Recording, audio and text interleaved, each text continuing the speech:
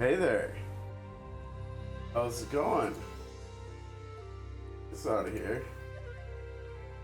Still no word on SP Sam yet, I don't think. But we do have kits for we could take a look at Serinda at some point. It looks like we've got her kit up here too, yeah? Yeah, look at that. She's gotta be coming soon. Maybe we see her in a couple weeks, I'm not sure. I can't remember, do we know? Also, happy Friday, everybody. Hope everybody's weekend is off to a fantastic start here. Let's take a look. Let's take a look and see. See what hockey's current prediction is. Now we also do, as of today, the Chinese tier list creator has a new updated and revised tier list now with another new character, but also interesting. Look who got dethroned here up at the top. Apparently, after having their hands on Camelot for more time, Camelot has rescinded the top spot to Anana. That's kind of interesting, yeah. At least this is one person. Okay, I probably need to disclaim that every single time we look at this tier list. This is just one Chinese player's opinions, and I don't know whether we have like a detailed summary like explaining how they're getting this in depth so that they're able to analyze characters down to the 100th of a number of a figure, you know, like how is Anana 9.23, right? How is she not just a 9, right? Like I don't know whether they even have that information released or whatever, but yeah, it's interesting to look at. Like we know this new character who I think Hockey might have already made a video about. Lukamar is like the new top dog for bossing. How's it going, Solstice? That's a good question. I'm not sure. I don't think we actually have to do anything with that right now. I think I already got that done last night on After Reset. So, I think I unfortunately haven't had the time to really do much of Pioneer. Like I think I'm in the 80s and I should probably be in like the 120s or something, but I just haven't had the time. I think I did 2 stages last night. Just playing around with Kavari and Luvada, and they both performed really well. You're at 105, nice. Yeah, I mean maybe I was wrong. Maybe I shouldn't be in like the 120s. Maybe I should be around where you're at. But like I think I'm in either the late 70s or the early 80s, and I know I should be further than that. But we've got new characters who are gonna help with that, right? Like I got Anana, I got Luvada, I got Kavari. And today I have enough stuff after reset last night doing whatever the other one is called.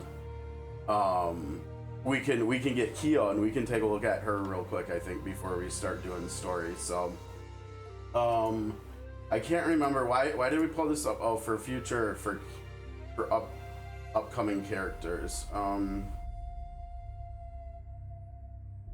I wonder if Hockey just hasn't updated it lately, because look at how far up we're having to scroll to get to it. To get to his predictor thing. I'm not sure whether this has changed. I should take a look at his spreadsheet at some point. I know some people are pushing up to the max at +9, and I don't know whether I can get away with that with not having better defenders. Like it's at least not for the defender portion, and that obviously, you know, makes its passes every like few tens of levels and stuff. And so like I don't know how I'll be able to do some of that stuff without like Isa or Flavia or even Layla or Coco. So we'll see. I mean, this last one that I did, I think it was in the 60s and early 70s was defender. And I ended up, by the end of it, I was only using 2 defenders because my defenders are so bad. I was using Magnus and I was using Suppression, and that was it. I was using Safi, I think, Anana, and I don't even remember who the third was. I don't think it was Pam, because Pam was Pam was too squishy for some of it. Maybe it was a little bit of Pam. It was probably a little bit of Pam, maybe a little bit of Rowie. Definitely for like the last 1 or 2 stages I did use Kavari, I think. Kavari's, dude, he's nuts. He's so nuts. Okay, so where are we right now? We're at Rico. Okay, so oh wow, so she's gonna be the last one from this story arc. Okay. I guess I forgot about that. Okay, so Surrender. Now that's really interesting, right? Because the first thing we were looking at was this new website, and Surrender is already on here. Right, with Credenza and Rico for these post Anana characters. But that's also interesting, because did I see another post on Discord from them about Rico?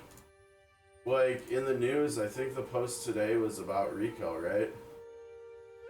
Yeah, this is about Rico. I think it's probably a video, right? Are we gonna get Rico before the collab? It almost looks like that might happen, yeah?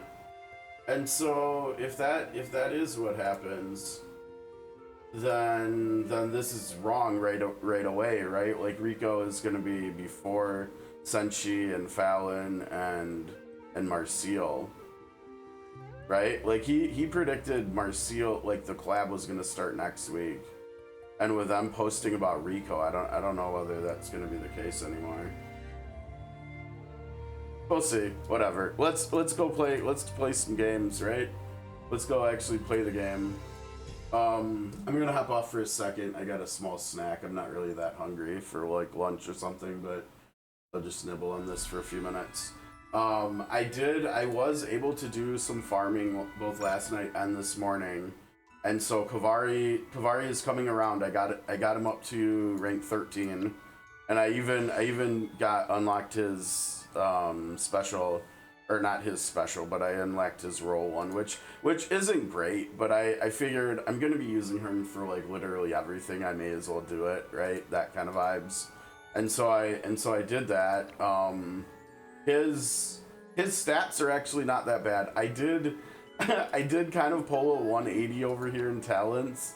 You know, the last like, I don't know, 2 months maybe since we started Eternal Awakening, and we knew Inanna was coming and how amazing she is. I had started working on stuff over here, right? And like I got these 2 done, I got this almost done, and I was gonna work on like all 4 of these right here. But those are all like defensive things, and Kavari is an amazing attacker and support, and he's gonna be used everywhere. And so like I decided to pivot, and so we're over here working on these 3 now instead. And I've already got it up to 7. It's a slow grind, right? And it's only gonna get worse because Courageous are from 2. And so like I hope we get more events where we can get the boxes where we can pick which stars that we want, because I need like way more Courageous stars, because I'm just farming 3 right now, and we're gonna need them over here too. These are also from 2. Actually, once we get through the flat, we might pivot to farming 2 for a little while for this one, because this is gonna be these percentage ones are always expensive at the end, right? Like they get up into the, I mean, by the time you get to the high numbers, like I think it's like around 10 for each of them or something, which is not cheap. And then of course we got to get this. These are even worse, right? The percentage to all stats for the rolls. And like I would like to get this one, but this is so far off. 22 of those suckers. I don't know about like, I mean, destroyers really shouldn't be getting hit anyways, so I'm not sure. I don't think that's very high priority. Maybe HP. I can't remember whether, probably HP would be a good idea, because if I remember right, I think Kia's damage scales off of HP just as much as attack. I think I've seen people talking about, and so like the HP for destroyer is probably a good idea. Let's see, that's 1, 2, and that's gross. I hate it when they're not the same ones. It makes sense though, because they make it so it's harder to do. We can. He might need these too. I'm not sure. I might just end up doing a lot of destroyer here now. I don't know. But honestly, can you blame me? Convallaria is just so good. But yeah, if we go back and look at him for a second, he's up to 3,700, and we still have attack, and we still have all those attack nodes and the talents to get.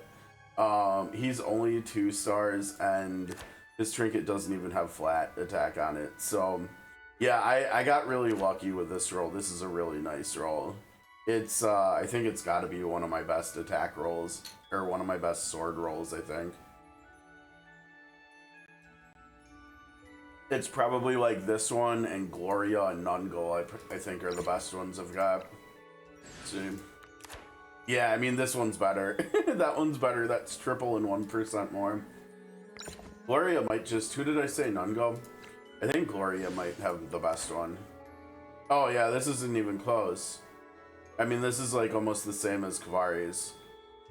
Yeah, so Gloria has my best sword roll so far. That's kind of funky considering how little we use her these days, right? That's a little bit of a bummer. Oh, now I also did. I pulled the trigger here. I pulled the trigger, so now I have a. And you know what's funny? I think I did this like right before I pulled Convallaria too.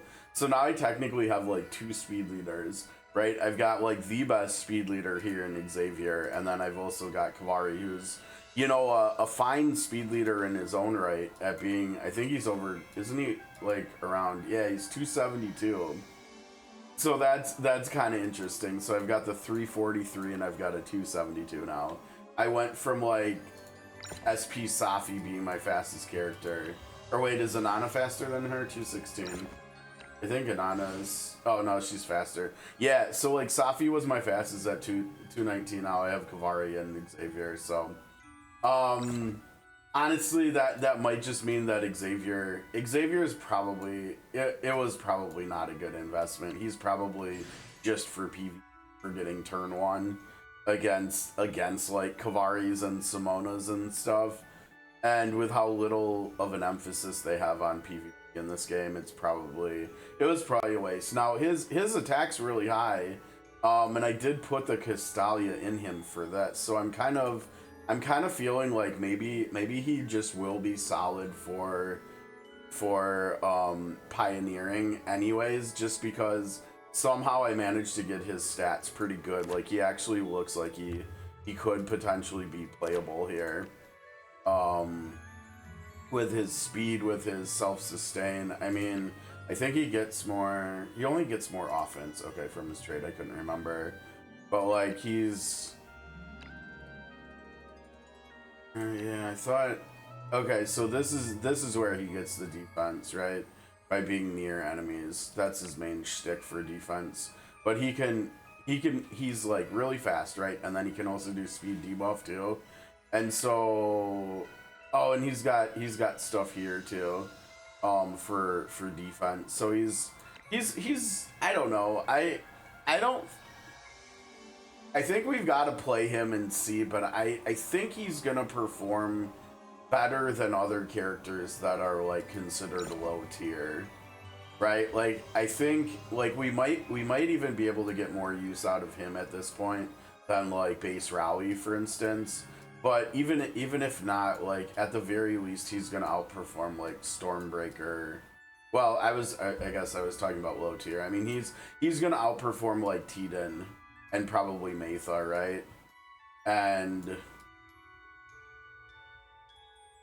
yeah, I don't know. I mean, I honestly don't even have that many like bottom tier characters, do I? If we look at the legendaries alone.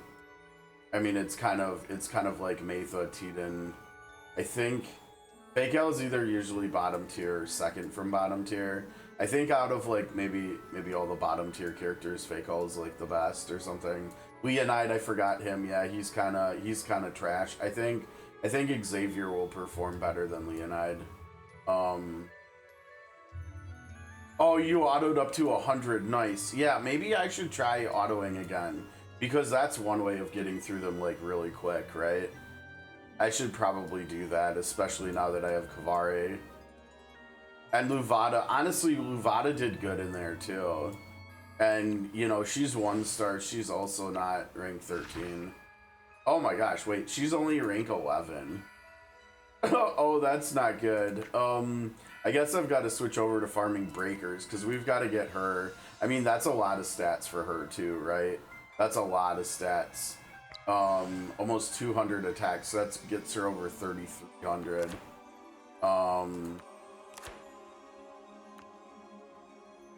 Yeah, I think I'm gonna get some good value out of her just because I have other dot people, right? Like I've got Lutfi and I've got Kavari now, and I do plan on getting Nono's special to 3 at some point, just because of also having all these dot characters and having the flexibility of doing like a dot build. And so like Luvada would fit perfectly in there too. I think we're gonna have fun with her. I think she's gonna be pretty strong too. Like I think at this point she's like definitely stronger than Augusto, right? Like as far as breakers go. And so like once I get her built, now I also did, you know, for the one of the events, I think for the one where we gift those things, those 3 different things that we get from just doing the dailies and stuff to each other in our guilds. You know, we got astral shards. We got 200 astral shards. It was either last night on reset or the night before. And I did actually decide to not do the season I've been doing a lot with BLA and Pam's spear and Shield of Justice. I didn't do that season anymore. I pulled on Luvada, Kavari, Rawi's or Safi's season, and I ended up getting another Nirvana.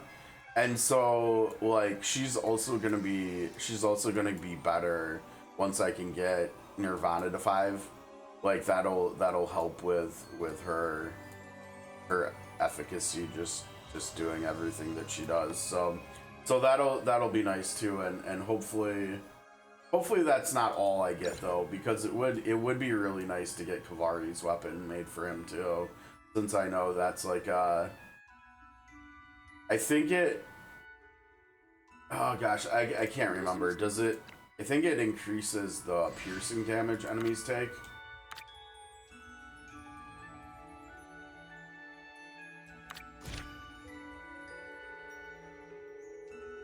Yeah, so it increases piercing damage, and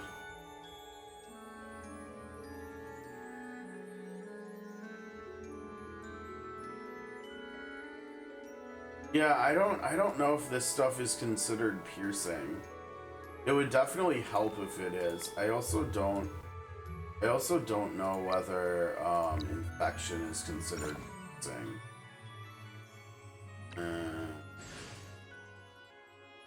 But you know, even if these other dots aren't considered piercing, I mean, we've still got Kavari, we've still got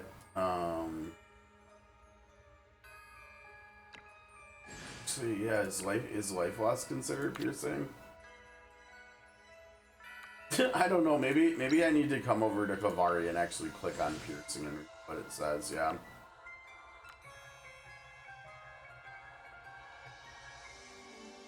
See, the way that that's worded, that makes it sound like burning and ignition and...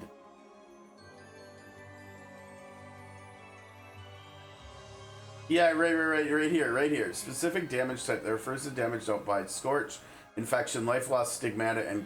Oh, no. Wait, infection, too.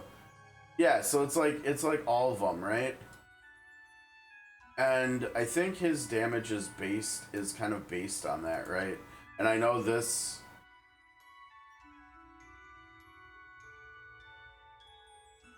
Now maybe it doesn't synergize because of this, right? I know this like ups his damage and this is recommended, but I wonder if this actually makes it so he synergizes less with the other characters that are doing dot stuff. Because it says it no longer triggers or removes them, right? I wonder if there's any situation, like if you're running him with Luvada, I wonder if you want to run something else instead of this. I think I remember seeing, I think this was the other option. Because it's like some energy sustain for him. Yeah, I think it was this one that one of the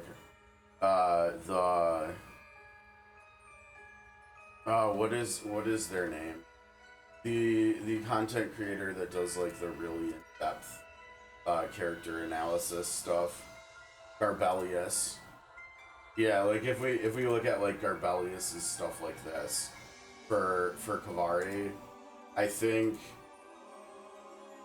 well, I mean we don't need to, but I think that this was the alternative. But I think it was actually they actually had it listed as an alternative for Will of Victory, not for Wither. But yeah, it seems a little bit interesting. I wonder, I might pop by, you know, like later after the stream, see what folks on the official server think about Wither as far as it relates to the other dot characters, and whether it might not be a solid alternative to run this instead. But yeah, he's looking good. He has a decent amount of HP. Both of his defenses are pretty solid too. So I think he's gonna be performing well against every like non-watchers basically. I think there's a good chance, like once I get him to 5 stars and once I get like destroyer stuff put in, he's gonna be up in my top row for sure. Yeah, he's anemic. Oh no. But yeah, I think it's a very realistic goal with how crazy strong of a character he is to try to aim to get him into the top row here. Bumping off Rawi would probably be what happens. I mean, the other 4 up here, all belong up here too. I think with how much I use them. I mean, I would even probably say that Safi belongs up there over Rawi, but I mean they are really close. Lutfi's also actually. Lutfi's gonna end up passing up like everybody in front of him once he gets to 5 stars, right? Like he'll actually be on the top row here too. Now remember on the mobile version, because his phones are more widescreen than on PC, as we get 6 characters on there. I think there's a good chance that Lutfi and Kavari both end up in the top row for me on mobile. And Luvada honestly should probably be in my 2nd row. Like I said, I think Luvada power creep wise is probably just better than Augusto now. And I don't know who else should be higher. I mean, maybe Eda, but she's so much support that it doesn't really matter. Maybe like Nungal. I don't know. And I think I've mentioned since the patch and testing out her SP skill here on Basinana, like she's actually pretty decent as a DPS character. I mean the numbers like 100 on an AoE, especially that's 2 energy, is solid. And then for single target 150 for 2 energy is also like really solid.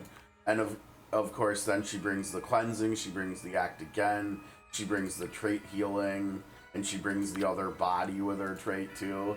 And so like I kind of almost want to shift her away from being more like support oriented. Like I think when I get Nightmare Puppet probably up to like 3 stars or something, I'll replace his diffusing prism with that, and then she might just be the one that takes this. Like I think that would probably make a lot of sense. And maybe we can see, I mean, this isn't that bad, but she doesn't have like any procs. Like I almost wonder whether like a devil card might be better for her now. Too. Your Nana's up to 3445. Nice. Yeah, mine's not quite there.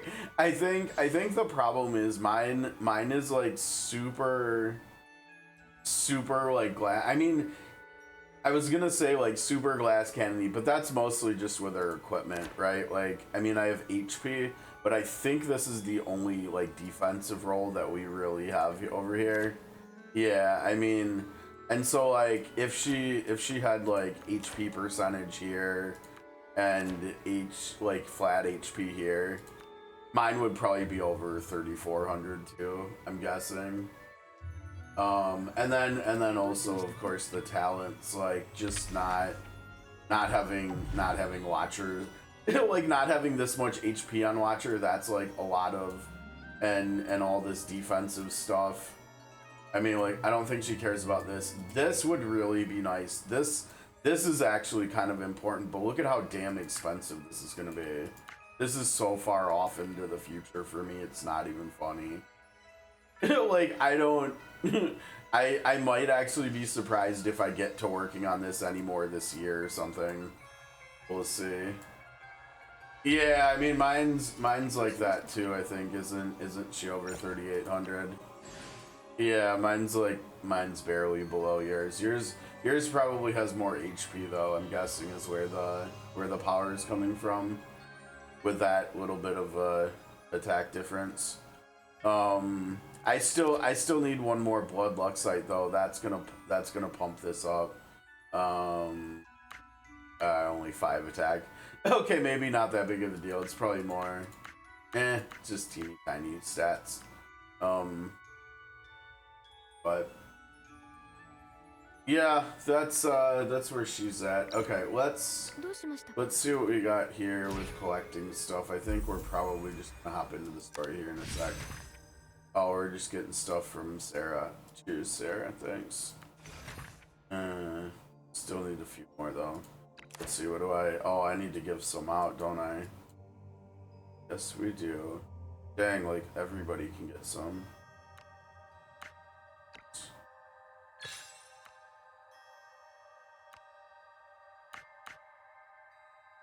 Oh, only one, huh?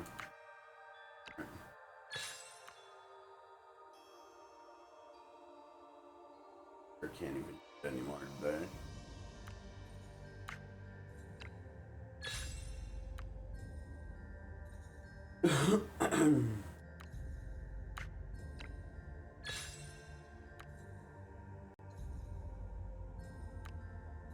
I can give these to Pixel.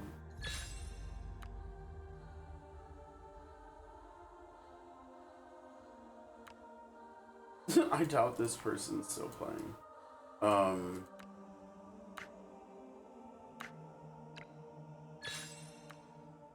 Oh no, you might need to work on your Kavari, huh?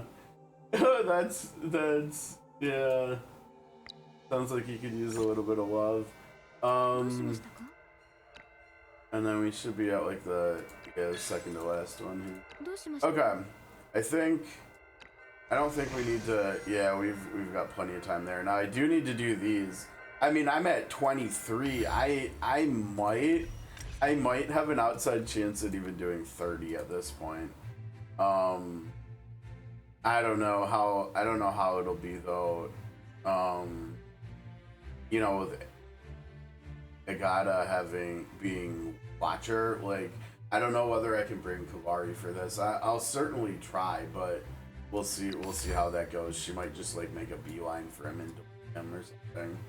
And I honestly, I also have to look at now, in case anybody didn't see it, I put these in here. Someone was nice enough to make that's too much, to make these like little handy infographics for the role Ascension skills in a visual representation of them, you know, compared to the spreadsheet that we were looking at with that Hockey is going. Hockey's obviously has specials and stuff too, But this person on Reddit might end up, you know, they might just do this for the specials too. We'll have to see. But yeah, so I like we saw over here, I did Courage first. And that was for like we've got Safi and Anana and Rawi and base Safi, and we've got SP Samantha coming up. And then in Founding we've got like Luvada and actually on the Chinese person's tier list, Nungul was maybe SP Nungul was maybe the biggest mover. Like she's higher now. They're higher up on her. Like she's top 10. When they first did the 4 SP characters that kind of came out together with Fakel and Matha and Samantha and Nungul. Nungul was down here in like the 20s. She wasn't as far down as Fakel, but she was either in the late teens or early 20s or something. And apparently they've done more testing, and maybe they've got her starred up more now, and she's performing better, especially for like AoE stuff, just general play, so like pioneering and stuff like that. She's performing quite well. Like she's, I don't know, if we look at the 9 pluses in here, and in mobbing we've got Matha, Samantha, Vari, Lutfi, and Anana. Those are the only characters in the game that this person considers better than Nungul. So Nungul pretty strong, it seems like. I don't know whether that'll change my views on pulling or anything with these characters. I think we're definitely gonna have to look more closely at Samantha as we get closer to her coming out, with considering how incredible like everybody says she is.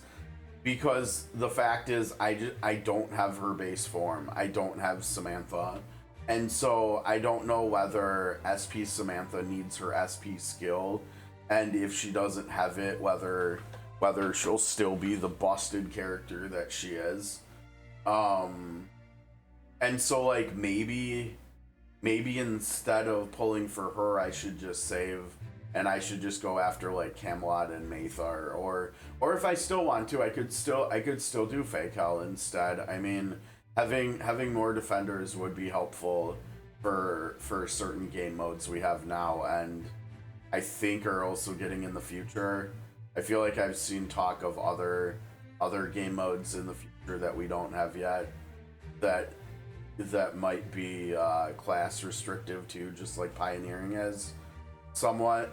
And so like in that regard, like even though he's so far down here on this tier list, on Hockey's tier list, he might just be helpful to have because he's a defender. I'm not sure. Because like if we look at the selector in game, it doesn't go far enough up. Like I can't get Isa from it, I don't think. I don't think. I think if I remember right, I think it goes up through like Layla maybe? No, Luvada. Right. But yeah, like so I could get Layla, but that doesn't seem like a great idea when there's like Homa and Ta'er and Egita and Tristan that are all still available too. Like all of those characters are much better than Layla, I think. I mean, even Coco, I would take Coco over Layla, I think. I don't know. This is gonna be a really hard decision when we get here, because these 4 characters are all still super good. And I feel like on Discord, I can't remember what capacity it was in. I think it might have actually had to do with like Kia's ult and with how she disappears from the battlefield and then comes back, because I've been hearing people talking about it in regards to Inanna's trait, the freedom buff she can give, and apparently how Kia can kind of double dip with it. She can have it cast on her, and then she can do stuff. She can like do something, and then she can ult. And when she comes back from ulting, she can get an act again. So she's actually like getting 2 act agains from Inanna's freedom buff from her trait. And I think there was something that had to do with that, like also with Homa, like all of these attacks or something benefiting from like Balor being on her or something. And so like Kia's just having all of these different really cool interactions from different characters where she might actually just be better than people thought. Like Kia might actually just be really legit because of her the way her ult works mechanically. And so like I think Homa is probably still like borderline meta. I mean, she's down here, but like, yeah, I don't know. They only really have her as like super solid for bossing, but I don't know. It sounds like she could be pretty good still, and it also sounds like Agatha's special astral or ascension skill is good, and like I think the other thing is she does piercing damage, right?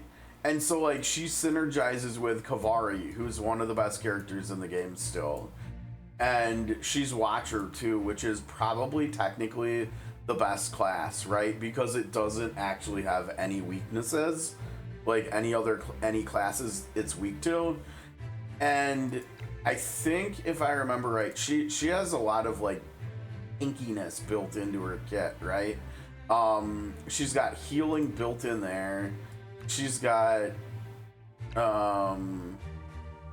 vulnerable too, which is whatever. But speed debuff is nice to have when you can get it. I mean, she's got dodge there. She's got dodge there. She's got defense built in here. Yeah, I mean, she's honestly, and I think she's another character that I kind of just slept on, like Tristan, where I don't know why I wasn't feeling them, and I don't know why, because like looking at her here, like her design is awesome. Like she's just a really good character, just like Tristan, and so I mean she's still a possibility, and like I said, Tristan's right here too. They're both possibilities for here too. I mean, like if I look at my roster in terms of damage dealers at this point, I'm not sure whether I could use more help with Watcher or Destroyer. Or Breaker. I mean, they're probably all somewhat in the same place. I mean, they're none of them are in the place where my Seekers are, right? Like my Seekers are just the best. But I think like with Luvada and Augusto and Pam, like I think Breaker is probably still my second best one. So it's Watcher and Destroyer, and yeah, I'm just not sure. Like if we look at it, I mean, obviously we've got Inanna. Safi's not really DPS. Gloria's like okay DPS. Edda's not DPS. Inanna's like okay DPS. Like I think Inanna might actually be in a similar spot with her new SP skill as Gloria is. Like numbers wise, like they might just be similar. And then they both bring utility. But like neither is a very good damage dealer. It's mostly for Watcher. It's mostly just Inanna carrying for me right now. I mean, Destroyer is probably actually better than Watcher for me. right? Because I've got a Kambe who's okay. I've got Beryl who's okay. I've got Nungul who, when she gets her special, is going to be more than okay. We've got Kavari now. And so, like, yeah, I think Destroyer might actually... Now, I don't... My Destroyers aren't that invested in, but that's also partly talents. But yeah, honestly, like, DPS-wise, my Destroyers are probably slightly better. And I'm also about to get Kia, right? I'm also about to get Kia, so... I think my Destroyers are better than Watchers, so I wonder... I wonder if I'm like almost talking myself into...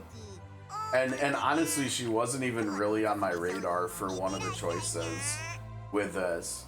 But it almost feels like I'm talking myself into getting Agatha. You've been using Momo a lot again, that's hype. Is it because she's got her special in the game and it's pretty good? I remember when we looked at it, it looked pretty nice for her. But yeah, it almost feels like I'm like talking myself into getting Agatha with the selector here. Like, she might actually be what my roster needs the most. Ah, she's useful for those. Oh, I see. Yeah. That makes sense. I mean, it's kind of nice that we're getting game modes where we're using more characters that we haven't in a while because of like power creep and stuff. It's nice that we're getting to use them again and that they're becoming useful again for us. Yeah, God, looking at her art, she just looks amazing. She just looks amazing, honestly. I don't know. I mean, like on this dude's tier list, she's still really high, right? She's 10. She's like literally considered to still be good at like either good or great at like everything in the game, basically. I mean, so is Tristan, so is Tyre, right? Like some of these characters are just still really good. I don't know. I mean, I feel like with how meh, like how little the emphasis in this game, at least currently for us, is on PvP. I feel like PvP is like the least important category on this tier list. And so like the fact that that's what Tristan does best, it kind of makes me feel like she might be a little bit lower priority for me. Like, don't get me wrong, it looks like she's gonna be great for bossing, but I already have Estra. I have her built really well. I still have Safi, who's really good at bossing. I've got Safi, who I use for bossing. I've got Lutfi for bossing. And I've got Anana for bossing. So I don't really need Tristan that much. Like, Tristan would be more so like, this character, I actually like her design now that I've seen her in the story and stuff and saw her personality. Like, I like her as a character. And honestly, gameplay wise, she's really fun, right? Like, she is. Tristan's awesome. But like, for the two different types of PvP, like, the averages there are just... Well, they actually are higher than Agatha. Actually, they are, aren't they? Yeah, I mean, it's like 8.9 and 7.5 and 8.6 and 7.1. So, so maybe I should shut up. I don't know. Tyre is just like terrible for over here. I don't know. I feel like Tyre would be really nice to have, but I've never really felt like I've missed him that much not having him there. Like, the energy would be nice, and it does make it sound like Luvada would really like to be paired with him. But if I had him and I was running him with Luvada to make it so she could spam her 5 energy ult more, who else would I be running, and who would I have to drop to get Tyre into the party at this point, right? Like, at this point, I would almost just rather get, I think, Tristan or Agatha, and then Homa too. I think it's really between the two, between Tristan and Agatha. And I guess what I'll do is I'll probably see, like, whenever I do get to the point where I actually have 70k and can use the selector, I think I just need to look at my roster and see where destroyers and watchers are, and then just pick one of these accordingly. I think I like both of the characters though, so I don't think I would be. I think I would be quite happy with either one of them.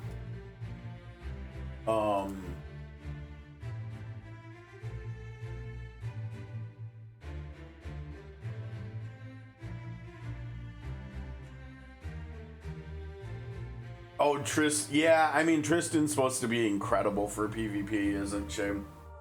I mean, I think Agatha here is supposed to be too, but I think Tristan's whole thing is she's more, isn't she like more bursty? So she can just like delete people, and she also gets unlimited resolve, which is obviously just super obnoxious to have to deal with. I mean, like, I still hate fighting Alexis because of unlimited resolve. I mean,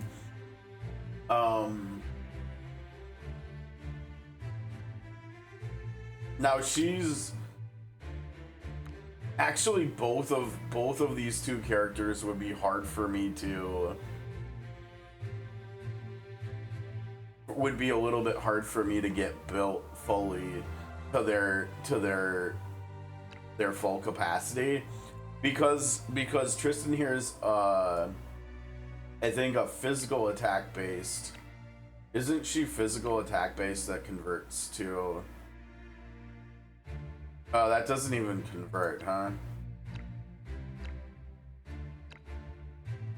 Maybe it's in here. I'm pretty sure she converts physical to magic damage, right? The physical damage dealt is, yeah. So she's physical attack based, which is not, I don't think is something I have points into in talents. I'm not 100% sure, because I mean I do have Nungal. Oh my gosh, stop. My mouse. I need a new mouse. This is so ridiculous. Okay, yeah, see, I don't have physical attack either. Destroyer is just kind of... And then I think the other thing is, I think Agatha is physical attack based too. Oh, you know what? I bet I did this because of Gloria, didn't I? Oh, so that's another check mark in Agatha's column. Okay, that's interesting.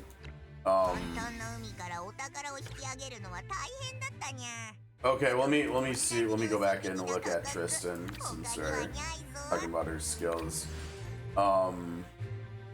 Head with Berserk Headbutt. Do they? Of course, they don't even have that equipped. So let's see here. Crimson Fury. At the start of battle, she possesses Crimson Fury. I think this is like a skill, right? So she can use this on turn 1. And so then she goes into Berserk, and then she gets all this damage and stuff, and unlimited resolve, and then the headbutt. Oh, does she have it? Let's see.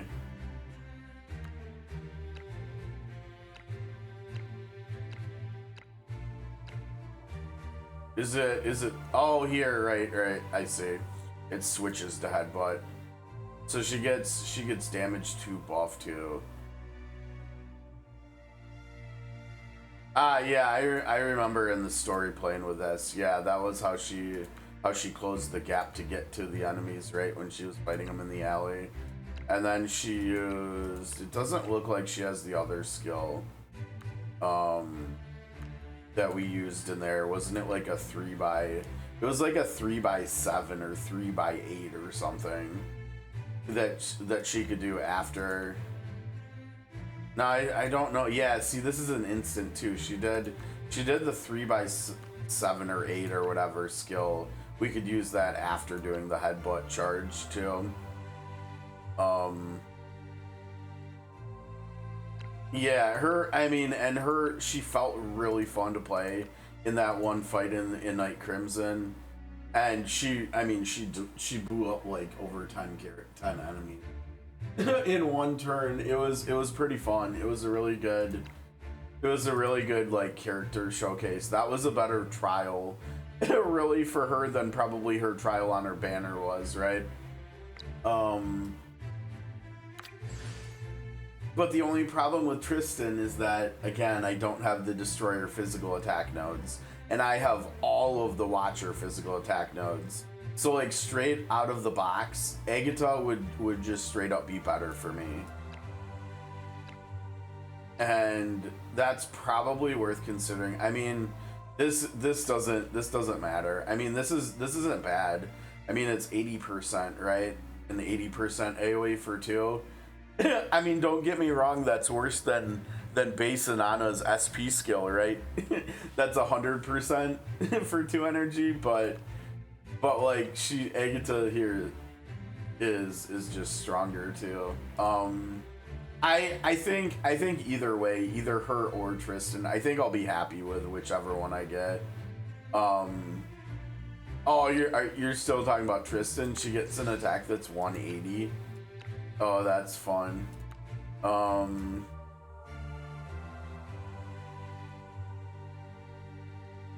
I think they had this equipped on her in Night Crimson too. I seem to remember this. Now, so she can also do vulnerable too, but the problem is the problem for both of these characters in terms of the debuffs they do is that Lutfi is in the game now too. And so their ability to do vulnerable too is just kind of irrelevant, right? Out of these 4 characters, I think Homa's the actually the only one who still has a debuff that would be helpful for me. Physical defense 3 is not something I have in my roster, as far as I'm aware. I have physical defense 2 debuff, but I do not have 3, and I'm not sure whether Homa's still the only character that can bring 3 or not. I'm assuming we're gonna get, if she is, I'm assuming we're gonna get more characters in the future who can also do that. But I mean, her design too, she left a really good first impression with me. I think the only thing is with her is that she's a breaker, which I just don't need as much as I need Destroyers and Watchers. And of course it's also worth noting over here, right? Because I think like Camelot is a breaker too. And so I think that's yet another reason why Homa is probably just not a good pick for me on the selector when I get to it. I believe Samantha is a Destroyer. I believe Maytha is a Watcher. And so like maybe one option, one path forward for me would be getting Camelot and Maytha, right? And getting Maytha would lower the necessity for selecting Agatha. And so then I would take Tristan, right, for Destroyer. Or I could do Camelot and Samantha, and then I could pick Agatha. I think those are both 2 like almost equal viable ways forward, probably. I think honestly, design wise, like character design wise, I think I like Sam more than Maytha. Like Maytha, I don't know how to feel about Maytha and her mech suit. It's just kind of like out there when it comes to like the theme and design of this game being like super fantasy and stuff. It feels like what are we getting next? Guns and stuff?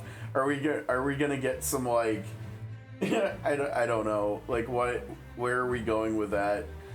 Are we gonna get like like someone running around with like a rocket launcher or something, like a flamethrower? I don't know.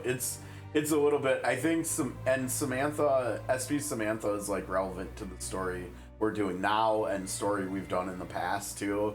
And so like I think that would honestly be better like pacing wise too, right? Because if I only go after Sam and Camelot, there's a nice gap here between Inanna and Sam, and then there's another gap between Sam and Camelot, Whereas if we go for Maytha and Camelot, they're like right back to back. And we saw in the last like month how kind of dicey it felt trying to get Lutfi and Inanna with them being so close together. Like, I very well could have not gotten Inanna, honestly, if my RNG was not as good. I mean, I think we probably would have because of all the resources they're throwing at me. But like, if I would have had to go to hard pity for Inanna, I think I still would not have her yet. Like, I think we would be grinding Luxite and probably playing like Fool's Journey and stuff now instead of doing the new story to try to get Luxite as quick as we could to do more pulls for her. So I think it makes more sense to probably go after Camelot and Sam, which would then and that's if I'm right about remembering Sam. I think she is a destroyer though, and if she is, I think that's going to mean that Agatha is probably the right choice for the selector. But we'll see. We'll see. I mean, who knows? I mean, I could always. I think it would be really funny if like trying to pull for Sam, and then all of a sudden we pick up like Tristan or something along the way, or maybe if we got lucky and we picked up Agatha on Sam's banner, then we could just get Tristan too. Like that would be the best of all worlds, right? I don't know. I think it's cool looking at the selector characters here though, because we're not that far away from it, right? Like I'm closer than I thought I was gonna be after the anniversary. Like I thought I was gonna get to like 5K at the anniversary, and we're already slowly pushing towards 60 out of 70K. So like we might even get to 70K like after pulling for Camelot or something. Which would work out great too, right? Because at that point we'd probably have Sam and hopefully Camelot, and then we could, depending on if we pull anybody else along the way on both, we could make like a better judgment call on who to pick with that. Okay, let's get to the story. We're already an hour in. We haven't done anything. Okay, so we've got a new character coming today. I am definitely, because Shaklulu is Seeker, I believe. I feel like they should tell us on here, right? Like it should really show here what class the characters are. But all I know is that my destroyers need help, and so we're gonna go with Kia here, and so we're gonna get another new character. I think this is what our fourth new character in like a week's time, which is just crazy. Like I don't remember the last time in this game we actually got that many new legendary characters in this small of a window of time. Like I don't even remember whether we had, I think it was probably like launch week like a year ago, right, with Beryl and Gloria and Tiden and Nono. I think it was legit a year ago when we got this many. So this is cool though. This is hype. Alright, I'm gonna try after 12 again. See whether...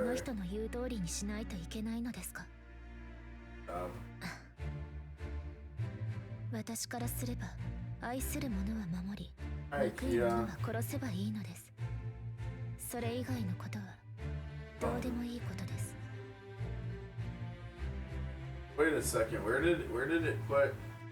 I think I have to come in here and click on it. And how do I do this? I have to do it and then I can copy it. Okay. A few more steps. We're gonna have to remember that we have to do all these steps to get to the screenshot. Okay, looks good though. Alright, so we got the slaughter made. Funny. Okay, so we'll see what we can do here with her. Now I think don't they give you stuff for getting these new characters, right? Oh wow, 500 more Luxite. Yo, let's go. Okay, that's cool. Cheers. Cheers. And then we've got her in Bond too. I'm assuming because she was Night Crimson's story, she probably has She probably has story already.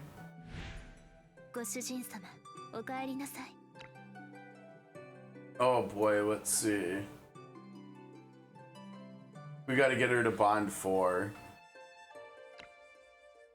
Now the problem here is, like, I can't click on this one, right, to clear the new, because if I do, it's actually gonna start the story. But I think we have to wait on this one, because for one, I've got to finish chapter 14, right, and 2, I've got to get her to bond 4, and like, because I think we want to do all 3 of these together, and so we'll wait on that. I think one thing that I'll do for that is, and I think I was waiting for her for this too, actually. I think I just put Lutfi here as a placeholder, but I think he's out. I think he's just out. I think we just put Kia in here.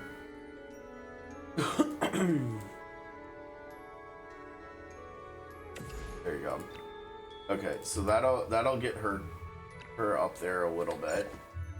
And then let's take a look at her for a few minutes and see what we can do with her. Oh wait, look at that. She is legendary number, let's see, 5, 2, 4. Is that row 5? It looks like it, yeah. She's legendary number 25 for me. That's cool. Okay, so I think we can probably only take her to rank 11, right? because I just spent like all of my legendary destroyer medals on Convallaria. And so like,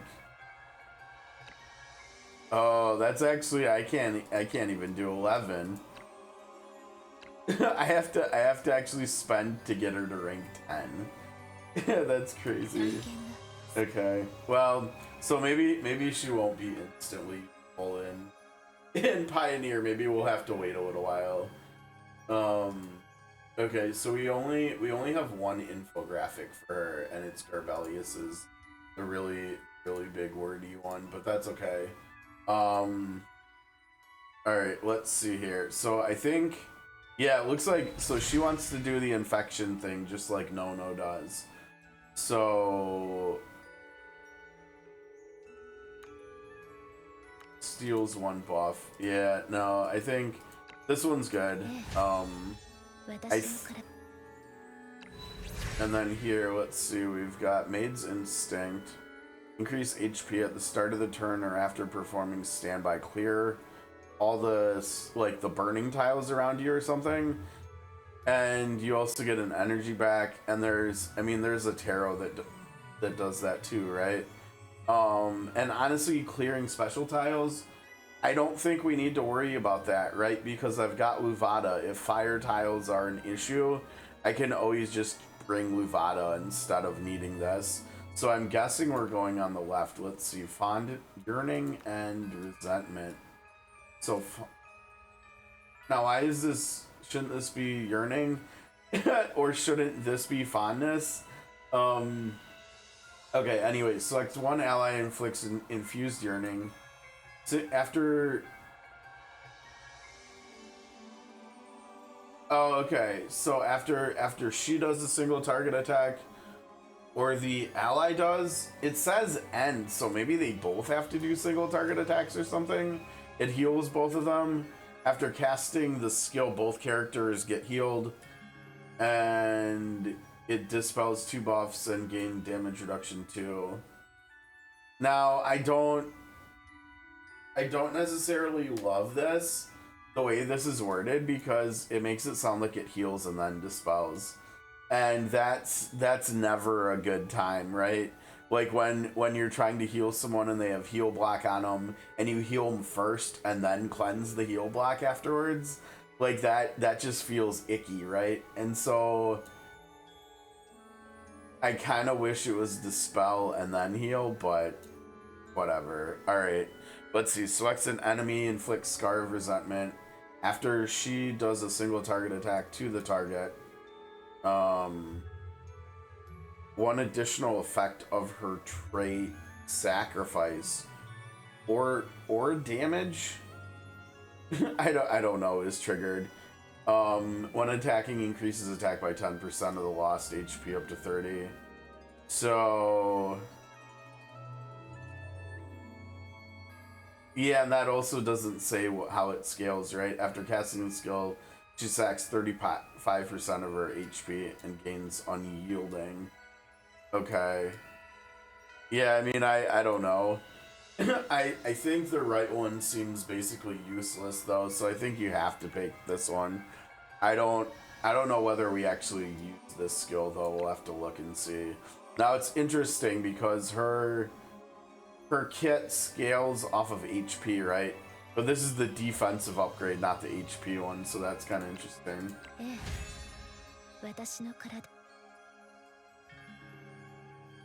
Alright, let's see. Reaction skills. Let's see if I can figure this one out. Injured, reduce damage taken after being attacked, inflicts scars of resentment. Yeah, I mean, we already saw this one on the previous thing, right? And she does sacrifice her HP to do other things. And so like her being injured, probably not very hard to have happen. I think you go the left one. Let's see. Yeah, the left one's recommended. Okay. I'm doing the same thing where I look at them and try to decide what I like more, and then after that I look at the infographics. Okay, so we've got Soul Calming Soup here. 1 energy, 1 cooldown. It's a healing instant skill. Selects an enemy, recovers 20% of the target's magic attack as HP. Now you have to remember that, right? Because you can't just go around you can't just go around attacking enemies that have high physical attack, right? Or you're not gonna heal like at all.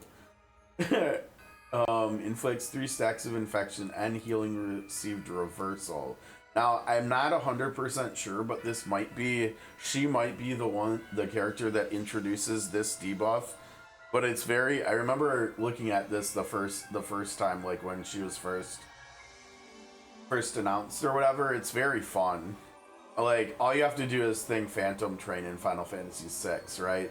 Use a potion on them and it hurts them, basically. It's quite interesting. And it also does, let's see what, attack 2 down in sleep if the target has infection already.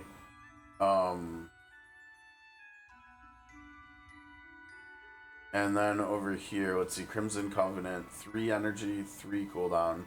Sacks 35% of her HP, gets an energy back. Resets the triggering counts of the trait. So her trait must have like alert or counterattack stacks or something. Temporarily leaves the bat. Oh, this is probably her ult, so we probably need this, yeah. Temporarily leaves the battle. I mean, we saw this yesterday, right, with Kane in COTC, right? Leave the battle and do good things. During the leave, time stops, energy does not naturally recover, and skill cooldowns, buffs, debuffs, etc. do not change. Right, which is where the double dipping on SP Anana's trait buff comes into play here with her.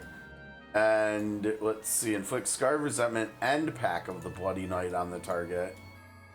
Where, Pack of the Bloody Knight on here is Crimson Covenant over here. Okay, so it's a speed 3 debuff and damage 2 debuff. That's really good. At the end of the turn or being defeated, Kier returns to the battle. And wait, was that... Now that's interesting. I wonder why it says the end of the turn, because the turn implies for the character themselves, right? Otherwise it would say round. I wonder if they meant round here and they just put turn instead on accident, because that would make more sense if she comes back in after the slowest character, ally or enemy in the battle acts, you know, then the next round technically starts. Actually, wait, it's something she's, no, I guess not, because wait, that's, no, because it's a debuff you're putting on an enemy, so it depends on the enemy's turn. Not her turn. Okay, never mind. It's very weird with her how they've got some of these like tooltips where the buff or the debuff name does not match the name that they're listing on the skills tooltip. That's weird. I mean, we've seen that occasionally elsewhere in the game, but never like multiple times on the same character like we already have here with her. Okay, so after the enemy takes their next turn and she comes back, she deals damage. She deals 35% of the caster of her HP and physical attack, ignores 100% defense, and she gets 80% lifesteal. Immediately triggers the infection effect of the target. And so, like, for instance, infection here, she's gonna go really, really nicely with rank 13 special ascension skilled up Nono will, right? Like, she's gonna pair really well with Nono eventually. I think we have to take this one, right? Yeah, okay. Oh. No, shoot. They say you actually take... Oh gosh, they want us to use both of these. I only have 2 Castalia left. I don't know if I can do that, can I? I'm not sure if I can actually afford to do that right now.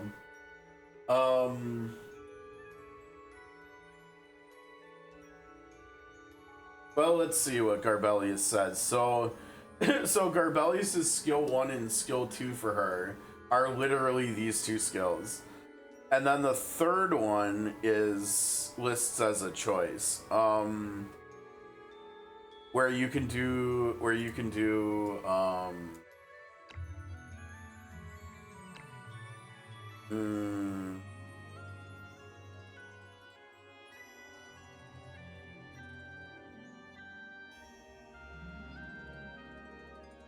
Oh no, it doesn't say as a choice skill. It doesn't say as a choice. It says it is a choice skill and is this one.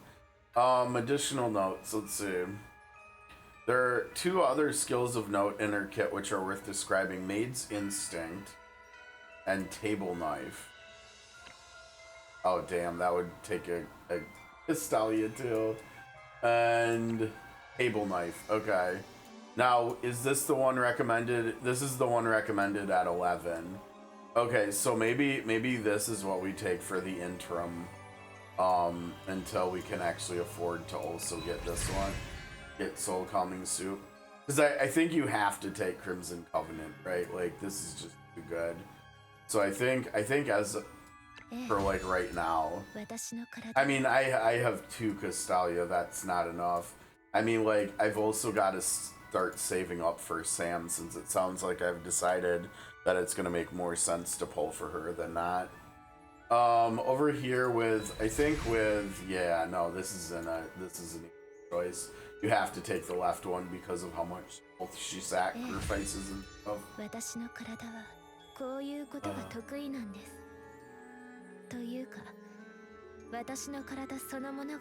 Oh, you think that one's actually a heal for the enemy. Did I read that wrong? Let me see. Was that in wait, which one was that? Was that this one?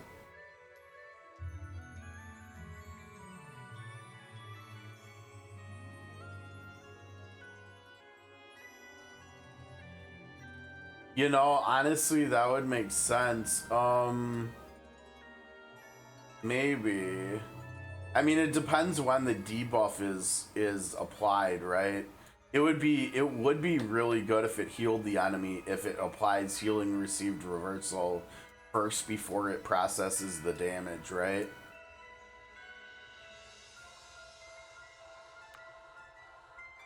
Do we know offhand who has the biggest single target healing skill in the game? Because that could be interesting, running a healer intentionally with her because of this.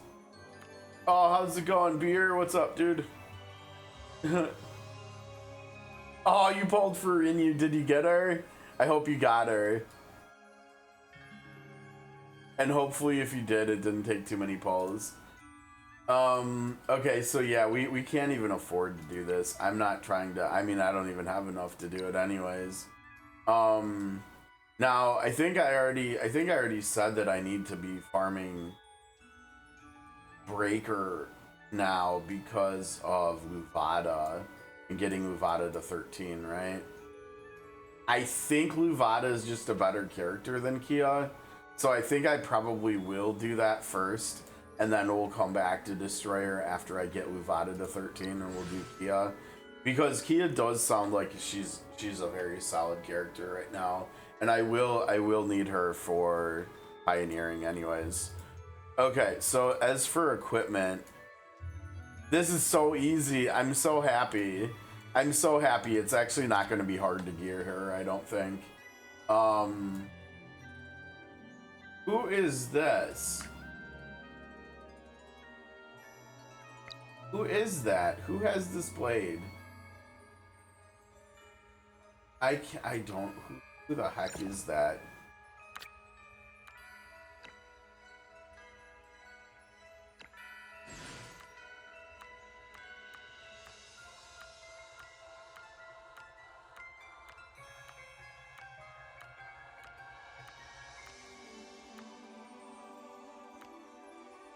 It's Crimson. Oh, get out of here. Get out of here, Crimson Falcon. No way. Not happening. where's Kia? No, that's not happening. Okay, so that's an easy choice. So we got one right here for her. This is what she wants, right? Because she needs HP. So that's good. And then over here, this is really easy for her too. Because she doesn't want to, like, yeah, I mean, it's literally just this one. Now, obviously, we're gonna need to re-roll this one. Engravings, let's see. Garbelius recommends just the standard sword and wand. So I think we'll have to re-roll this one that Butterfly has right now, but that's okay. I don't think we can afford to. Yeah, we actually used up a lot of these, so we can't actually afford to take that to 60 just yet either. And then she's very easy over here too. She's just one of the many characters who's content with a devil card. And so we need to find. Yeah, look at this. We've got one right here. Let's see what we can get here. Ah, that's a bummer. Nope, that's not gonna play. Are you talking about just Pentacle by itself or like double Pentacle? Or are you talking about this one specifically? This is just, I don't even know what this was for. I think this was actually probably like on Teden when I was doing weapon double pen. That's a good question. I can't even.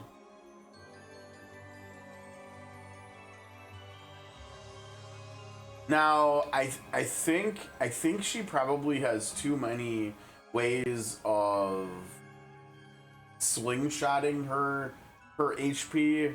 You know, like she takes off her HP a lot, but then she also brings her HP back up with lifesteal. And so I don't think we're gonna see her in the dying state very often.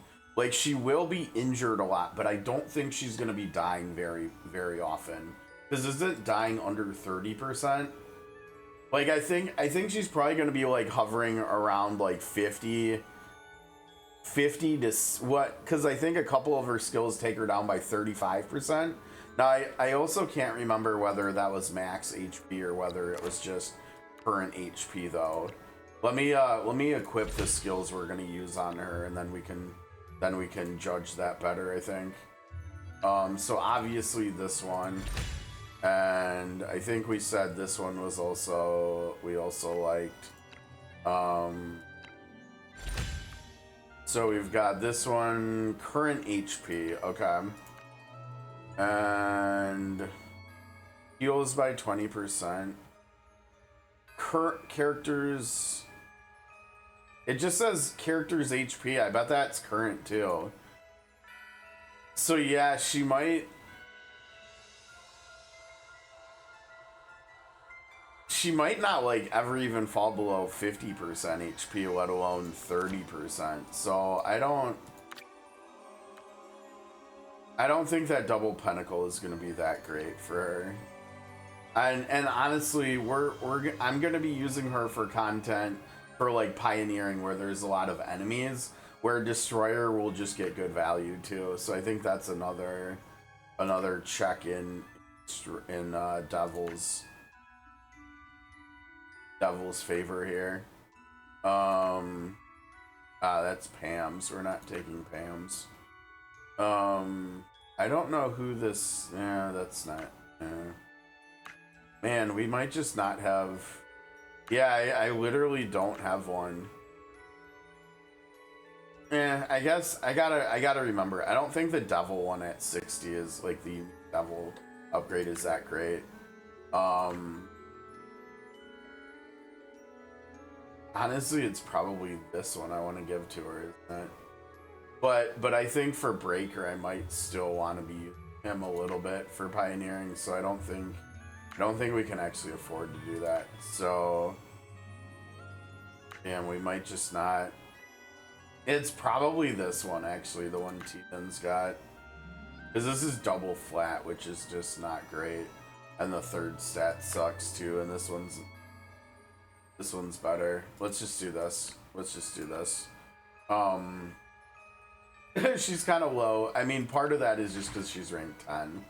When she gets up to rank 13, she'll be about a little bit better. Okay, so let's see. Gain toughness. Oh, that's handy too. That makes a lot of sense given how she ping pongs back and forth so much.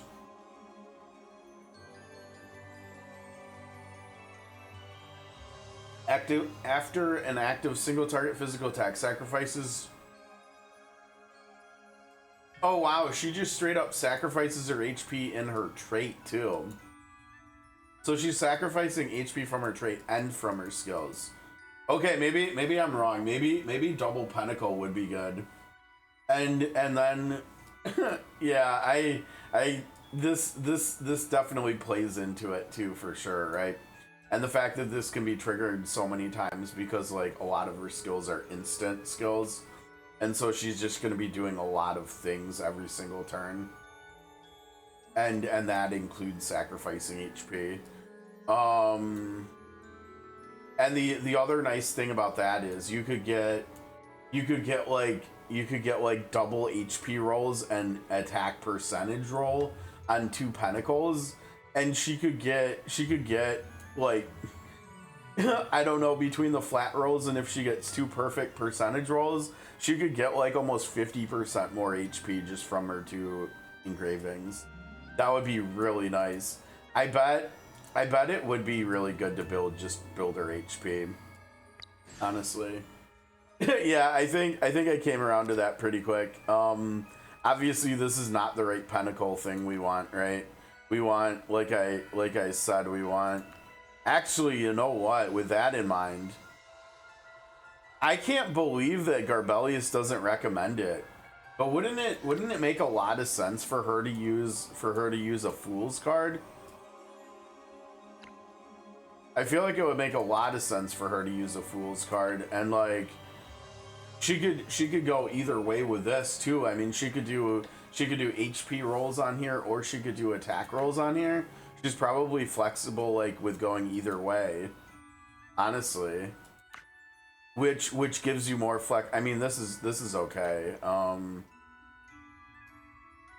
I know. I hope some of these turn out well. I love this tarot, honestly. I mean, you can see it. I've literally got this tarot on my 2 highest power characters. I mean, that's partly why they're the 2 highest power characters. But in terms of like actual combat efficacy, it seems to work great on both of them too. Like, it's not like I miss either or both of them having, like, I mean, Fortune is good on Safi because I think when you get the buff that pulses the damage, the 2-tile AoE damage, I think that does trigger her trait.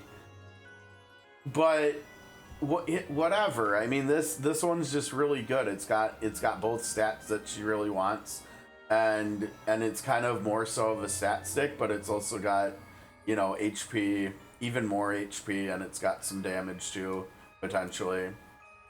I mean, I doubt this damage is active that much, just because most of the content we're doing is like, these days is like endgame type content, and enemies just have like way more HP than she does. I mean, like, I think she might actually have the most HP on my entire roster. She's like right around 8,000 HP. But I think most enemies still just have more than that these days, right? Like, most enemies just have like 10k or more.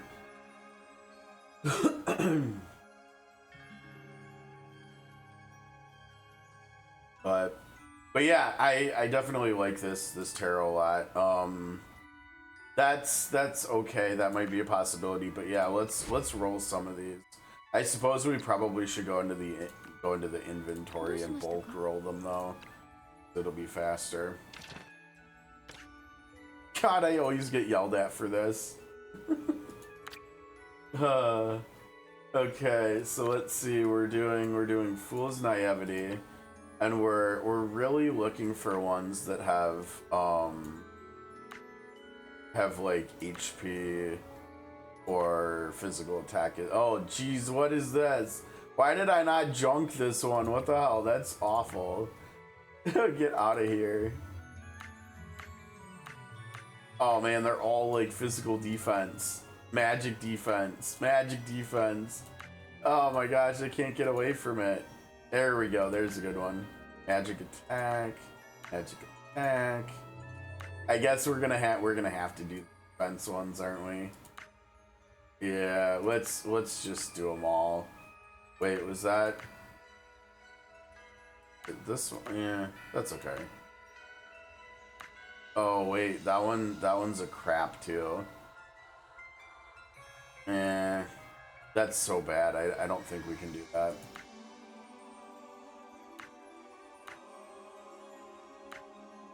Magic attacks, that... Yeah, I don't know about those. I don't know about those. Okay, here we go. Let's go. Let's see what we got here. we got double. Look at that. That's crazy though, isn't it? The rare one rolled better than the epic one rolled better than the legendary one. but it's a double attack stat. That's not bad. It's definitely, well, actually I don't know if it's definitely better, because this one has HP on it and we like the HP. This is junk. This is junk. This is junk. Double attack, yeah, it's junk. I guess we can try that again.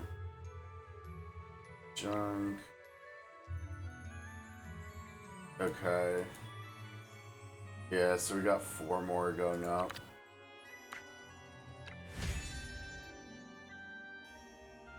Flat HP. Oh man. It could have been so much better. Okay, that's junk.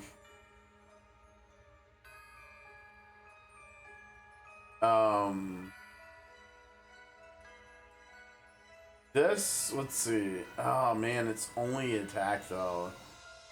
I don't know. I still think, actually, wait. With magic defense, I'll have to check. This might actually be like a side grade or an upgrade for Astra, right? With the magic defense on it, that might be okay for her. We'll take a look. And then over here we've got it too. Oh gosh, these are like identical. Look at these. Okay, I guess we'll lock both of them. I don't know. So that was junk. What did we... this is so like meh. I don't know. Both of the rolls are kind of meh. And then... I mean, I wish the 61, it either needed to be the unique or it needed to be like attack percentage or something. I don't know. I'll probably keep it, but yeah, those were those were not too impressive. God, I really just want I want that pop-up just to start to like go away, but I can't get under 500 no matter what I try. I think the problem is I just have too many like new ones that I need to roll still that are like level 1. And so like I don't know if we just need to do some rolling or what. I mean I guess we could, but I think we don't have very much money right now, so it might not even be. What do we have the most? Oh my gosh, look at the look at some of these, the trash ones. I just have so many, I've never got to them before. Let's start with ones that we actually care about. Yeah, see, look at this. I can't do like any of this. I have 45,000 bucks. I can't even do this right now, even if I wanted to.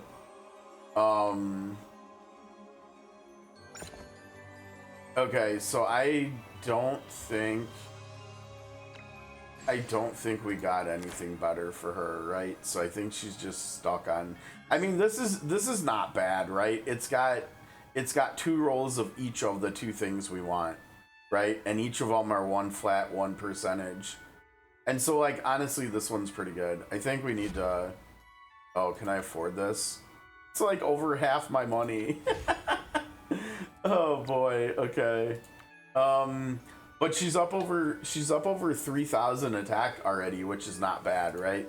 Considering she's only ranked 10, which means she's gonna get over 200 more attack there, and between with all the percentage rolls, that'll probably end up being more like 250 to 300 more attack.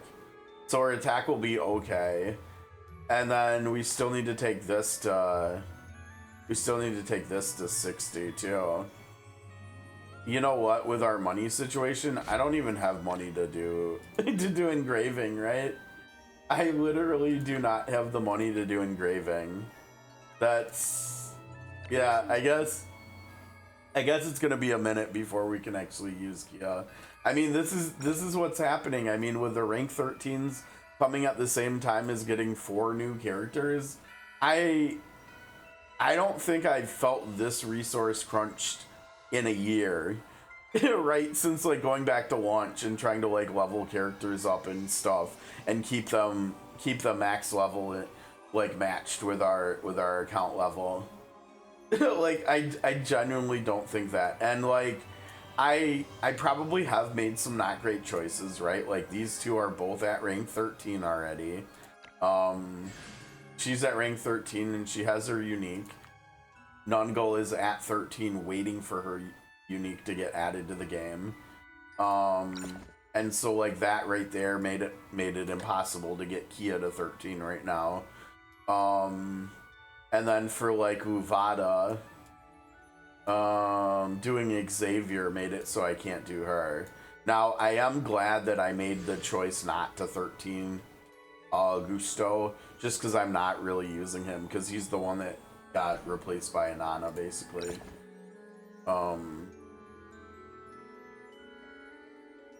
Yeah, I mean all of these. I think I even did Nono, didn't I? Yeah. I mean, I didn't do Gloria. Okay, so in the top 2 rows here, the only 2 characters I don't have at 13 already are Augusto and Gloria. I mean, Xavier is 13, Magnus is 13, Kavari's 13, Barrel's 13, Nungo's 13. I don't think I didn't. Oh, who stole his? What the heck? Who stole? Oh, is that? I think that's Uvada, isn't it? Uvada stole his trinket. All right, fair enough. I think, do we have another? We have another hat. Yeah, he can just take that one back. We'll eventually have to like re-roll that or something, but at least he's not like completely naked anymore. I mean, I honestly would like to 13 her. I have no idea how close or far. Oh, we're actually not that far away from it. With most likely the next watcher I get being Agita from the selector. I probably... Actually, we probably need to look at unique Ascension skills, honestly. For like... And I don't know if this stuff's actually in the game already or not. Where's our... Let's see, here. And then here. And then we're looking for specials. And we're looking for... Oh, we can even see... Agita's right here. Let's see. HP, defeating a target. Oh, see, cooldown reduction is always going to be good, right? So when she kills an enemy, Silver Severing gets reduction. And at level 3, it gets 2-turn reduction. Okay, for one, I think we should go back into here and see whether we can see that skill or not. I'm assuming that's probably like her ultimate skill, right? I'm thinking this one. Oh wow, it's got a 3-turn cooldown. Maybe it is? I don't know. Let's see. So it's an instant, and it's a charge. 30% to all enemies within a 1/3. Dispelling 2 buffs, inflicts 2 stacks of wound, and she gets dodge. And so, like, actually, that one is just, like, really good for her survivability, right? She's doing piercing damage. She's moving. She's giving herself dodge for more survivability. And she's able to reduce the cooldown so that she can actually, by 2 turns. So that means she can use it every single turn, right? And so she's gonna have tons of mobility. But this only happens when she gets kills. So she's gonna want to be our executor basically.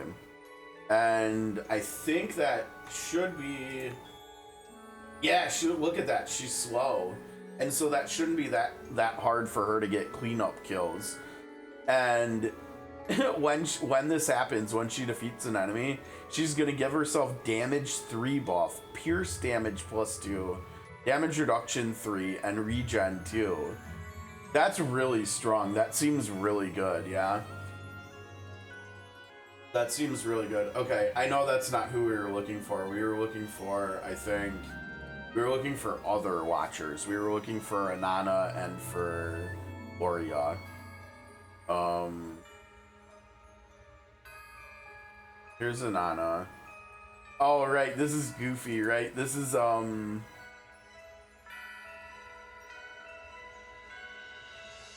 yeah, guard of the princess. So the guard that she summons with her trait at the start of every battle gets the sort of Convallaria faction tag. So then like leader aura skills and like SP Anana's flag will buff him now too. Plus 3 movement, plus 40% to both attack and defense. And he gains the whirlwind / skill. So now he's gonna be going around like a barbarian in Diablo spinning to win, I think. Yeah. The trait also applies to... Oh, her trait also applies to the guard. If within range and the bonus... Or wait.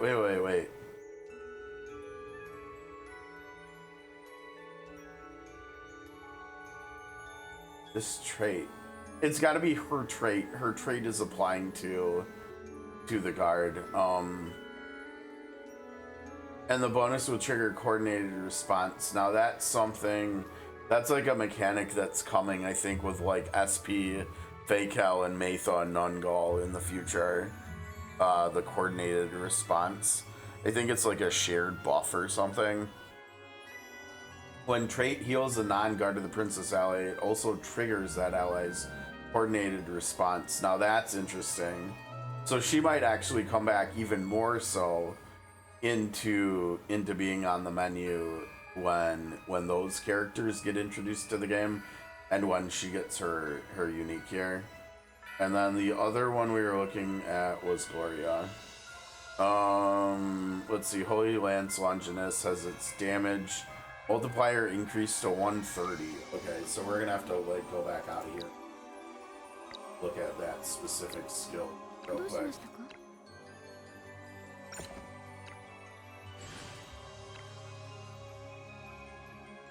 Okay, so now wait a second. Holy Lance Longinus. It's this one, isn't it? It's just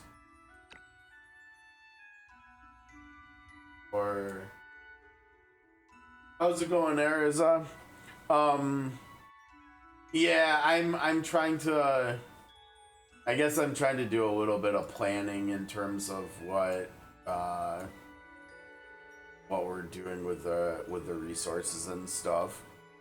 Basically, I guess I kind of we were looking at the selector, and I was kind of just talking through like what maybe the best route forward with pulling in and using the selector is going to be like for my roster. And I think what it's looking like is, because obviously I'm going to pull for Camelot, of course, but then it's probably like with where my luck site are at, I'm around 10,000 right now after the anniversary. It's probably going to look like I can pick one of like either SP Samantha or SP Matha. And I think with the fact that Matha is going to be coming out like around the same time as Camelot, it's probably going to make more sense to pull for Samantha instead of Matha, because there's like a gap now between Samantha, and then there's another gap between her and Camelot. And so with these game modes where we need like characters for all of the roles to like fill in, like we need 4 of each role basically for pioneering. My watchers and my destroyers are kind of thin. I just got Kia today, which is definitely going to help with that once I can get her built up and stuff. And so what I'm probably going to do is I'm probably going to use the selector on Agata because I need watchers too. And so I'm looking at rank I'm looking at the watchers I have right now in terms of like, are there any watchers here that I would want to rank 13 before whenever I can get up to using like being able to use the selector to get Agata. And it looks, I guess we have to keep looking at it. So it takes this number, what did it say, up to 130. So it's a 50% damage increase. That's kind of big, right? Like, I feel like we've been talking a lot about, oh, let's see, Rico or the collab. I mean, Rico's kind of interesting, but I think I would probably say the collab, just because you could always pull Rico on another character's banner, but the collab is like limited. And so like once the collab's gone, the characters on the collab will not be like in the gen pool. And so you can't just pull like one of the collab characters anytime. You'll have to wait until a rerun. I think it might just be that simple. I mean, obviously the odds of you actually pulling Rico whenever are going to be really small, but those odds are still like more than 0%, like the collab characters will be. So I guess that's where my mind is at with that. Okay, so this is 80%, and here I guess I should probably, maybe I can zoom in on this a little bit more so it's easier for you guys to read. Okay, so it goes up to 130%. When targeting enemies that are unharmed, her crit chance and crit damage go up by 50% for the skill. Oh man, and so her ult is gonna come really, really a lot back on the menu. And after casting, she also gets a physical shield. And all Union allies within raise the flag or banner get an additional damage 2 buff. I mean, that's pretty nice. I don't know. I'm not gonna lie, I feel like that one's better than Inanna's, isn't it? Inanna's all just has to do with her guard that she summons. And like making him better, making it so he can move, making it so he gets more stats, making it so he has a skill. The coordinated response thing might be nice, but if I'm not planning on pulling for SP Matha anyways, because I think the coordinated response is an SP Matha, SP Fakel, and SP Nungul thing. If I'm not planning on pulling on any of those characters anyways, this is even less value. Yeah, I think Gloria is gonna be, and so I guess what that means for me specifically is that if I'm going to rank 13 one of these, because I'm not that far, like this is not bad, right? Like that's kind of not that far off. I guess what that means is if I'm going to rank a 13 a watcher next, it's probably gonna be her. And like I'll probably just get a roll one at level 1. Just to pass the time. Let me see what that one is. Oh, that's so easy. Yeah, that's the buff one. And that that's courage as well. So I guess that probably means that I should do more courage this week. I still haven't done my farming yet for the week. Yes, I definitely do, but you know, there's one small problem with that. Where do we go to merge? Oh, we actually just go to merge. Yeah, the problem with that is the number up here. I can merge one thing, and then I'm officially broke. I know, you know, they've given us so many things, all these events for the anniversary and stuff. The one thing they forgot to do for us is give us a way to make a lot of money here. Like, I just don't, I'm not getting money, like very much money right now. You have 25 mil. I know, you're not the first person I've heard say something like that either, which is kind of crazy. I don't know. I guess I've just been doing way too much engraving lately or something. I don't know, because I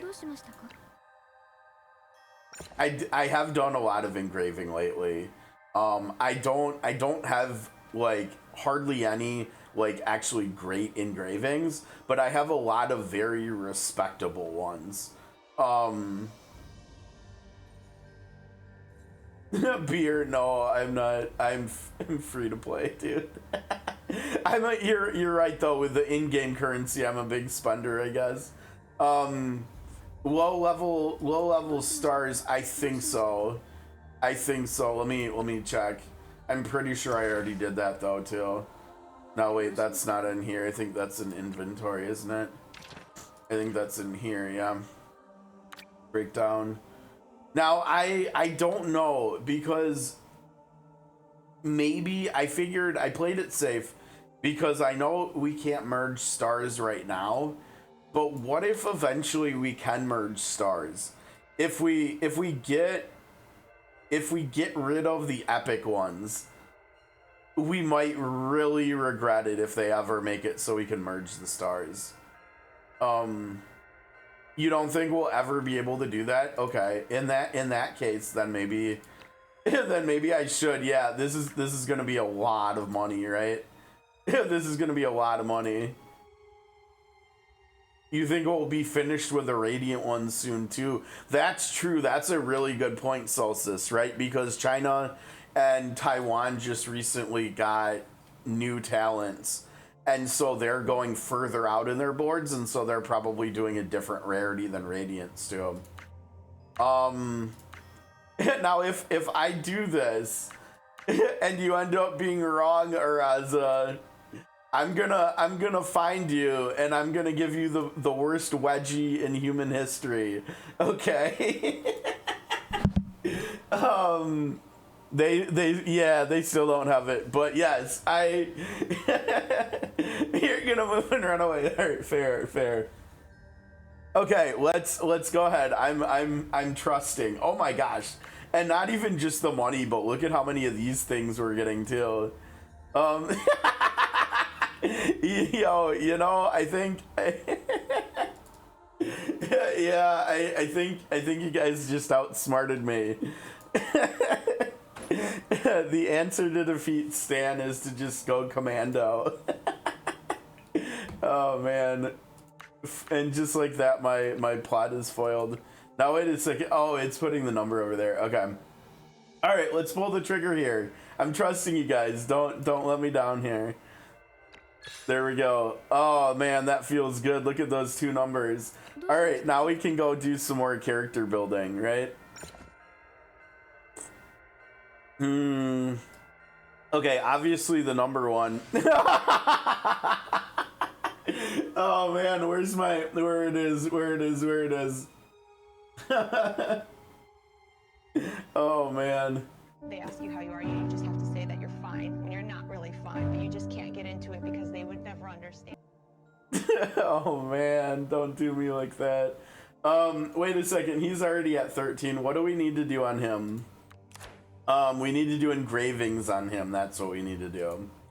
Now the question is, I think we're gonna have to do, I think we're actually gonna have to do like legendaries because we just don't have that many epics other than Pentacle and Cups anymore. And I think all of the item boxes they gave us were legendaries, right? And so I think we're gonna have to do some legendary engravings. Thankfully we have a lot of money, but still that's a lot. Let's do, can I type in a number? Okay, good, I can. Let's do 60 here. And we'll do, I think he wants wand, right? I think Convallaria wants sword and wand probably. I guess I should check first, but I think that's what I remember. I remember him wanting. God, I have to scroll so far up to get him. He's so damn old at this point, isn't he? Where is this guy? He's way up here. Oh man, there's Flavia. Is this him here? No, that's Estra, and Estra's after him too. There's Luvada, there's Convallaria. Okay. Yeah, it looks like everybody's like sword and wand. I'm assuming that's what you guys are doing too. So we'll do a little bit of wand engravings here for him. I think honestly, like, he's such a good character. I think he's definitely like my number one.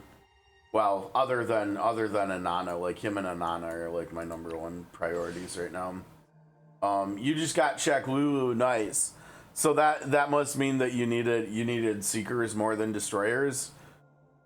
Because I can't imagine there can't be anybody that's got both of them yet, is there?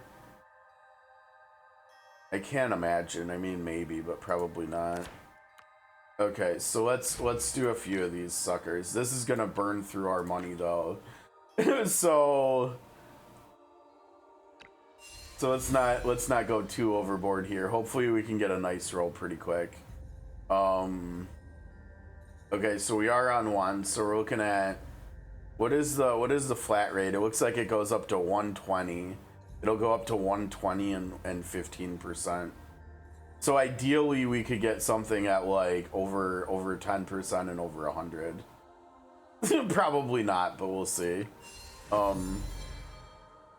Yeah, you know what? I don't blame you. I really wanted Shaq Lulu first too. But I need destroyers so bad because like right now I literally just have Convallaria and that's basically it. I mean, I've got a Combe and Barrel too, but they're kind of potatoes at this point. So I kind of felt like I needed to get Kia, even though I wanted to get Shaq first.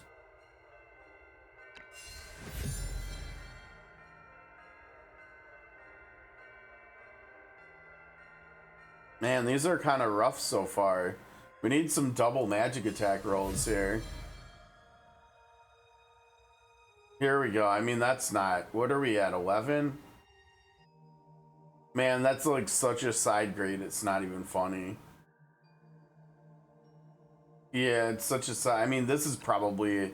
this is probably better than that one up there, isn't it? And it's also a side... I mean, it's a slight upgrade, but not by much. I think we'll just keep going. I guess we're gonna go all the way down. This is burning through a lot of money already, though. Oh my gosh, these rolls are just trash so far. This is why I don't like doing the legendary ones anymore. Oh, come on, we got a perfect magic defense roll. Nobody cares about that, RNG. Come on, dude. Oh yeah, your destroyers are nice too. That also makes sense from like a gameplay standpoint on top of just like being a personal preference.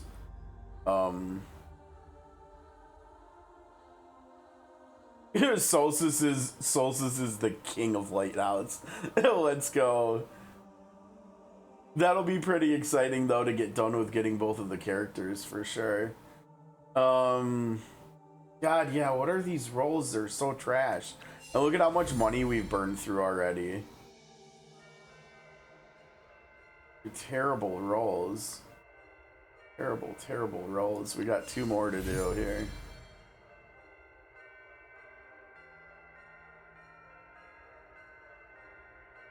And unless my memory is off, I don't think we've seen, we're about to go through our 10th, we're about to go through our 10th 6 pull here. And we haven't even seen double magic attack yet. There we go, there's one, and this one's probably an upgrade too. What the hell? Double physical attack and magic attack. I think this is an upgrade, yeah, because look at the magic defense and the double rolls. I mean, 4%, 93 is more than that. I mean, that's still kind of a crap roll because the percentage is so low, but that was a lot of money for not a lot of result there. It should be an upgrade. Yeah, that was a little bit of an upgrade. He's up to 3,100. Where is he now? He made it onto the 3rd row, at least. That's cool. I really want to get him up onto the 2nd and then the 1st row though, but I think we're gonna need some time on that. It's passable. I don't know. I mean, it's not like this. This is what I was looking for with the wand too, but okay, so the other one that we need to do, let's see. We might need to do, let's look at Luvada first before we look at Kia. Yeah, I mean, this is kind of a mid sword roll too. I mean, the percentage is just really low for sword. And this doesn't even have any flat attack on it. But again, I don't know how we're doing with flats. Yeah, we're doing bad with flats. we have a few legendaries, but man, I kind of wish they would have given us some epic boxes too. I wonder if I actually have any. I think I can actually get some yeah, like this. I need to start getting this stuff too, like the epics. I need to stop just getting the legendary ones. I don't know when the last time I got the epics was, which is not good, right? Like here too. Let's get a bunch of epics here. They're just like sitting there waiting to be had. Now wait, is this the stuff that comes from this comes from social, but this is social too. Which social stuff is this one from? Like, what's the difference between this one, the crowns, and the reputation? I don't think I usually just ever spend the crowns. I don't know, because they're rarer. Should I spend the crowns on the... Oh wait, no, those are octopus. Why did I think those were bonds? No. Keep them and save them for the future. Okay. Yeah, I mean, maybe they'll end up being some like really good stuff in here we can get from them or something. You only spend them on tarots. What is series 2? Yeah, that makes sense. That makes sense. Yeah, trying to get those and you can get more of them that way. I think I'm good on those though too. I did just do a poll on here. I was hoping for the other 2, but I got a Nirvana. But honestly, now that I have all 3 of the characters, I don't even really feel that bad about getting a Nirvana, at least not right now, while I don't have my first one at 5 stars yet. Oh, okay. What does it have to do with the engravings? Like, Oh, you mean for just getting the legendaries? Yeah, that makes sense. Yeah, okay. So now we've got more. The only question is, what do we want to do with these? Do we want to go sword or do we want to go wand? I think we need to like look at the characters and see which. I mean, even like hers, this is solid, but it's not great, right? Like we're leaving a lot of percentage on the table there. Same thing over here. I mean, this is solid, but it's not great. And I think the thing with hers is too, I think this max HP roll is the only third stat on any of her 3 gear that's actually good, right? Like 16 physical defense sucks. 40, I mean, well, actually, never mind. The odds of us getting something better than this here is probably so small. So yeah, I mean, this probably needs to be re-rolled before the wand, honestly, because of the HP.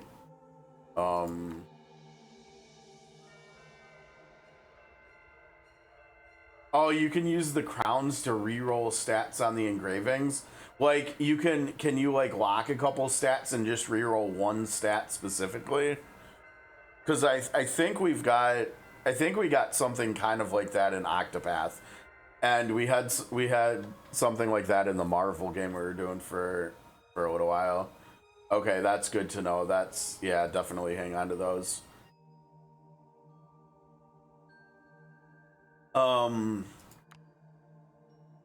Yeah, okay, so it's mostly the new characters we're looking at. This is not getting replaced anytime soon. That's okay. This is okay. I think he's probably okay for now. He really just needs stars, and he needs magic attack talents, really. And I think between both of those, I think he's already solid enough with his gear. He's gonna hit 4K attack, I think, just from stars and from talents, probably. So I think Kavari is actually in a pretty good spot right now. So I think it's mostly Uvada and Kia we need to worry about. Why don't we firstly get her to 13, right? Because we can, even before exchanging, we can merge stuff. Now wait, how many did we needed? A lot though, right? We need 177 of them. Okay. Now granted, we probably should have enough money. No, we don't have enough money for that. Oh, we don't have enough materials for that. Okay, well we can bring these up then too. This is gonna get kind of pricey, isn't it?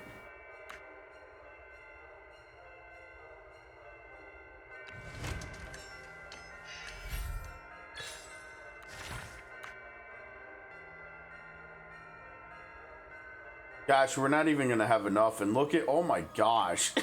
God, merging is expensive as hell. This is most of the money. We're not even gonna be able to do that many engravings if we take her to rank 13 right away. I think, hold on a second. And honestly, the other thing is, like, I also do, I need more Castalia for, like, I need a Castalia for her too. And I don't really want to spend one of the 2 I have still left. And so I think Kia's kind of just on the back burner now. So I think we'll just focus on her right now. And if there's anything we can do with her. This is also a very mid roll, right? Like, that's not great.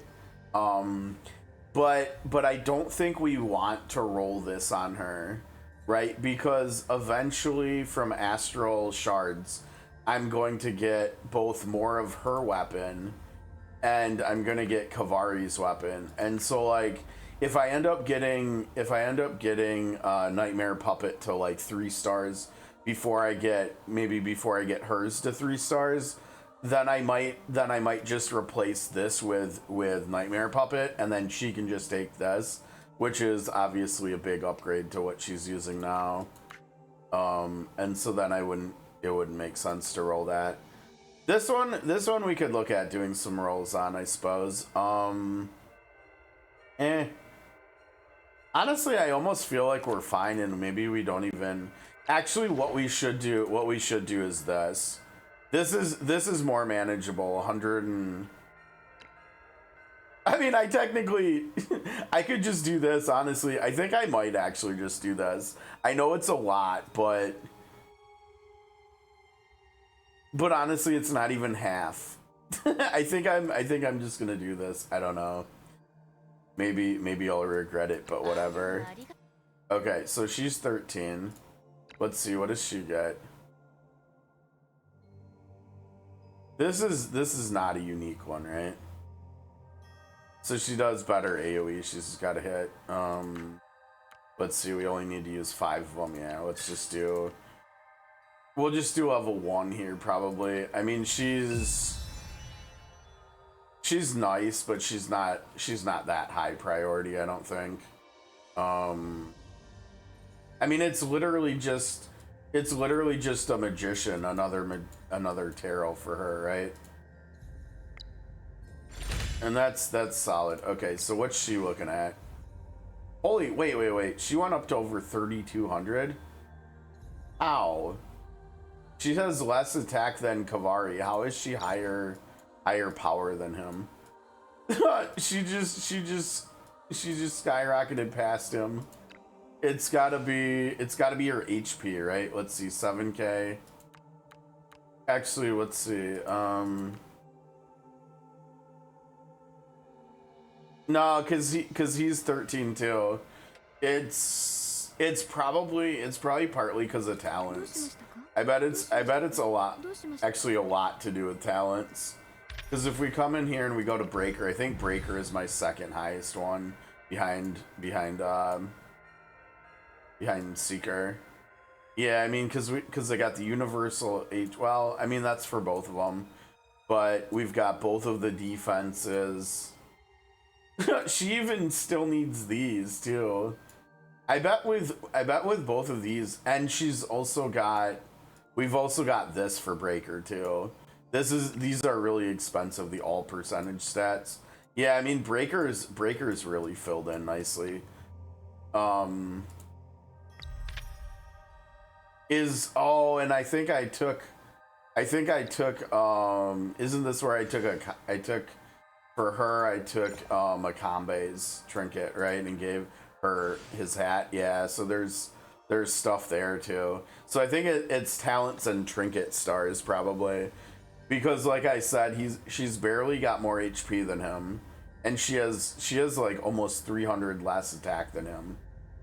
But this is nice though, because now she's really on the menu too, and so like both of them are just viable picks for me now. Which is going to be really nice, obviously, because they're both such nice characters. Okay, I think. God, now we're up to the 2-hour mark. Should we actually go play the game a little bit here? We did it again. We played the menu game today, just like we did yesterday.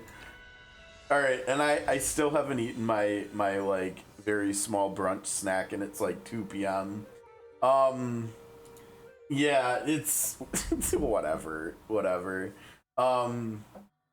Okay, so I think if I remember right, we're in like chapter 2 in here. We're in week 13. Are we doing any forging? Now, it's a little bit unfortunate because I started the new story obviously before I pulled Luvada or Convallaria. Because honestly, I probably would have wanted to bring those two as well in here. I literally just brought in Anana, Raleigh, and Safi, and I hadn't even 2-starred Anana yet, and I have the wrong skill on this slot too. And so like my playthrough here is a little bit of a mess, but whatever. It's like we're still cruising here, and we're gonna have no problem finishing it up. So okay, let's see if there's any forging yet. Yeah, I mean, it's gonna be amazing getting both her and Convallaria to 4K, because they're both just gonna totally destroy stuff. Okay, let's see. We've got of course it's ranged. I don't think we've got a single legendary melee blueprint yet in this playthrough. You know what? Whatever. Send it.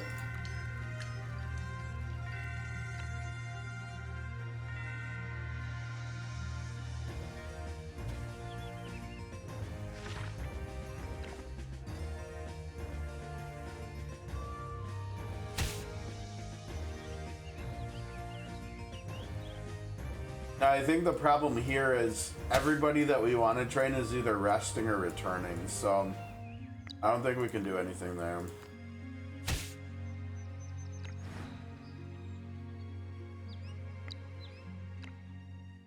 All right, week 14, I think. Oh no, you got a Luvada dupe. I was so worried because I hit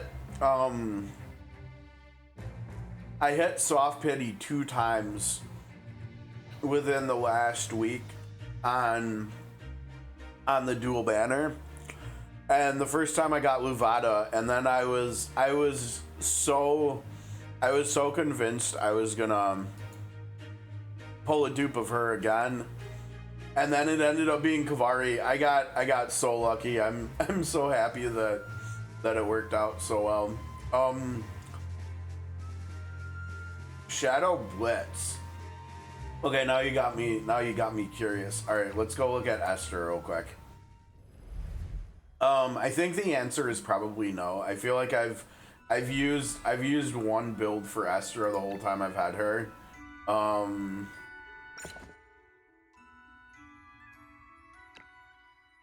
And I might not even have the skill you're talking about unlocked. Let's take a look. And Shadow Blitz. Okay, let's see. Move again for 4 tiles.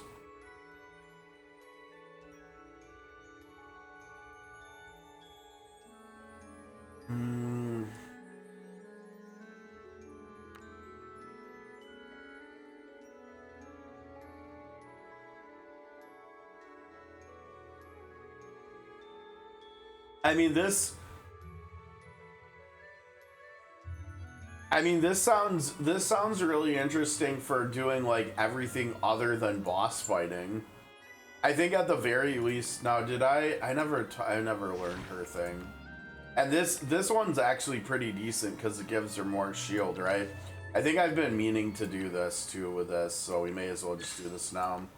Now, I don't know. Did you guys invest in more than just level 1 for this?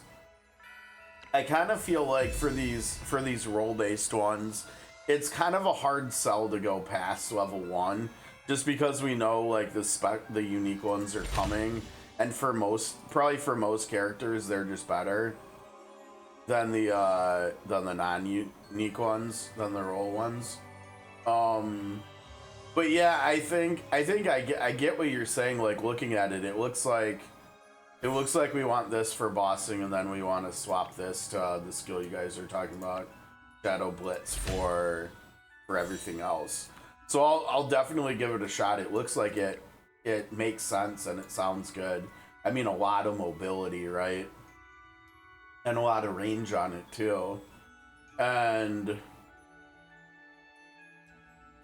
yeah, her basic attacks, with having this much attack, her basic attacks are just often good enough to kill enemies too. Oh really? And you're talking about both role and uniques. You've only got 3 characters. Interesting. I'm like the exact opposite. Let's see. Now, actually, I probably should get hers too, because this is just more damage, right? I don't know. I feel like with all the new characters, Safi is just getting squeezed even more, even though she's technically still my strongest character.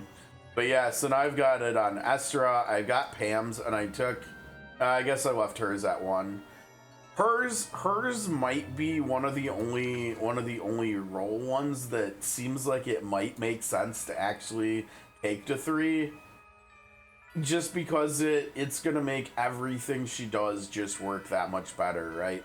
Because it's got the double dipping with the defense of giving her survivability and converting into physical attack, and then the second part is just more survivability.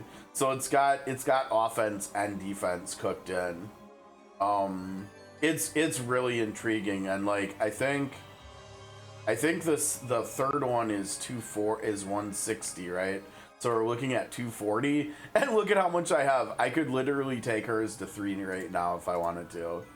I'm kind of hesitant to, but I feel like hers maybe out of all the roll ones it's like maybe justifiable. I'm not sure.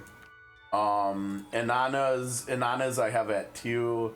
I mean, I suppose hers maybe going to 3 as well, especially since I already did spend some on hers too. Like maybe that would just be a more realistic choice than doing Pam's to 3, just because I already invested the. Oh wait, it's 180, not 160, huh?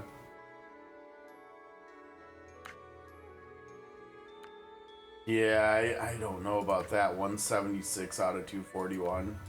I mean, there's probably still more that we're gonna get from the events that are going on right now, but yeah, I don't know. I guess the counter argument is that she's such a new character. The amount of time we're gonna be waiting until we actually get her unique one is a long time. And this one is like really good and really easy to make active, right? Because it's 3 tiles, not 2. And with her like being the best character in the game, you know, honestly, I think I talked myself into it. I think I'm gonna do it. I think there's enough of an art, like enough logic there with her being so new that I think we'll get enough value out of that to make that worth it. Okay, and then I don't have Rowley's. Rowley probably deserves to have hers too at 1. Because she's always within range, right? Maybe not necessarily on the first hit of her AoE, but on the second hit of her AoE, it only has 2 range. And the second AoE she does every turn does more damage too. And so this is going to help with that. And then if the enemies don't die, they're probably, unless they're ranged attackers, they're probably going to be within 2 tiles of her anyways. So that would, yeah, I don't know. It's whatever. I guess we'll just leave it. Okay, so we've got hers at 1. Makes sense again, I think. Nono's, I'm waiting for her unique. Her unique will be really nice. But her unique will also want to take to 3. And so she's gonna be a bit of an expensive investment, but it changes how she plays so much. I think it's gonna be worth it, because in case anybody doesn't remember or doesn't know what her unique Ascension skill does at level 3, it makes this skill free. It removes all 4 of the energy on the cost, and then on top of that, when you use it, you know, she's giving all this to all allies within 5 tiles, but she's also casting this and hitting every enemy within 5 tiles and applying 3, you know, doing damage and applying 3 stacks of infection. Although if you're using this, then it's actually applying 4 stacks of infection. And so that just turns this skill into being really solid, really good skill, right? It's doing offensive and defensive stuff, and it's got 5 tile range for both things it's doing. I think Nono is just gonna be really fun after she gets her skill. I know, I do too. That's why I already 13'd her. I'm like, I'm ready. the only thing is her, I think her skill, it also, I think to get all of the benefits of it, because I think, let's just pull it up and look at it, because there's a lot of moving parts here on hers, if I remember right. Like, I think, yeah, like, look at how many words hers is here. Okay, so when she casts her song, the cost is fully reduced and eliminated, and then she does what I said, 5 tiles, all enemies within 5 tiles she hits with Infected Dagger. And during the skill's duration, and so the song itself lasts for for 2 turns, right? It has 2. It'll have 2 turn uptime out of every 3 turns, so it's got pretty good uptime overall. But during those 2 turns, she also gets 30% more attack, which is nice. So all the infections are going to be doing more damage. And then the second part, it's coordinated response too. You know, we saw that.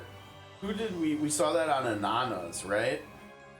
Okay, so then maybe Ananas might be more interesting, because depending on when it comes out in relation to Nono's.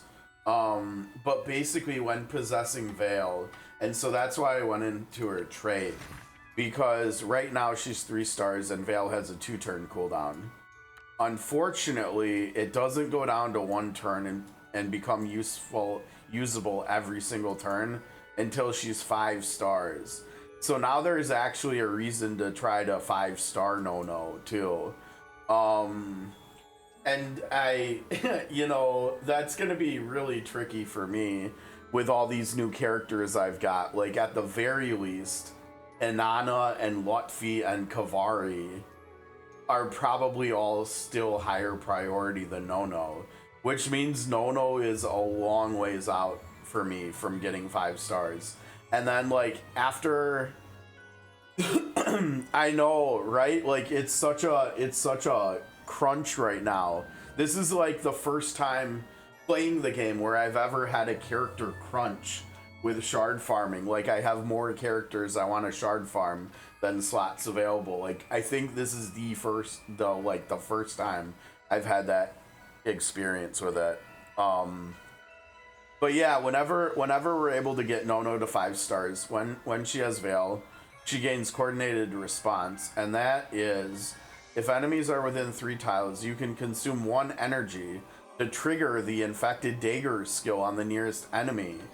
and so coming back over here, that means the infected dagger that this is gonna do against all enemies within 5 tiles is now gonna become a 1 energy no cooldown skill, which is just an additional skill button. So now all of a sudden she's basically got 4 skills equipped instead of 3 with her unique Ascension skill.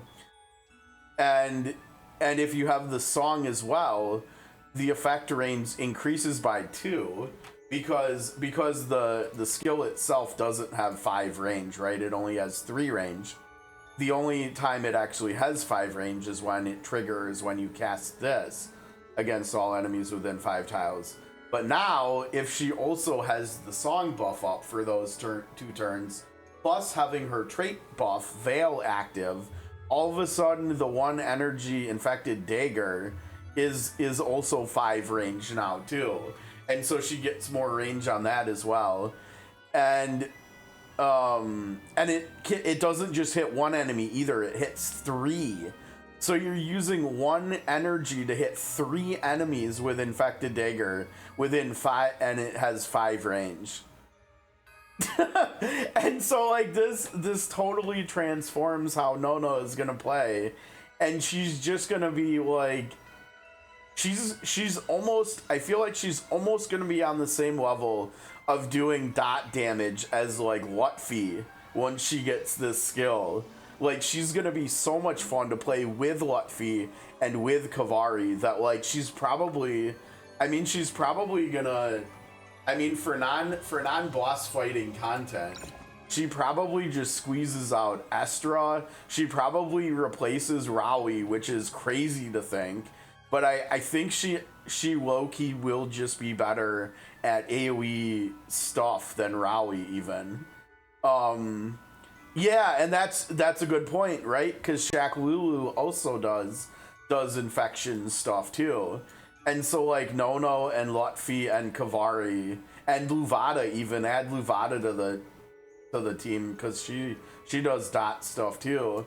And, like, there's gonna be this whole huge dot team that's gonna be really fun to run with Nono, with Lutfi, with Kavari, with Luvada, and with Shaq Lulu. Yeah, it's gonna be a lot of fun, I think. And so yeah, I'm really looking forward to Nono's Nono's unique. It makes me so happy that I already have her, and so happy that I like her so much. I mean, when I go to here, she's still here because we get to hear her sing when we leave this menu open for long enough. Like I just low key like really like the character too, and I can't wait to get her art here either. Like I think this is probably going to be one of my favorite 5-star arts too, just because it's at night and stuff. Yeah, I think she was my 4th legendary after Beryl, Gloria, Tiden in that order. She was number 4. I can't remember where I pulled her. I don't remember whether it was on like Edda's banner or Gloria's or the beginner banner or what it was. I guess I think actually the other day I was talking about it, maybe on Wednesday. I think maybe where it actually was from was, it might have been on the dual banner, and after I started with Beryl, after I finished the beginner banner and stuff, I might have gone back onto the dual banner to try to get Cole, and I might have gotten her instead. That might have been what happened. I'm not sure. Yeah, and so you had the opposite start where you started with Cole instead of Beryl. I mean, honestly, they were both really good on launch, right? Like Beryl was super strong on launch. But I got tons of value out of Nono. Like I enjoyed playing with her a lot, like on launch. So yeah, it's gonna be really fun to have her back on the menu eventually. Yeah, I don't think out of all these special skills here that Hockey has in the spreadsheet already, I don't think there's any of them that I'm more excited for than Nono. I mean, I definitely am excited for Nungles too. Like I already ranked 13'd her as well, and I did more engravings and more optimizing with her and stuff. But like I also don't have the physical attack destroyer talents yet. And so like that's also why I think partly whenever I do get around to being able to use the anniversary selector, I think Agatha is just going to be a better choice for me than Tristan, because Tristan is just like Nungal, where she does magic, where they do magic damage, but it's based on their physical attack, and with not having those talents and not being able to get them for a long time, I think it's just not going to be as optimal as getting Agatha when I already have the physical watcher talents like fully done, because I think I did them like way back when just because of Gloria, honestly, but ended up being great because of Anana too. Oh, you got her on the Gen Pool banner. I don't know if I've ever actually pulled on the Gen Pool banner. Actually, and we looked at this earlier too. Like Agatha's unique is really legit too, right? Because every time she gets a kill, her dashing skill, which I can't remember, it might actually be her ultimate skill, I'm not sure. But whenever she gets a kill with it, it becomes usable again the next turn. And it's a movement skill, but it also does piercing damage. And then all of a sudden it's going to start giving her all 4 of these really good buffs too. Like, Agatha looks like a really interesting character. I mean, so does Tristan. They both look really interesting, but yeah, I'm actually getting kind of excited about Agatha, because what am I, about 14,000 of the stuff away from it, which still is a long time, but like maybe by the time we do polls on Samantha's banner and on Camelot's banner, maybe by the time we get done pulling for Camelot, like maybe we'll be able to use the selector if we're I guess if we're unlucky enough with our polls for those two and we get a lot of dupes or something.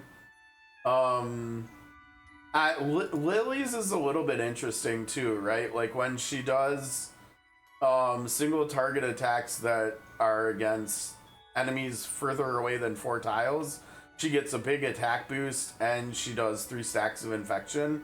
I mean, that's just pretty simple and good. I mean, it's nowhere near as good as her sister's, but it's still okay. It's still not bad.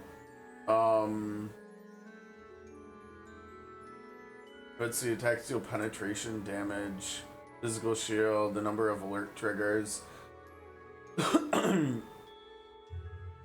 Yeah, I don't know about that. I think I saw someone either on Discord or on Reddit saying that they actually got Titan's fully upgraded one here, and he's actually performing pretty well. And so that's kind of interesting, you know, because he's my OG. Oh, you did go for Lily's. Yeah, that's right. You said that. Hers does look pretty good, honestly.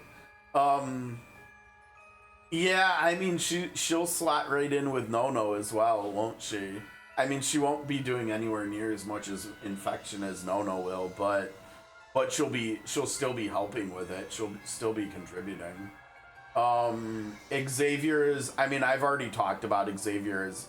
Xavier is my first unique 3-star, and basically it's because it turns him into the best speed leader in the game.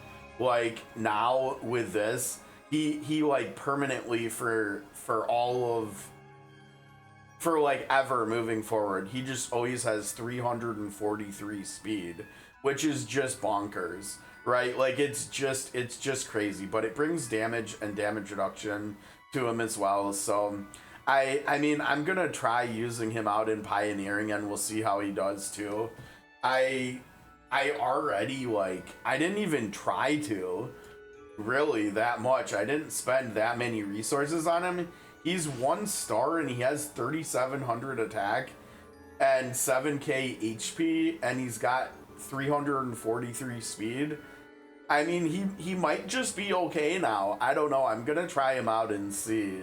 I mean, the other really cool thing about his unique is this is happening every 2 turns now, right? Because he's getting 3-turn cooldown reduction from the unique skill.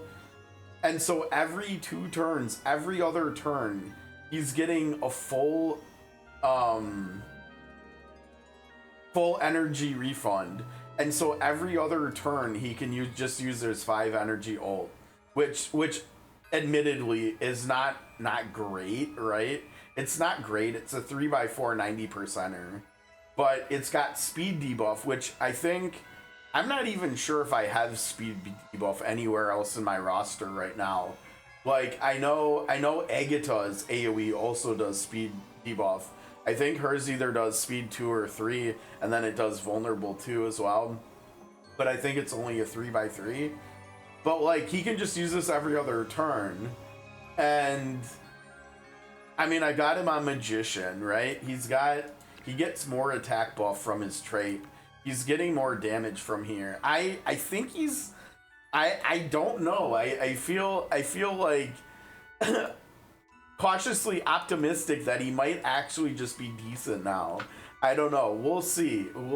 I don't know, but I'm trying to... I mean, I already did invest a little bit into him, so I'm trying to convince myself to. I mean, he gets survivability here too.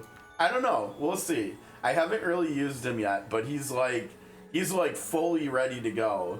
Other than getting stars, I mean, with stars, he could probably get up to 3,900 attack, right? Which is kind of crazy. Yeah, I mean, I haven't done anything with him, and when I first got him, he's a breaker. I'm pretty sure, whose banner did I pull him on? Because it was a big disappointment, because I pulled him on a different Breakers banner on some other character that I wanted way more than him. And I don't know who it would be, because I did get Augusto on his banner. And who else is there for Breakers other than, like, Uvada? I don't know who it could have been. But yeah, I remember being incredibly bummed out by... Oh, you know what? No. Yeah, I mean, it might have been. But I think it was actually Pam's banner. I think I pulled him on Pam's banner, and I didn't get her there, and I was super bummed out because I really wanted Pam.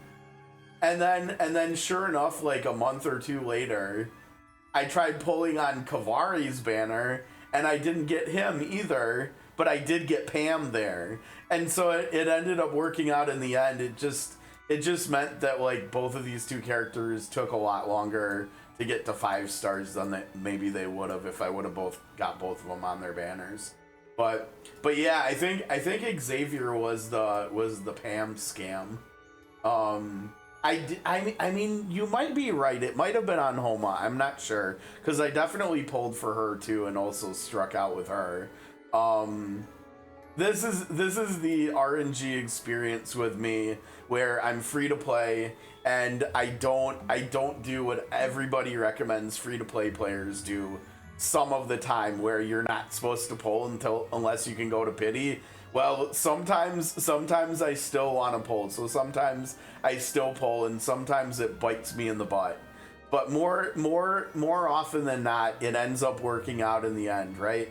Because even though I didn't get Pam on her banner, I got her. Even though I didn't get Convallaria on his banner, I still got him. So like at the end of the day, it still worked out, and it's worked out well in the other gacha game I've been playing too, the Octopath game. For 3 years, it's worked out well over there too. So, I mean, until it stops working, I'm probably just gonna keep doing it.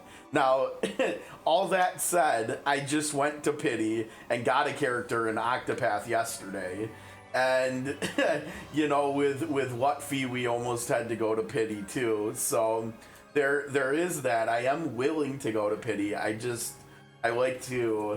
still like to pull for characters that I'm interested in, even if I can't, though, sometimes. So, more often than not, for whatever reason, it seems like we end up getting lucky, because, like, I couldn't have gone to pity for Raleigh, I couldn't have gone to pity for Safi, I couldn't have gone to pity for Estra.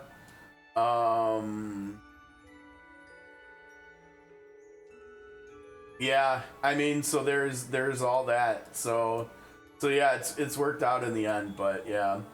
Okay, so let's see. Bond, they want us to do story. I don't want to do that yet.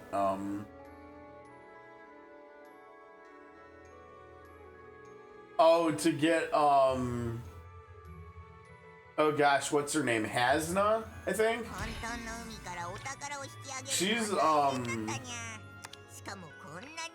She's an interesting character, right?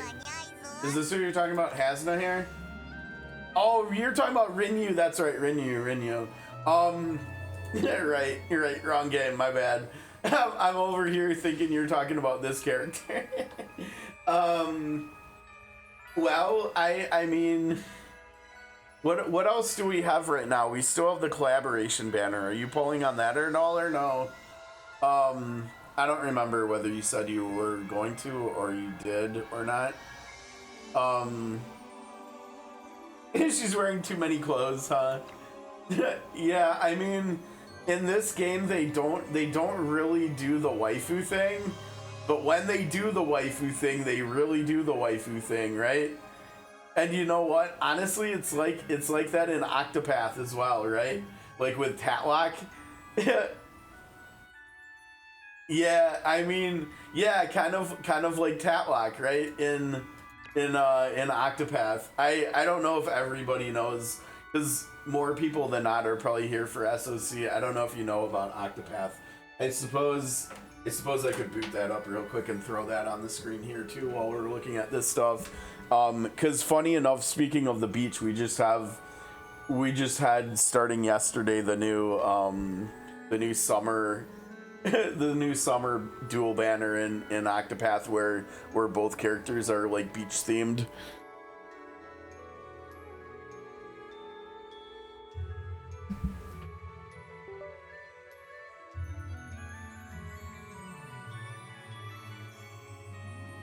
Yeah, that's a valid question, and with me not having both of them, I'm not really sure how qualified I am to actually give any advice on that, honestly.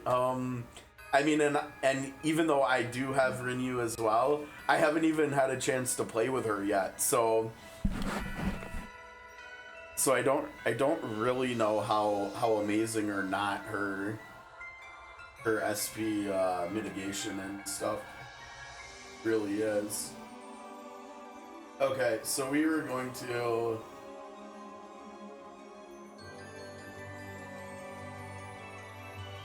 We were actually going to take a look at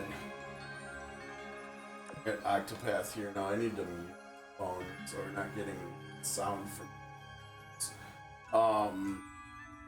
Okay, for anybody that's not familiar with the Octopath gacha,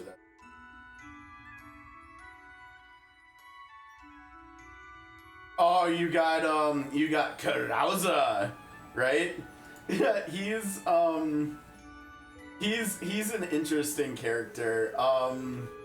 He had a very interesting shelf life where there was this period, I think a couple years ago, where it was for like 2, maybe 3 months, he was like the best damage dealer in the entire game. And then after that, he just fell off a cliff because like Roland from Triangle Strategy got added. Am I? Oh, I'm on the wrong. Shoot, I'm on the wrong account. Hold on, let me switch over here to the main account. Cause why were we were coming in? Were we talking about? We were talking about Rinyu, but also I think because of Hasna here, we were gonna look at Tatlock. Talking about these gacha games that are really not waifu collectors. But like when they do the waifu thing, they really go all in on it, right? I suppose, let's see, let's not go top right because that's where you guys are with chat. Actually, let's go full screen. Okay, so speaking of waifu in this game, we have Tatlock here, who kind of like waifu stuff going on with her, and then obviously we just, like I said, we just got the summer event, and here's the summer version of her with the beach attire, and yeah, like they kind of leaned fully into the whole waifu thing, right, with her. If we zoom in a little bit, yeah, she definitely has a couple noteworthy plot points going on here. And then we also, because it was a dual banner, we also have the guy, the beach guy over here, and he's here for husbando collectors and stuff too. So they're both kind of just lounging around, showing off their plot points and whatnot. I know, right? Like his abs have abs on them. And then those little baby abs have a little bit more abs on them too. But yeah, I mean, as far as like actually talking about like Rinyu, I don't know. I mean, it does like in theory seem like this is just gonna be a lot of SP. I mean, anytime a character swaps rows, they're getting 10% of their SP back. That's a lot. I mean, because if you think about it, like her other version, where's her other version? Let me find that real quick. Her other versions, like SP mitigation stuff, is like she does 5% for who she's paired with, and then she lowers costs for the entire front row by 10%, right? But like her other version, newer version, just takes that to a whole new level, right? Because this isn't like this one where it's when the ally moves to the back row. This is when the allies move between rows. So that means like whenever you swap characters in rows, like both characters are getting healed HP and SP. And so like that's like, it's basically twice as good as her base form's SP mitigation, right? Because it's doing it for both characters in a row that are swapping. which is just crazy. I mean, it's a lot of healing, and it's gonna be so good, I think. And then like with also using base Tatlock here, I mean, she's also doing 5% SP too once she's fully stacked. So I mean, that's like so much SP sustain. I can't imagine that I will have like any issues whatsoever with SP at all. Like with those two in a team together, right? I mean, anytime Fred swaps Rose, which is also crazy because Isla, you know, Isla just force swaps too, right? Oh, I guess it doesn't count as switching for him, but I think it still should for Fred, right? That he's paired with, maybe? I'm not sure. It only specifically says for him. So I guess when he comes forward to use a skill, and then he pushes himself to the back. Actually, how is that gonna work? Is that gonna be like double dipping for Fred? Right? Because Isla's gonna come forward, which pushes Fred to the back. So she gets 10% of her SP back, right? And then after Isla uses the skill, he's gonna push himself to the back again. It doesn't count as swapping for him, but there's no reason to think it won't count for her. So like every time Isla uses a skill that swaps himself to the back row, he's gonna be giving Fred 20% of her SP back. So she's just gonna get like over 160 SP back. The Blessing of the Lantern, is that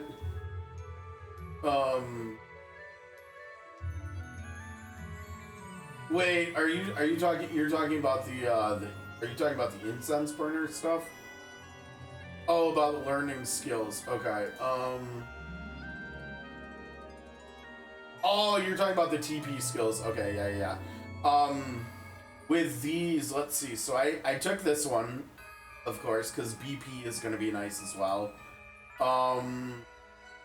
This one I don't like. I don't like these really hard-hitting single hit skills, because they're literally just gonna slam right into the damage cap and not get very much value. As far as these, let's see. So her skill set has a little bit of like breaking in it, but honestly it's mostly like buffing and utility, right? And so she doesn't really, I don't think she really needs magic attack. I think what I probably will do is I will probably max her speed out, I think. And the nice thing is you can do the first 2 points just of the character's PP, and that's it. You don't have to use the crystals. So I often will put 2 points into what I plan on doing with characters before I even actually get around to doing them. And then I'll probably just put points into her defenses. I think I probably will max out speed first, and then I'll just balance the 2 defenses and take them up together. Probably, I think.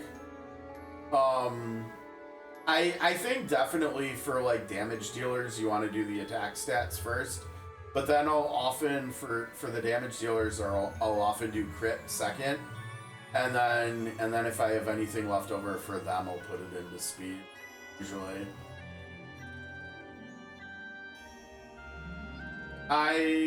Yeah, we might. Let's take a look here. Oswald, yeah, see, Oswald has...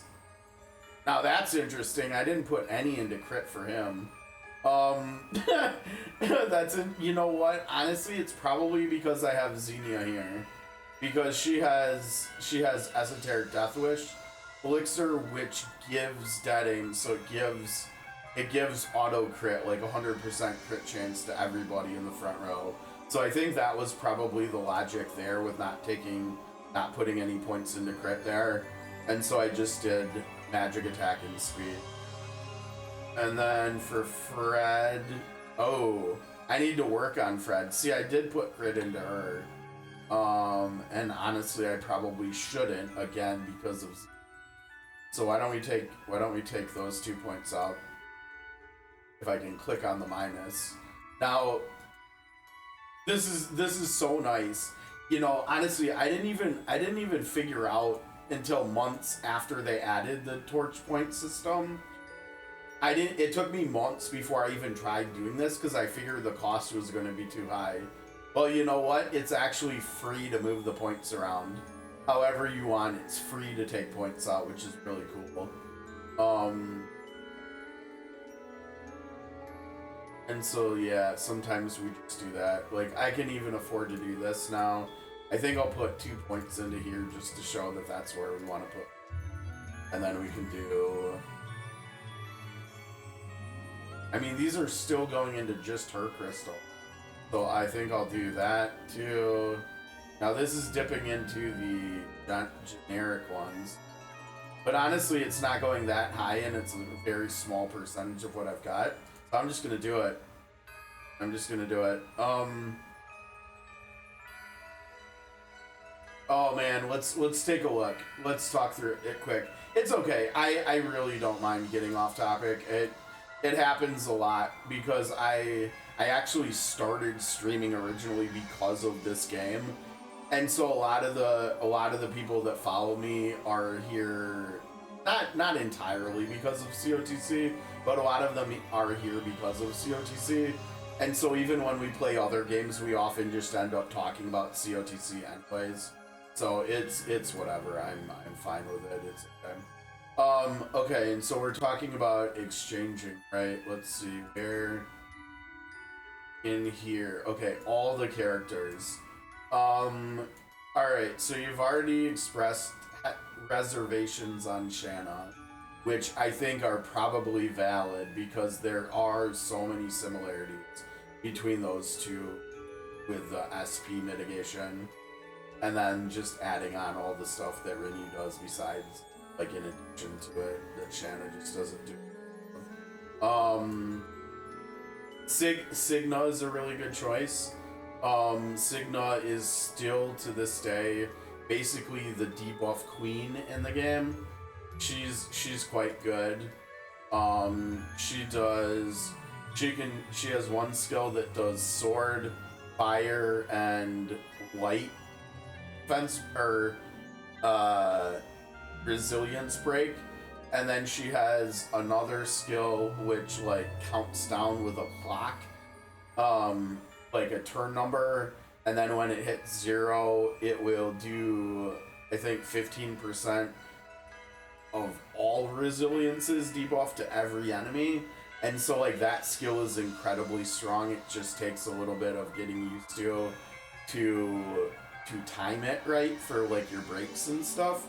But I think she just got 6-star recently, within the last couple weeks, I think.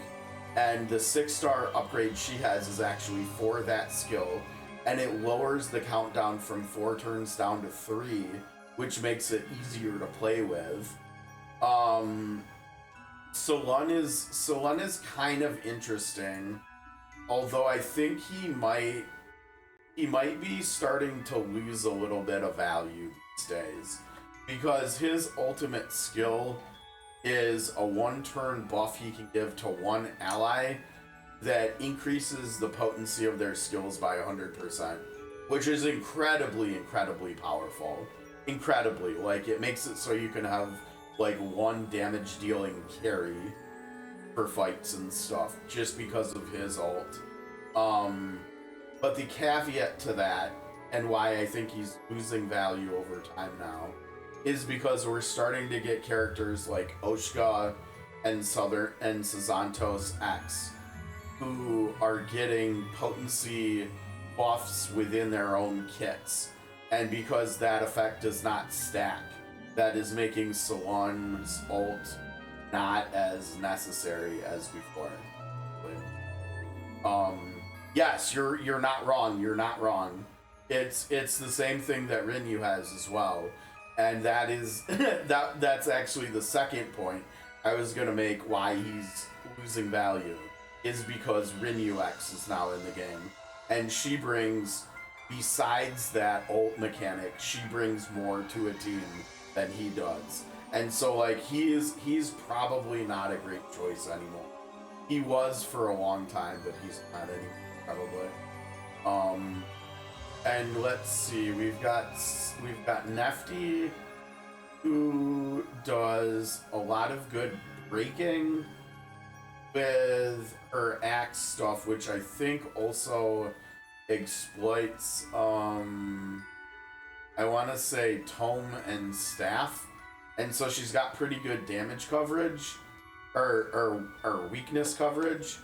Her skills don't do that many hits. I think like at max her AoE does I can't remember, it does either 4 or 6 hits. I've got her. We can look at her. She also does really good buffing. Her ultimate is very unique in that it does both attack buffs, but unlike most characters who only have 1 charge of their ult unless you use them, like level it to 10, she actually comes out of the box with 10 charges of her ult. So if you've got like her and someone else who can do the attack buffs with ults, like Primrose X, or I don't know, like Isla or something, like between them and her, you can basically cap the ultimate attack buffs for entire fights, which is a very unique mechanic, and it's helpful in a lot of situations, and she's basically the only one that can make that possible.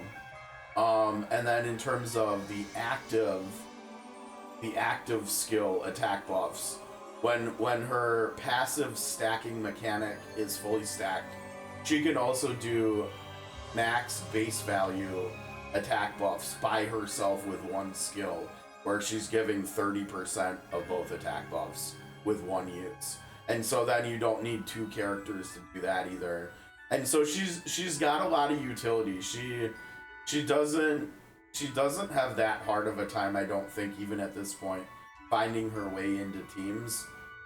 She's just like a lot of utility and a little bit of good breaking and a little bit of good debuffing too, because her skill that she uses as her nuke, I think it has physical defense break built into it as well.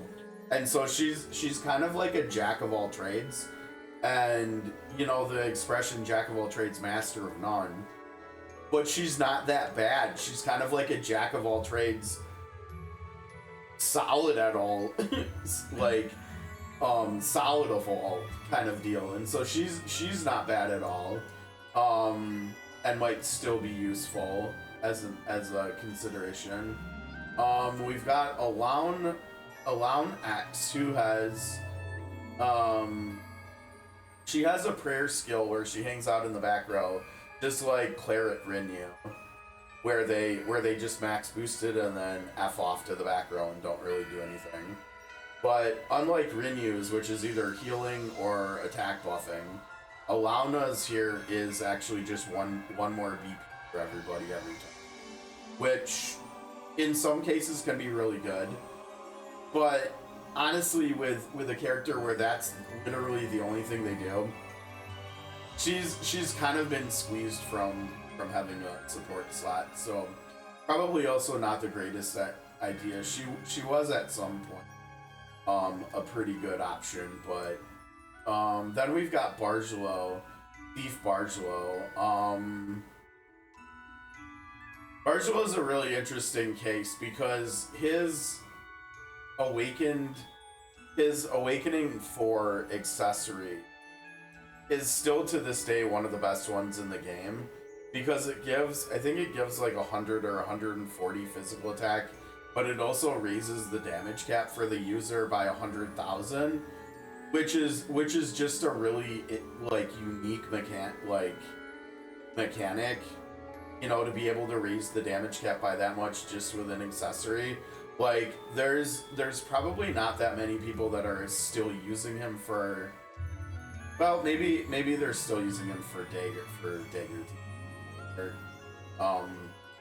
but even if they're not, even if he's not getting used, like there's probably still a somewhat valid argument to be made that selecting him just so that you can use the Awakening Shard exchange to get more copies of him over time to get his accessory is like enough of a draw alone for it. Like, he's probably worth consideration just for his accessory alone, let alone everything else he does. If you're not using him in a dagger team, he still can be a pretty decent damage backpack for the whole team, because he ups, I think he ups physical attack for the whole front row when he's in the back row, or when he's at 100% HP or something. And then his active skill buff, I think, does both attacks and damage cap. And so, like, he's got generic use for like any team still in a support capacity. It's definitely long-term planning. Like, it would be, where are we in the month? We're barely into the second week, basically. Or technically we're yeah, this month is weird, right? Because it started on a Friday. But yeah, I mean, so if you picked him, you would get him, you would go to the exchange and get an Awakening Shard, so you could A1 him right away. And so then you'd basically be looking at, let's see, September, October. You'd be looking at like November 1st when you could get the accessory. So I mean, it's a little bit long term. That's not that far off though. Like, all things considered, like November 1st. I mean, obviously, if it was like August 30th, it would feel even better because it'd basically be 2 months out. But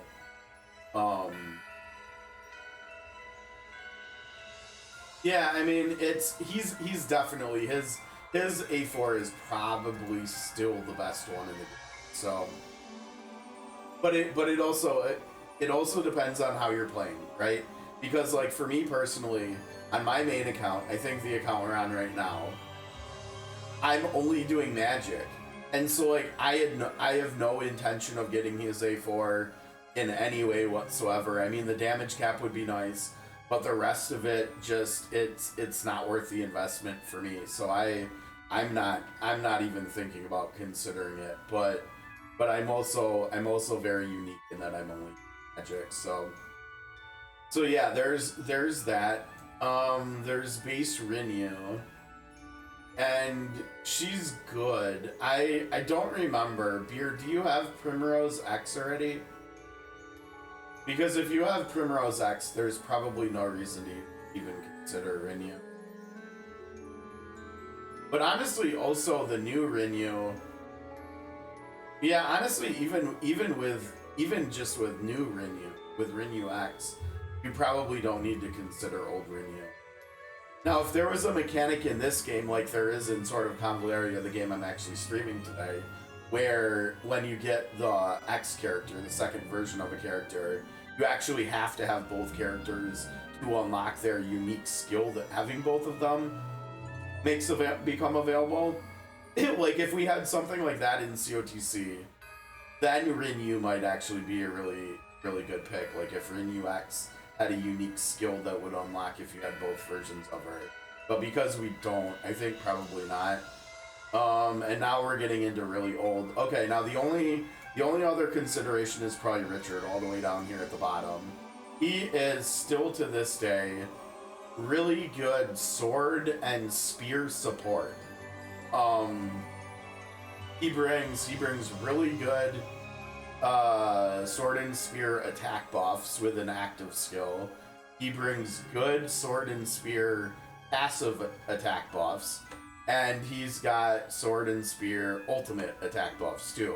And so he's got the full gamut of sword and spear support coverage.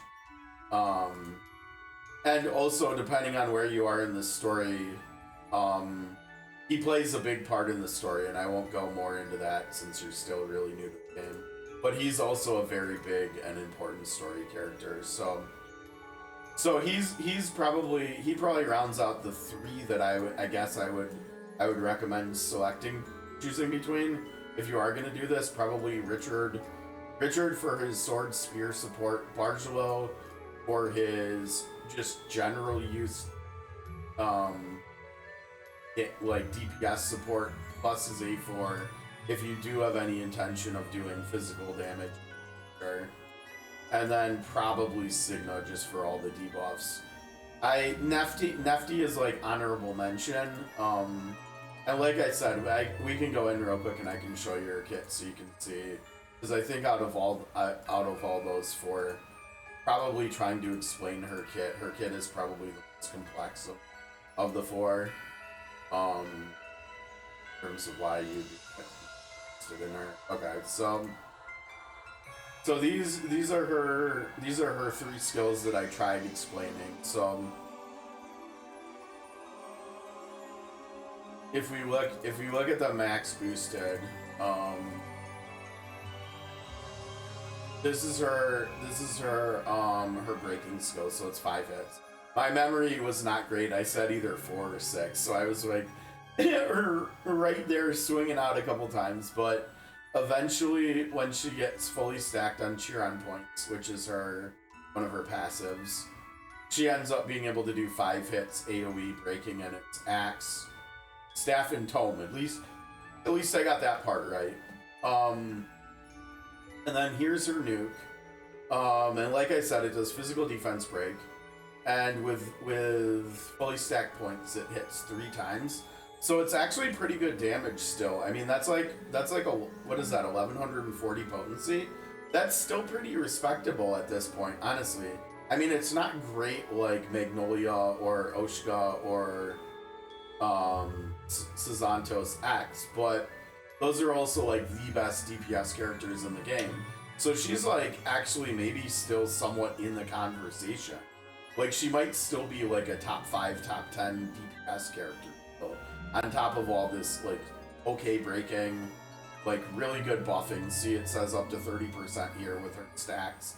So she does both attacks and crit. Crit is good too. And then her ultimate, like I said, is just 10 uses, is just crazy. It makes it so you can have 100% uptime on your attack buffs and stuff. Her X skill, yeah, see, I haven't 6-starred her, but her X skill, 2 uses, 8 hit single target, good breaking, that's better than 5 hits, obviously, and it also does the exploiting too, which is good.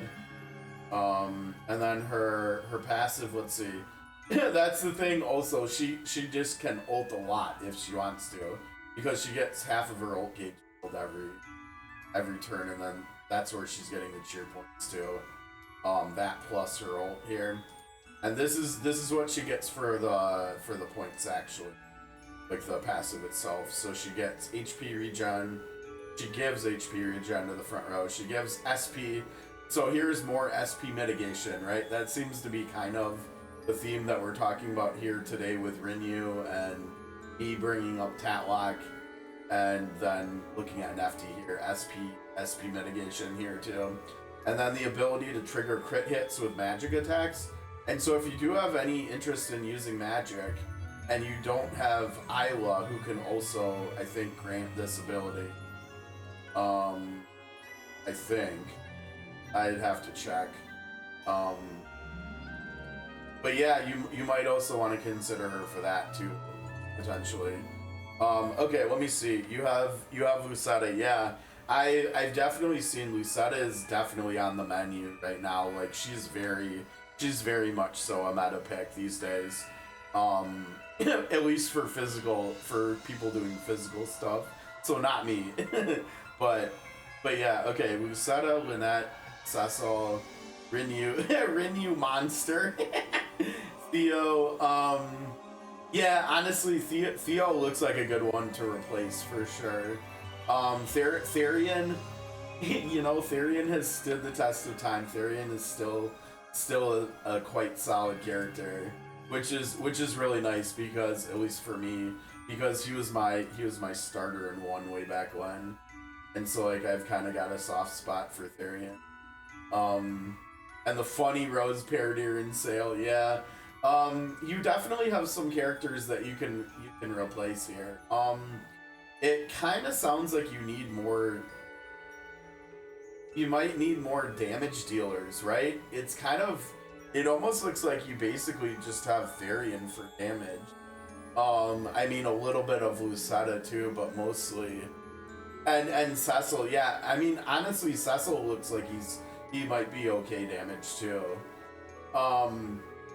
Okay, so the ones I recommended were Nefty, Signa, Bichard, and Bargelo. Of those four, Bargelo is by far the best damage dealer too. On top of having the A4 and on top of having the buffs and stuff. We can actually look at Bargelo really quick because we've got him. And so like this is a big deal here, this skill Perseverante. It's a 2-hit, but he steals SP from his allies, and it makes it so he does like way more damage with it. It does a lot of damage. He's got good breaking here for Dagger and Wind with 4 hits.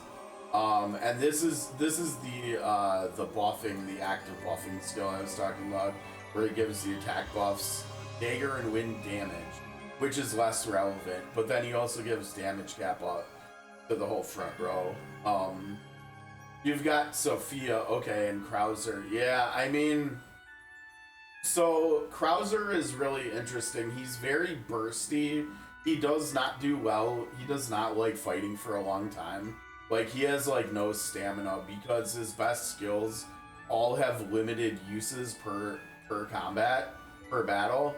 And so like once he's done blowing his load, like he's just done. He can't go again. He can only I think he can only go 2 times every fight. So what he does do before then, he does a lot of damage. Like he still would be doing pretty good damage, I think. He just can't do it for very long. That's all.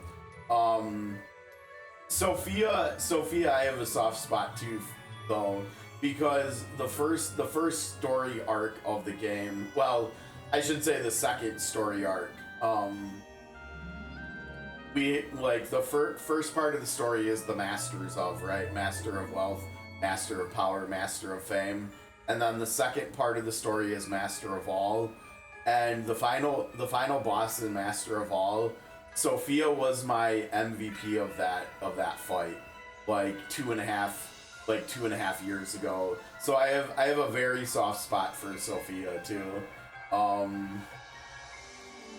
But yeah, I mean, I would probably run Sophia over Paradier. And honestly, I don't know. I feel like Sale is eventually going to be very respectable and a very solid character. Like, I think there might be an argument that once we finish the Celestia story, which we still have not done yet, we still have 2 chapters left to go, I think. But once we finish the Celestia story and Sale is fully upgraded, I think Sale will probably be the second best free character we have in the game behind Cecil. But until then, he's kind of just okay. And also the fact that you have to actually play through the Celestia story to get him upgraded, to get him to even be decent right now. And you're a new player and you can't do that because of the levels and stuff that ramp up in the Celestia story. I would probably replace Sale too. I'm not sure who with. I mean, maybe Krauser. I mean, like, you might just have enough offense where he just gets his full value every single battle. Like, you might actually not even run into his shortcomings with only being like a short battle character. I mean, you might see it when you start getting into doing boss fights and stuff in the story as you get further in the story. But like for now, early on, he might actually just be really good for you. I'm not sure. It might be worth trying though, at least experimenting with him. Yeah, that's true. I mean, I think. Yeah, I don't remember whether I used Cyrus for that early on too, for the analyze. I'm a little bit weird where I feel like I've played the Octopath games enough at this point that I can often make educated like predictions on most enemies in terms of at least a couple of their weaknesses, because so many of them are like monster, like the same monster family or something, or the fact that like when you look at Orstera's map, there's the 8 regions that correspond to the 8 characters and stuff, and each of the regions basically have weaknesses that correspond to the starting character from there. So like thinking about like the Flatlands where Cyrus is from, enemies are often weak to either fire, ice, or lightning, and or they're weak to tome in this game, or in Octopath 1 they're weak to staff. And so like I never put that high of a value on the analyze, but I know that's just me, and I totally get how the quality of life of just having Verdier, Cyrus in the team is nice and helpful. I mean, in this game it's especially helpful for like bosses and stuff, because most of the bosses in this game were not in one as well. Yeah, I don't know. I mean, there might be a case for Bargelo. The other thing he has, I even forgot to touch on, his ultimate, which is still, I think, to this day maybe a unique thing, where when he uses his ult, he gives SP back. Because remember, with his big nuke, he steals SP from people. With his ult, he gives SP back, but he also gives everybody another ult charge. And so, like, if you time it where he uses his ult after everybody else has used their ults, you can double how many ults your whole team can use, basically, which is pretty interesting too. And so, like, I don't know, like, the more we're talking about it, it almost, I mean, I'm not in any way whatsoever gonna even try to make this decision for you, because it's your account and your game and stuff. But it's almost sounding like Bargelo might be the best pick for a few different reasons. Because one, you could use more damage. Two, he does bring a lot of support, even if you eventually replace him as a damage dealer. And three, he unlocks you having access to his A4. He does dagger damage, and he exploits wind. Both him and Sonya, who came to the game together for the 1-year anniversary, they both do dagger and wind. And so he'll bring a little bit extra coverage there too. It's not great, and also it's important to note that his big nuke Perseverante does not exploit wind. He does have a decent alternative. If you are doing a wind fight and you do want a nuke skill, you can just run a Studo instead. What is our detail? This looks like... Is that why I didn't unlock that? Because that looks like almost the same as Perseverant. Where it's stealing SP. Oh, except this raises the hit count. Yeah, I mean... Yeah, it depends on... I mean, this would actually probably be better for both of us to use, like, long-term than Perseverante. Because this ups the hit count, and when you get into using either Salon or Rinyu-X's ultimate skill that doubles characters' potencies, it's much easier to hit the damage cap, and so at that point, the only real thing that you can do to boost damage more is to get more hits. And so the fact that this can be 8 hits instead of 2 hits on this is actually probably his best nuke after, like, instead of Perseverante, like, by a pretty significant. But yeah, okay, so that's Bargelo. Who else did we mention? We looked at Nefty, we got Bargelo, we've got Signa and Richard. I don't think, did I 6-star Signa? Does not look like I 6-starred her either.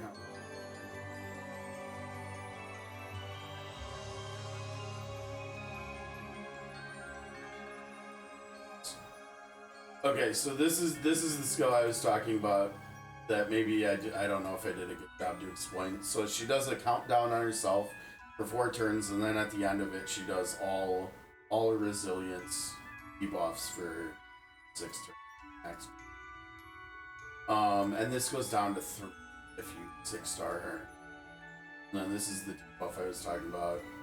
And I forgot to mention that if you have the more like status effect icons, so basically like debuffs that a target has on them at any given point, she can also do attack breaks and defense breaks with the skill too.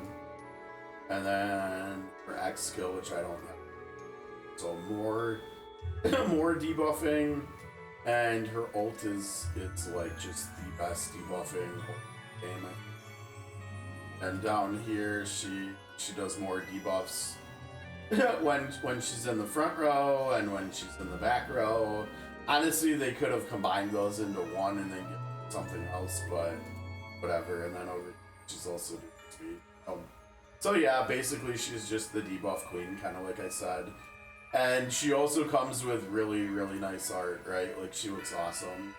Always really liked her art, her design. And then lastly was, oh, there's our boy right there. Last was, let's see, Nefty. Oh, Richard. Where is he? Oh, he doesn't have 6-star yet, does he? Wow, okay. So we have to go way down to find Richard. Poor Richard. Okay. He can do physical attack down. He can do the low chance to do sword resilience down for a while. This was the only source in the entire game for that debuff. I think probably until Signa got added, like, I don't know, like a year later or something. He's got the big attack buff, like I said, where he does sword and spear support. And then he's got the big ult where he does sword and spear support. And then he's also got the passive, which does sword and spear support and attack. So he's kind of just like, if you really want to play sword and or spear, he's a really good support to have. I guess the only caveat is that Bargelo brings not quite as much support, but he brings more generalized support, and he also does more damage than Richard, and he brings access to his A4. So that's kind of the trade-off between these two. Yeah, you're right. He doesn't exploit anything. He's pretty old too. I think he came out before Bargelo. Like, he was within the first year of the game. I think he might have actually been the half-year anniversary character, possibly, and so he's definitely been power crept by a lot. Okay, I'm gonna close Octopath here, and we can keep talking for sure, but I figured we'll just close that off now.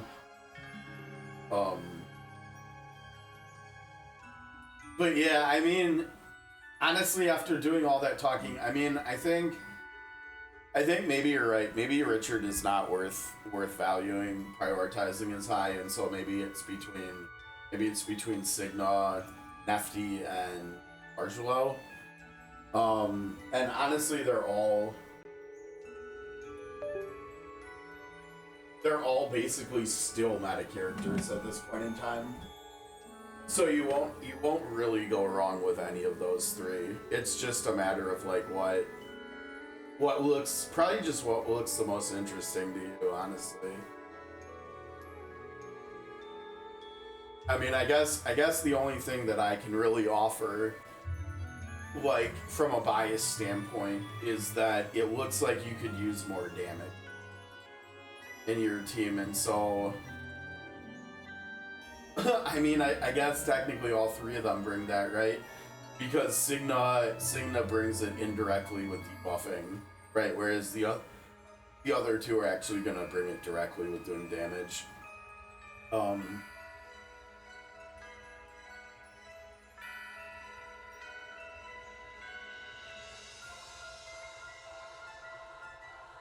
I would, if you are gonna do more pulls for her and try to get more dupes of her into her, I would definitely recommend doing A1 and U10 over A2.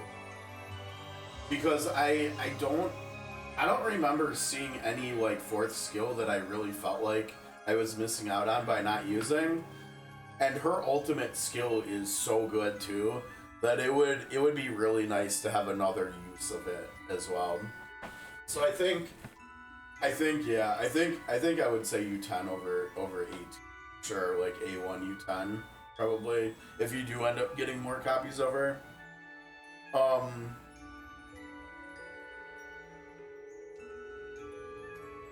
Now here's another thing. Are you a big Octopath fan? Like, have you played 1 and 2? And are you gonna be playing 0 in December?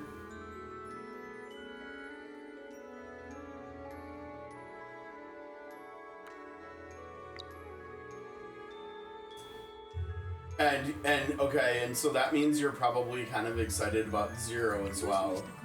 I'm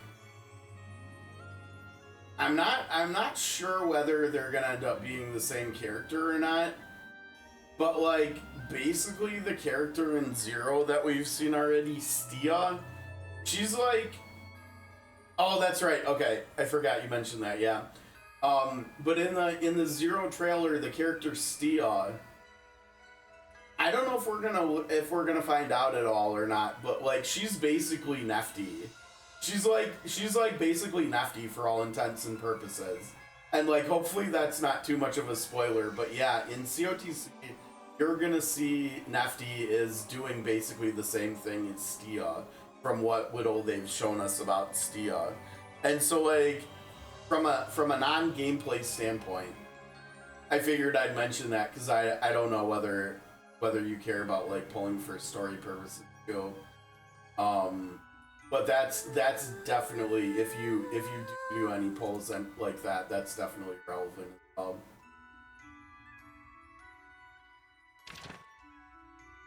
Where are we at here? Yeah, we could definitely get more of those. I don't know what we're gonna do with dumping. I think at this point we probably go back to talents. Since we junked so much stuff and now we can merge more stuff. Let me go back and look and see with like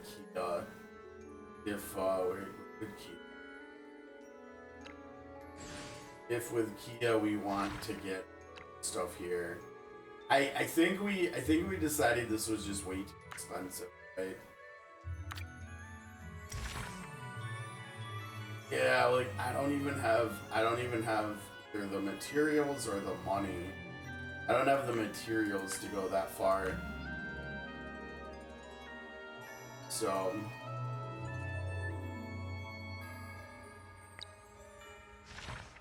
oh, you got something nice. Hopefully it's you again.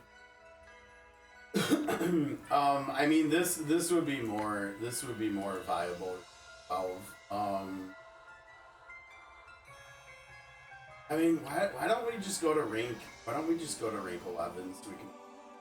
Because I think Able Knife that was a potential alternative to the other skill that they wanted Stalia. I think this was maybe. Yeah, nice. You got another one. Let's go. Yeah, let's just do that's what. Okay, so we take table 9. I mean, not gonna lie, the one on the left doesn't look that bad either, right? It does E-tile AoE around her level 2. That's not bad. It's a little for For a AoE that big, that's actually not that bad. But this isn't 3 times per battle. Ugh. Okay, maybe that wasn't the right decision. I mean, maybe I should just put this one on there. Probably not, because I think doesn't she gain like some benefits from the more skills things.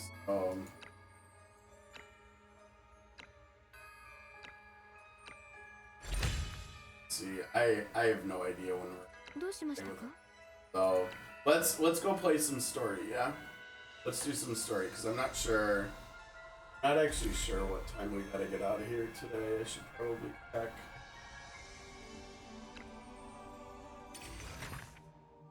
Why did I went to the wrong place? 7. We could probably go for about another 3 hours, so that's not too bad. That gives us a bit of time to do. All right. Okay, I'm gonna try to finally. We're like 3.5 hours in. I literally brought in a couple hard-boiled eggs, and I've one hard-boiled egg in hours. My efficiency with eating today has been not great. We've got someone from Elaman, and we've got Tempest. Ooh, we like Tempest. Great Sea of Sand in southeastern Iria stretches on endlessly. It is vital for trade between Iria and Elaman. I was following Mr. Akambe's route. Uh-oh, I missed something. Sorry. To buy military supplies in Elaman. The bandits plague the Great Sea of Sand. Mercenaries frequently hijack cargo. How can anyone do business like this? Sort of Convallaria will handle it. Oh, new region unlocked, Great Sea of Sand. Okay, cool. And then he's gonna have another one. He's from the Union, though. Former Knight of... Oh, he's one of the ones that disbanded to side with Gloria. Nice. Okay, so... Yeah, and I remember being excited that Tempest did that. So this is our good guy, Tempest, here. After the Advance Order disbanded, I chose to follow Gloria.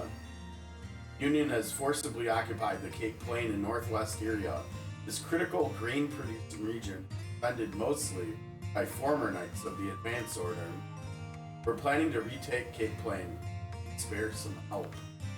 So Convallaria will support you fully. Yeah, we will. Anything for Tempest. Okay. Alright, let's see what that looks like on the map. Go. Oh, we got stuff to come back. Ooh, now we're gonna get to liberate the North Lakes too.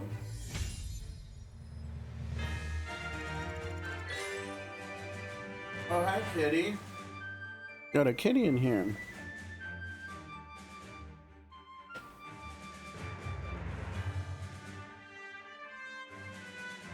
Yeah. Hey. No, just stay right there. You're okay. He's just like, but I want to come closer.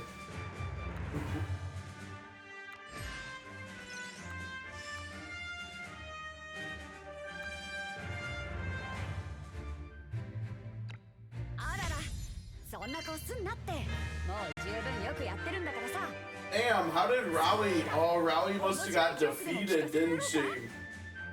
Oh, I forgot about that. She must have got defeated on Wednesday, because look at her stamina. She's cooked. She needs to rest like big time. Ranged weapon, of course.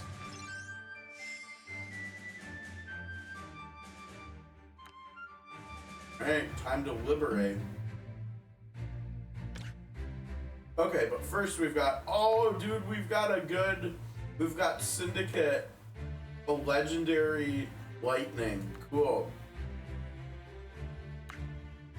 Oh, National Hero. Increase HP by 30. Characters dying additionally deals piercing damage equal 200% of the character's HP when attacking, and movement too. Jeez, that's quite the high risk, high reward type mechanic there, huh?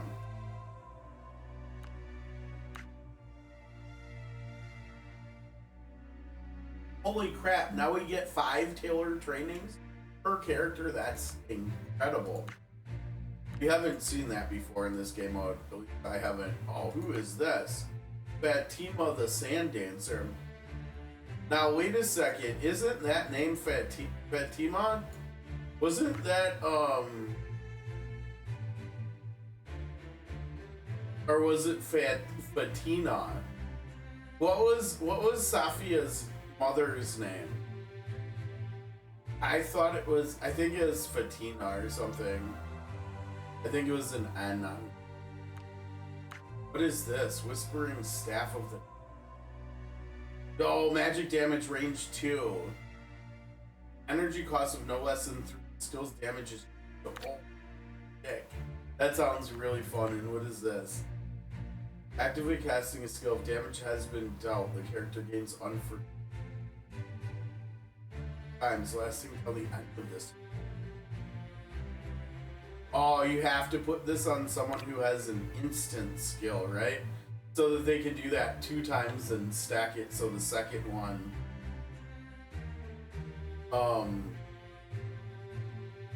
Now wait a second, that means that they need to actually have 2 instant skills, right?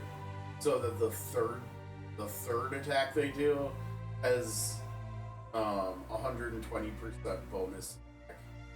That's kind of, man, both of those look really fun. And I'm very curious to see like what kind of character she is. Well, I mean, she's a sand dancer. I think those have historically only been enemy characters. Like, I don't think we have any that are playable. Now this character, Lightning, she's playable, so we kind of know what to expect with her. So that's definitely not as interesting. Let's see, we've got a legendary weapon or trinket. For the Union. I wonder what that means. Let's see. We have a skill over here. No, I think we've got to do that. We could also use more Luxite Dust for sure. We're also more interested in here. Same thing. Now wait a second. Why is this all the down here?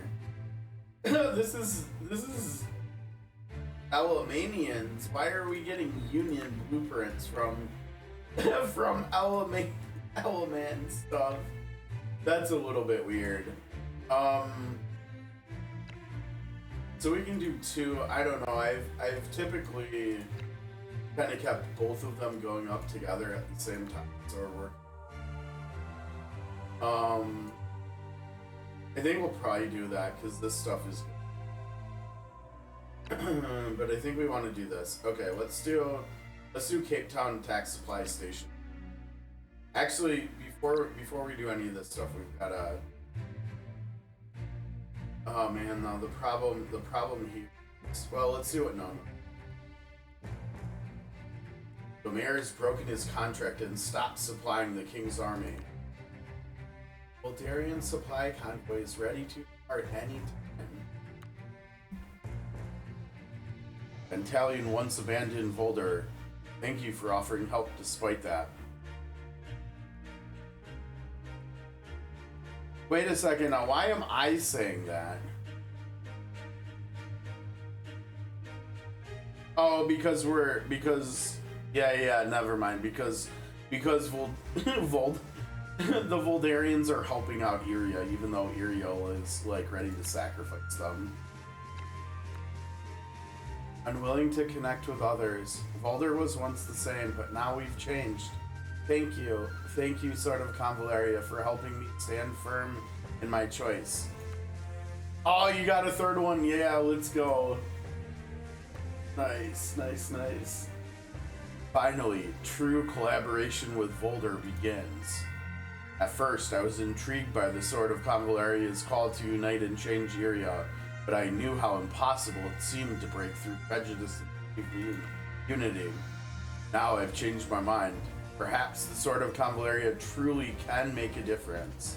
Thanks, dude. We're trying. What do we got in here? Probably the 2 new regions that we unlocked to try to liberate, guessing. Nope, just Cape Plain, not the other one. I guess the Great Sea of Sand we already knew about because of Akambe. Alright, Cape Plain. Oh, that's a nice shot. A coastal region in the northwest area, dotted with small towns and villages. Due to terrain restrictions, it's not as suitable for large trading ports like Wave Run City. Fair. Yeah, and so if we go over and look at the map, we're gonna see that to be. So we're talking about over there. We're talking about way up here. Oh, this is cool that you can like click on them and see the description about them and see what you'll get from rating them. And then this one way down here, like look at how far south this goes. I wonder if we ever will venture further south, right? Because there's still so much area, like they really left this open for future possibilities with the fact that the continent goes further east, further south, and even further southwest. Okay, so we're gonna do one of each. We said we were gonna do the attack supply station, but I forgot before we went back in there. We also need to do a couple of things in here, like we need to have a couple of people rest, and we probably want to have a few train too. And we want to see whether we can actually afford to do all the things, all 3 of these things all at once, because I'm not overly sure we'll be able to here. We might actually have people training our nope. Well, we got 1 person training.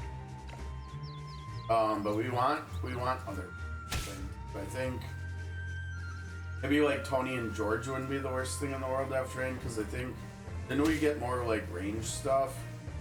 Yeah, like we've got that one. That for sure. That's something we want. Yeah, long shot training. We want that though. Can we afford to lose 2 of our characters we've been using a lot for 3 weeks? But man, this would be so good for them though.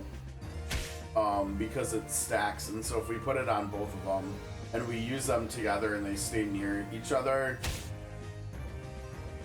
they're both gonna get 10% more damage and 2 more range.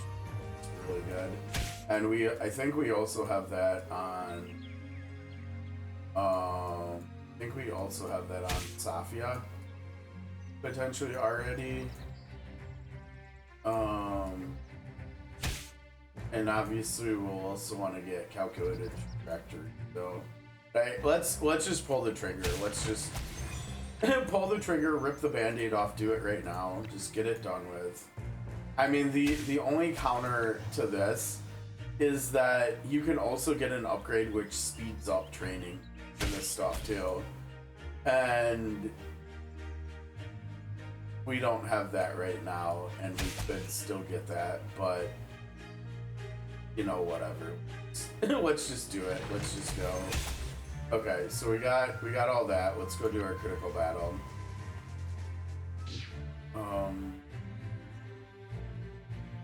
Oh, but first, yeah, we gotta do the regionals first.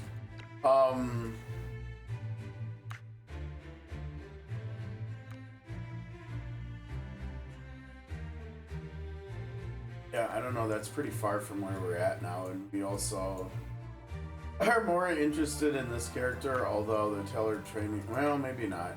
Maybe we do bring them both up. Now the question is, do we want to get the blueprints, or do we want to continue getting more training manuals?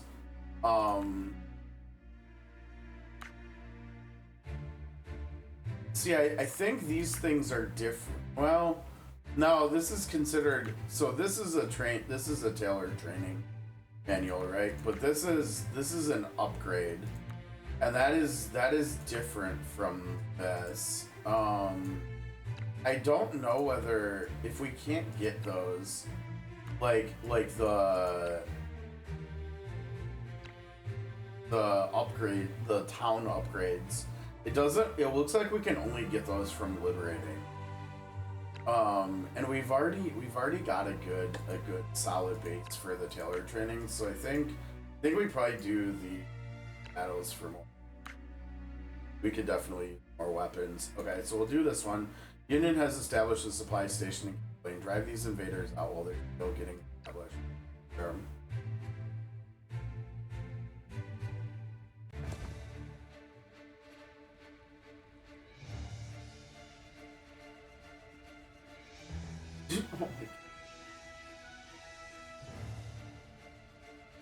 Okay, so we get 4 characters here. The enemies are level 47. Our characters are 50. So this should be what's either all except for 2. Or wait, just kidding, no. But there was mostly breakers. We probably want to bring breakers if we're bringing anything.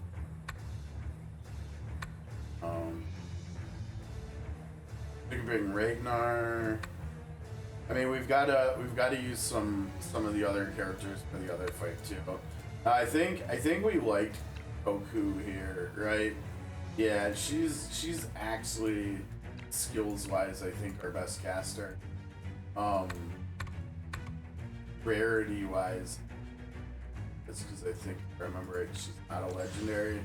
Yeah, she's only epic, so her stats are probably not that.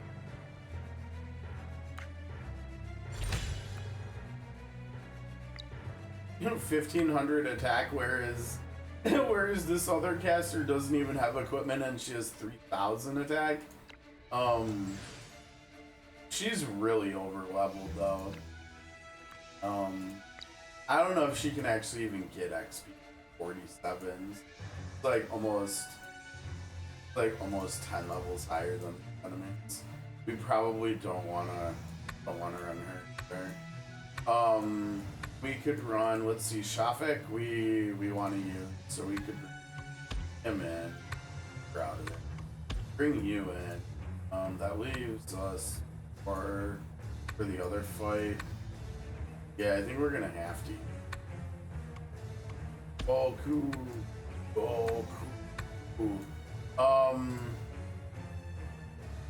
Fatal is 1500 and oh my. And I don't know how much we can really bring Rico because there's 4 break. Probably gonna get. I think we. I have no idea whether we can win. Hopefully these areas rough.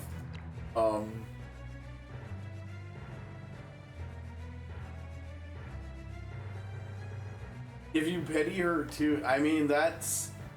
What is her A4? Let me look that up real quick. Oh my gosh, how did we get this far zoom wild? Hard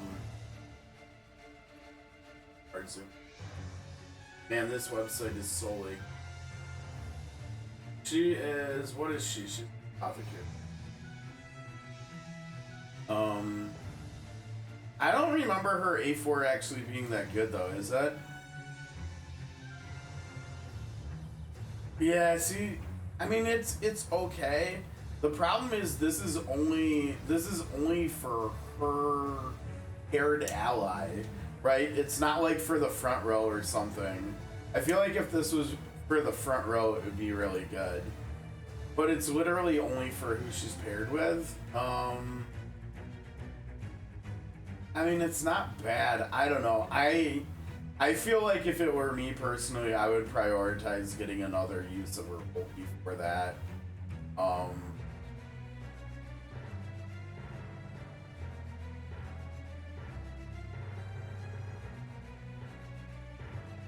Honestly, probably the most impressive thing about her A4 is the HP. Because magic accessories are a lot more rare than physical attack accessories that actually have HP on them. And it's really nice being able to get HP from the accessories. But I don't know, I wouldn't prioritize the HP or the effect of getting another use of her ult. when her ult is like actually like basically like account changing, honestly. I mean, it's such a strong ultimate skill. Being able to use it one more time every fight is just that's such good value. I mean, I think I have her at A0, and I only got the one copy of her. If I ever do pull another copy of her like off banner or something, or if I use the exchange, it will be to get her to U10. It won't be to like awaken her. Like her ult is good. And the other thing is her ult doesn't just do the potency. It also does ult bucket magic damage for the target too, and eventually when we get the level 20s, it's gonna base cap that bucket still at 30%. The other thing about you tanning her, and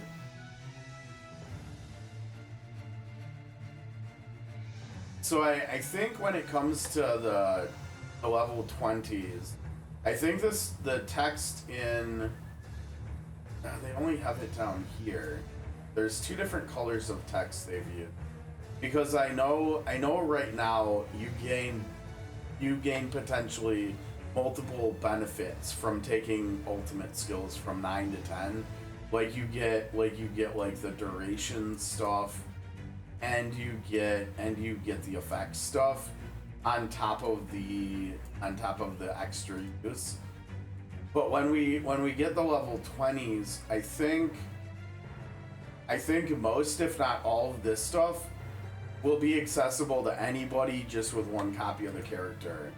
I think at that point, yeah, see, look at it's really hard to see, but I think the asterisk down here is the same color as this number, where when they add the level 20 ults to the game, the only thing the Awakening Stone does is give another use.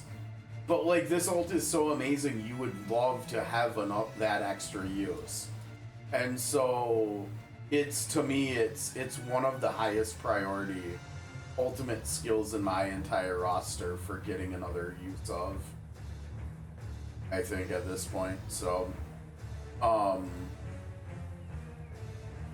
yeah, and honestly, I would probably prioritize the first thing you said, A3 U10, and one of the other characters,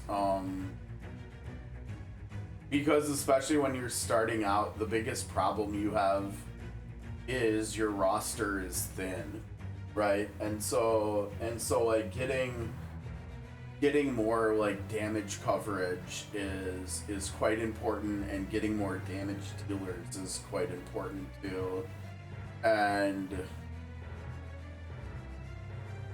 just putting another one into getting her accessory.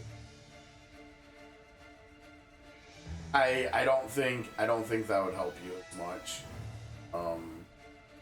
I don't know, but again, make don't let me make the decision for you. If your heart, if A4, now actually, this is COTC lingo here for you, okay?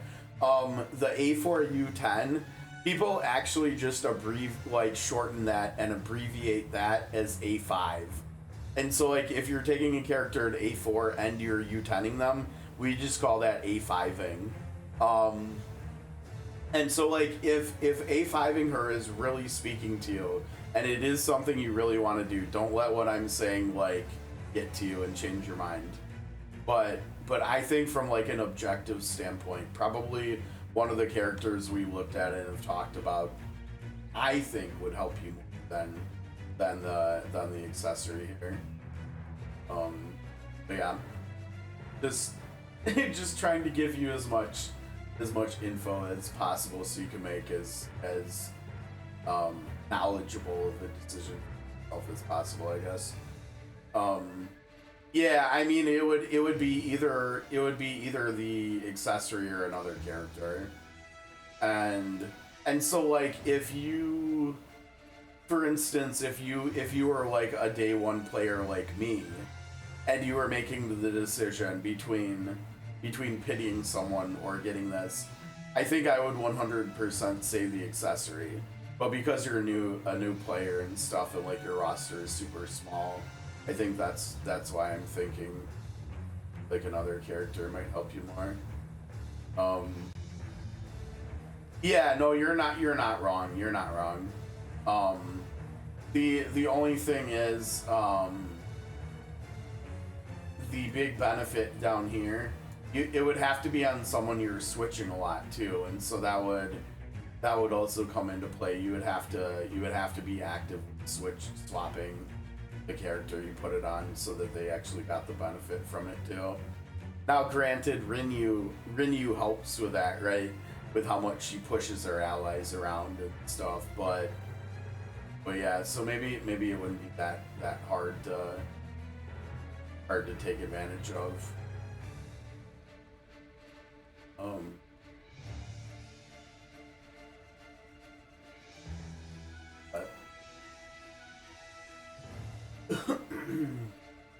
Okay, what are we? Okay. They've burned our supplies. Don't let them escape. I don't think we're the ones that burned all your... Wait a second. Wait. So they think we're the ones that burned all their supplies? I hate to say it, folks, but we're not the ones you're mad at here, I don't think. I don't think so.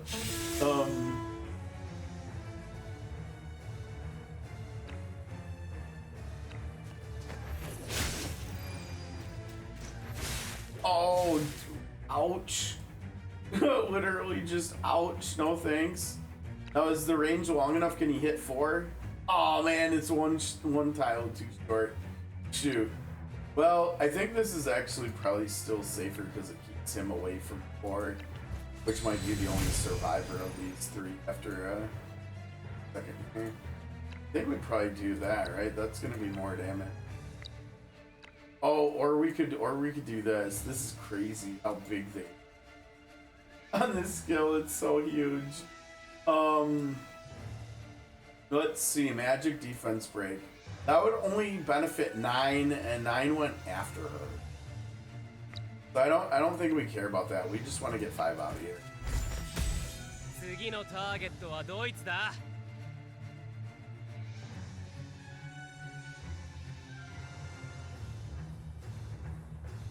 Okay, and then Fake Hal, he can be the one to finish this dude off, I think. Oh, gee, of course.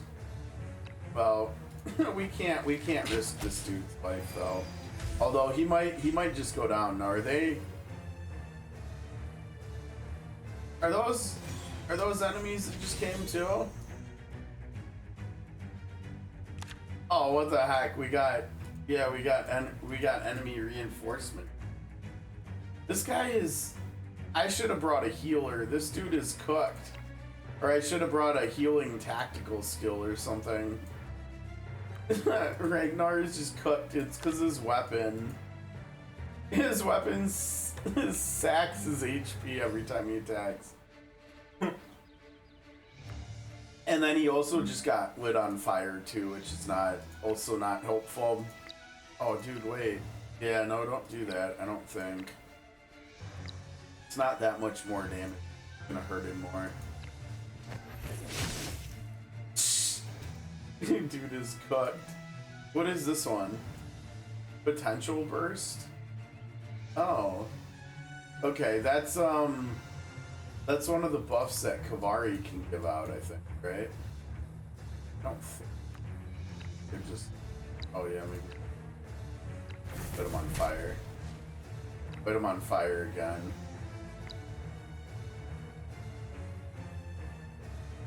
Wait, this is 1? How did I forget that that's 1? That's...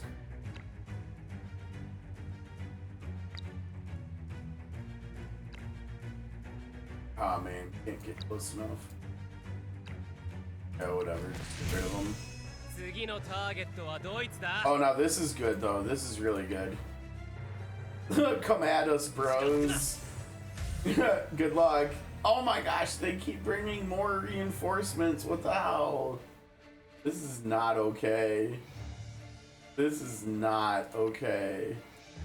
Should we get an archer or wait one more turn and do Warhorn? I think probably Warhorn, yeah. God, what are we gonna do with him? We need a way for him to heal himself. There you go. This is way too many enemies. What are we... We're in trouble here, I feel like.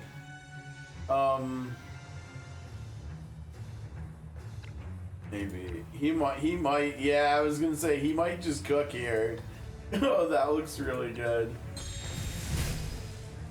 That was really good, and then we've also got this coming. Wait, no, don't do that. You don't need to light a dead body on the ground on fire, right? Now, did this had a cooldown, right? Yeah, that's okay. It's fine. Oh, you know what? What am I doing? I finally finished eating. Epic on the screen, yeah. There we go. What's up, guys? We could do this again. Yeah, let's just do it again. Why not?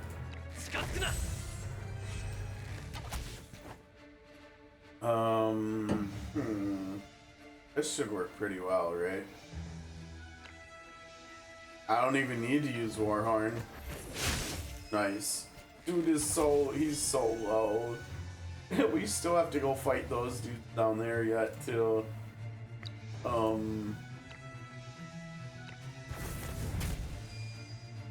mages are doing pretty good here.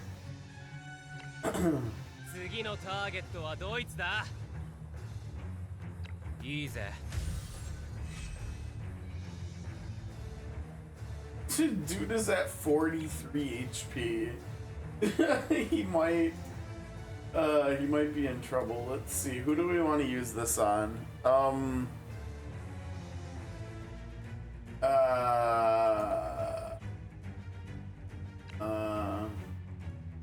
does he not have? Oh, because he's spamming his AoE. Yeah.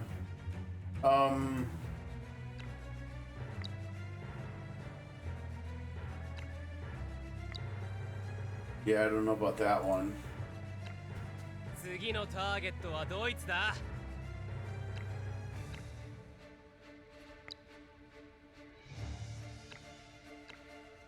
Yeah, come at us. Yeah, they're still not moving. What are they doing? No, I can't put them that close. Oh, jeez, dude, that was rude. Oh, that was all kinds of rude. Can he hit these two? Yes, but it's not great. Let's see, we have 440. Okay, we can do both of these. Yeah, probably do those three, right? And then let's get an archer out too. He'll come help us out. And then, do we want to do buffing or do we want to do attacking? Pretty good. If we buff her, she might be able to one-shot him though. But I think her big AoE's up, so we might want to have her hit all bad.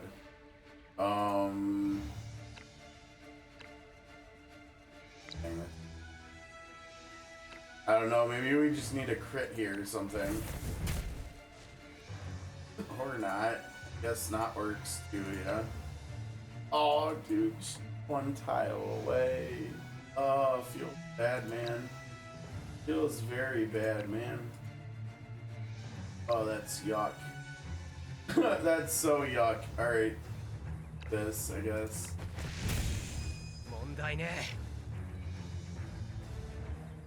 Alright,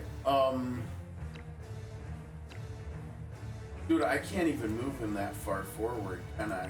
So low, too. And it feels like I've got to move Ragnar back. Oh, dude, wow! The TP archer creamed that dude. That's a good way to get Ragnar defeated on the on the next action, right? Either his weapon defeats them or two will after they go and come around and hit him.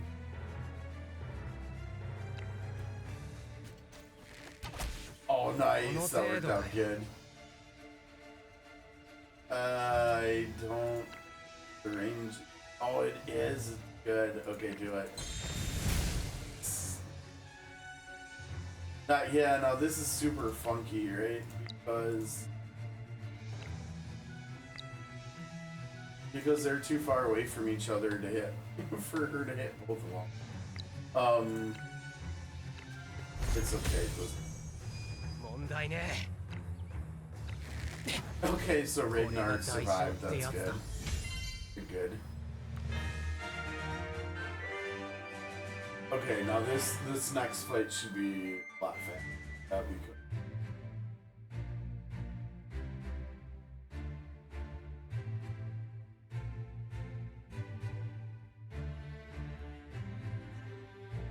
Because we're going to be using stronger kit.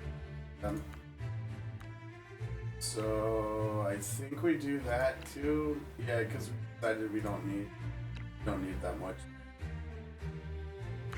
and we looks like some. Okay, so Sea of Sand trade route, maintain commerce. A group of Elamanian mercenaries is attacking our trade routes. Teach them a lesson. Yeah, well, we can definitely.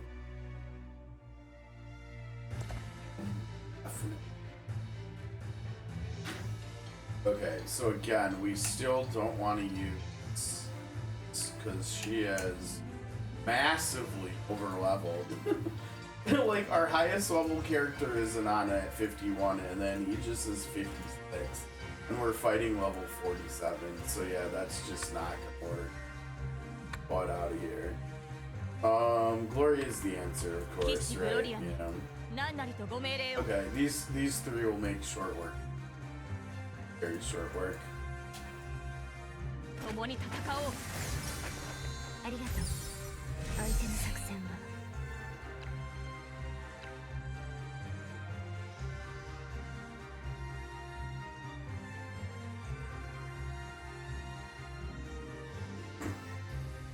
They're all spread out just so that you can't hit more than one with the Warhorn. Awesome. Love to see it, right? Now the question here is... Oh no, Inanna's not within range. Shoot. I wonder... See, I think I've got her move skill too, and I should have used it. We could quit and then start the fight over, and I could change her skill. Yeah, we might need. Well, no, it's.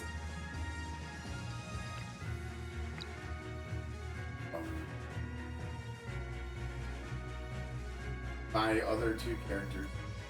So let's.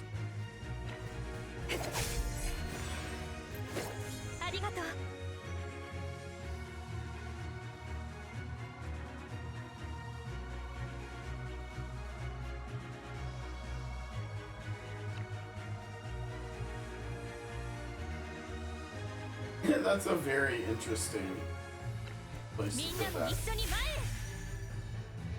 Now the question is, can I target? Oh, I can. Okay, that's good. It doesn't matter, does it?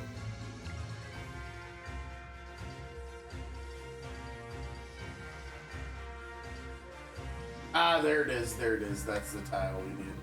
Now the only problem is 4 gonna go over and attack the flag. 4 might go over there and attack the flag. Now, one thing we could do maybe is we could... Oh no, she doesn't have her flag, shoot. Dang. Yeah, I need some skill unlocks for Gloria here, I think. Oh, okay, they went for her anyway. Worked out good. Holy block crap. We hate that. I don't need to use her ult, because whoever attacks, yeah, is gonna... Uh-oh.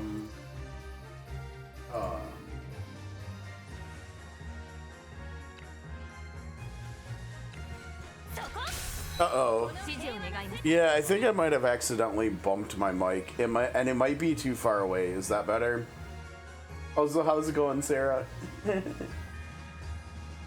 Sorry. Yeah, I must have bumped it. I was definitely messing around with Emma earlier. I guess I didn't realize that.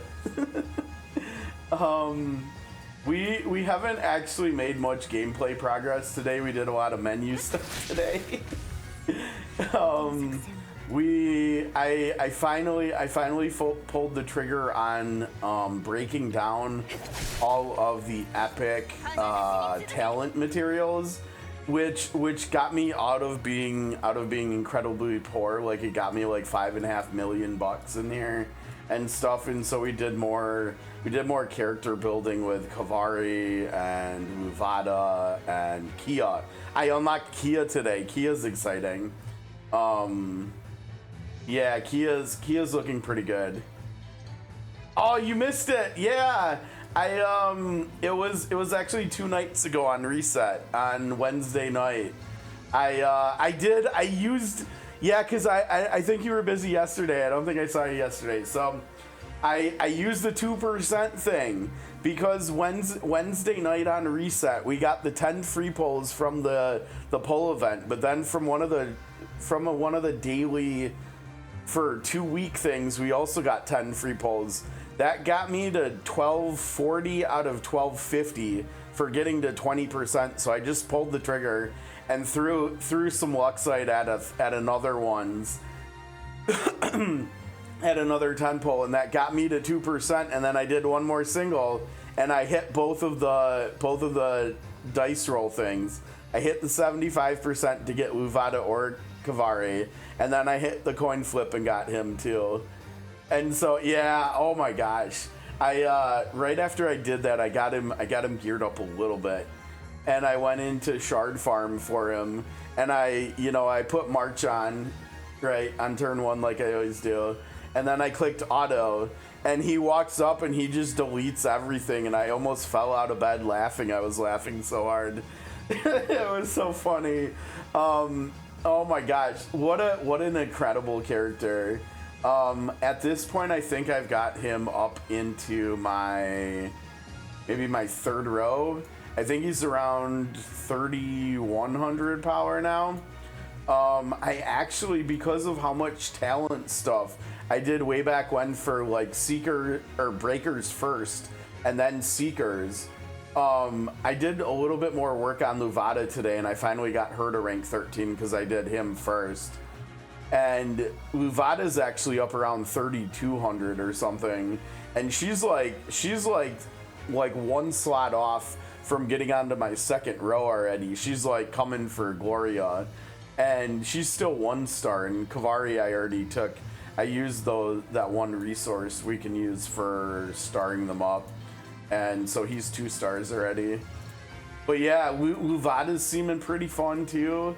I know I got 4 characters in a week. I have like not enough resources to build like any of them. It's rough out here, but honestly, it's great first world problems. Oh, look at Anana. Gosh, Anana's cooking. Oh, she's so good. Alright, and then I think if we dash here, aren't we gonna push the Seeker into the Scorpion and maybe take the Scorpion down too? Yup, nice. Yeah, okay, let's actually, after this, let's go back out and let's look at the characters real quick. I can show them off real quick. I got a really nice roll on Kavari's sword too. Which is pretty hype. It's I think it's my 2nd best sword roll now behind Gloria's. Yeah, and so like Luvada's up here. She's like right behind. She's coming for Gloria like really quick. So he's at 31. Look at his. Let me hop off the screen. Look at his attack already though at 2 stars. And I'm also still working on the talents. I turned the car around from working on from working on the Watcher HP and Magic defense to coming over here, and now we're started to work on this stuff. And so I think before I go back to Watcher, I'm gonna work on this stuff. Oh, did you? Nice. I actually because of that. Oh man, wait, you already finished the memento stuff. Wait, how did you do the memento stuff? I thought we had to do 12 of the Pioneer Challenge before we could complete the memento. Oh, you know what? I bet my memory was wrong. My memory was that we had to finish all the resource stuff to complete the develop stuff. It must be backwards, right? Where I finish these stuff, and if you, then it finishes these for you. Okay, my memory was backwards with that. Okay, so I'm like right there then too. But you know, from like one of the event things, from the event, the guild event thing where we give out that one currency to each other right now, you know, we got the astral shards from that, right? And I used those, and unfortunately I got another Nirvana. I'm at 2 out of, I think, at 2 stars on Nirvana now, but yeah, I think I'm gonna be pulling on that season now because I still don't have Nocturnal Glow, and I still don't have Nightmare Puppet. I think I will probably get Nocturnal Glow from this. I'm not sure. You know, I might actually even hold it and wait to use this as like a way to like top off one of these after doing a few more Astral Shard pulls on the season. Cause like maybe if I get Nightmare Puppet next, maybe I'll pick Nocturnal Glow from this or something like that. I don't know, but yeah, I mean, I think I'm still at 1 Shield of Justice that's at 5 stars. And Nana's BLA is only at 4 out of 5 stars, so I might need to try pulling on the newest season still until I get the BLA. It's probably whatever. I mean, I don't have any PAMs, but the thing is, like, BLA could be eventually useful. I mean, I think you could probably technically use that on Levada, right? And so like getting more BLAs wouldn't be the worst thing in the world. And if I ever get Tristan, I think Tristan wants it too. And obviously Shield of Justice, always good. And so like trying to get Pam's weapon wouldn't be bad. I think honestly that season ran its course now though. I think I need to be pulling on the middle season though, because now I have all 3 characters there, right? And like, I feel like I've read that people like Army Breaking Spear, but even at 5 stars, I guess it's not that much better than the non-imprint alternatives. Whereas with like Nirvana, Nightmare Puppet, and Nocturnal Glow, like all 3 of those are like significantly better than their alternatives. And so I think it just makes more sense for there. And so I'll probably, like I said, I'll probably just hold on to that for a little while. Oh, it looks like we've got some resources to claim. But yeah, okay, so Kavari, his attack is already like hella respectable, I feel like, for being 2 stars. And for, I think, only being 7 out of 20 talents for flat magic attack. I think 4 out of 5 for Destroyer, 1 like percentage all stats. And for being 0 out of 5 in the magic attack percentage. So he's gonna get, I think he can either get to 3,900 or maybe even 4,000 once we're done with talents and he's 5 stars already. And then also once he gets Bond too. I think this is what I was talking about. This was a pretty good roll. I think this is my 2nd best sword roll. Either 2nd best or 3rd best. I think Nungle's is 16%. or 18% and plus 69. So it's, I think this is actually probably technically like 2 or 3 attack points higher. If I had to guess, like, I think this is slightly better. Gloria's is still my best. Gloria's is still my best though, because it's it's too good. It's nice. Now we actually looked at some of the unique Ascension skills too. Gloria's is actually really good, and I think it's gonna make her come back to being like potentially meta even. And so like, I don't know, I think she's probably my next 13 watcher.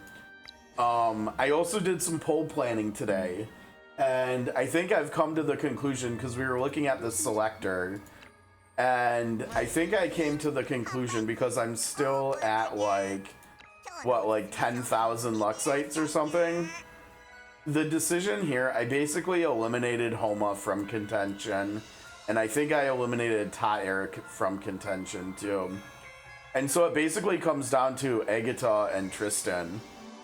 And honestly, I think it really has to do with the order of releases, and the fact that, like, I'm gonna pull Camelot, right? And then the other next character for me besides Camelot is either gonna be SP Samantha or SP Matha. I think I've kind of shifted away from Fakel. As much as I like that unique alert playstyle, and I could really use a defender, I think it's just I need destroyers, and I need watchers just as badly. And honestly, so far with the defender stuff, I feel like I've been kind of able to get away with only running a couple of them, and then just running other characters and kind of like hiding behind the defenders, and so it's worked pretty good.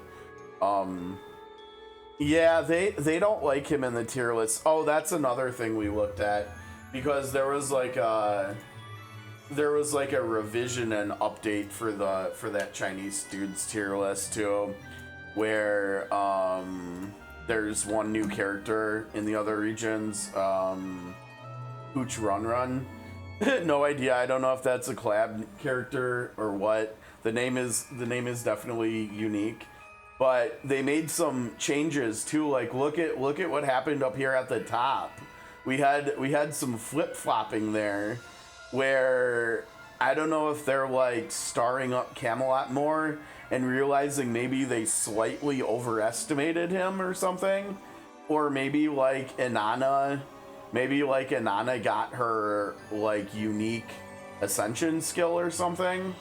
I don't know what happened up here, but the top 2 spots flip-flopped. And then we've also got a massive underestimation of SP Nungul, where I'm pretty sure originally she was down in like the high teens or early 20s, and now she's up in the top 10. She's so good at AoE damage. So that's interesting too. And then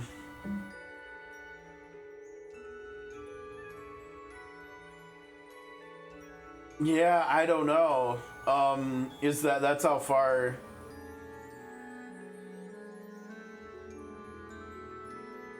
Wait, you said Momo, right? Where the heck even is Momo? Oh, right here. Oh my gosh, yeah, wow, that's a small number, isn't it? I don't know. Does the alert not trigger if the boss isn't moving or something? I thought her alert triggers when enemies just take an action too. They don't even have to be moving. So that definitely seems interesting.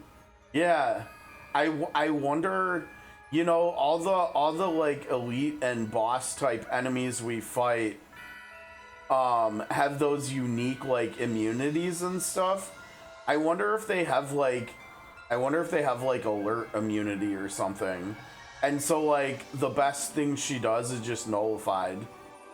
I wonder if it's that simple. I mean, look at Fakel. He's like incredibly low too. I wonder if we just need to like look at a boss and see. Yes. And I think Lukamar is like one of the Elaman characters that because I think that's the newest story that they're doing stuff with Elaman. Yeah, Estra got dethroned. Estra is only a 9.85 now. Yeah, I don't know. We'll have to see what that character's like. Obviously, kind of looks like she. I think I saw that it's a Lukamar is a she, and so it looks like she might be like borderline Westball. But yeah, anyways, when it comes to like poll planning, like I think the fact that I was able, you know, I'm at like 10,000 Luxite. I was worried I would have to spend all of my Luxite to get Lutfi and Anana, and that didn't end up happening. And I still managed to pick up Luvada and Kavari, despite like I think I'm going to be pulling for Samantha, and with Maytha releasing so close to Camelot, I don't think it's going to be as easy to manage to get both of them as it will be to do like Samantha and Camelot. And so like that's where the selector comes into play in terms of like filling out my different roles for the new game modes and stuff. And so like he's a breaker, which I already have good breakers, but it's just gonna get better. But then like defenders, I'm just like ignoring at this point. Whatever, screw defenders, honestly. So then it's really watchers and destroyers that I need help in, and because there's like a gap now between Anana and Samantha, and then another gap between Samantha and Camelot, I think it makes more sense for me to pull both of them. And so then when we come back over, because like what I was saying here, this decision is basically between Tristan and Agatha. The fact that Samantha, I believe, is a destroyer means that I think I'm going to use my selector on Agatha.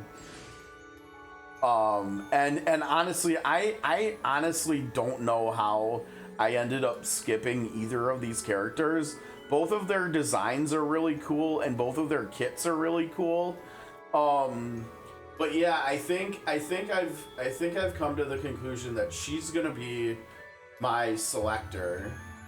And then when we come back over to the Ascension stuff, and I think she was really far up here. Where is she? There she is. This is actually just really good. It makes it so that as long as she's getting kills, and she should be getting kills. Why, you ask? Because she's slow as dirt.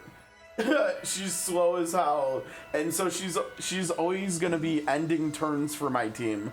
And so she should be able to get kills with her dash skill here. And it also gives her all of these buffs and stuff, which are super gnarly.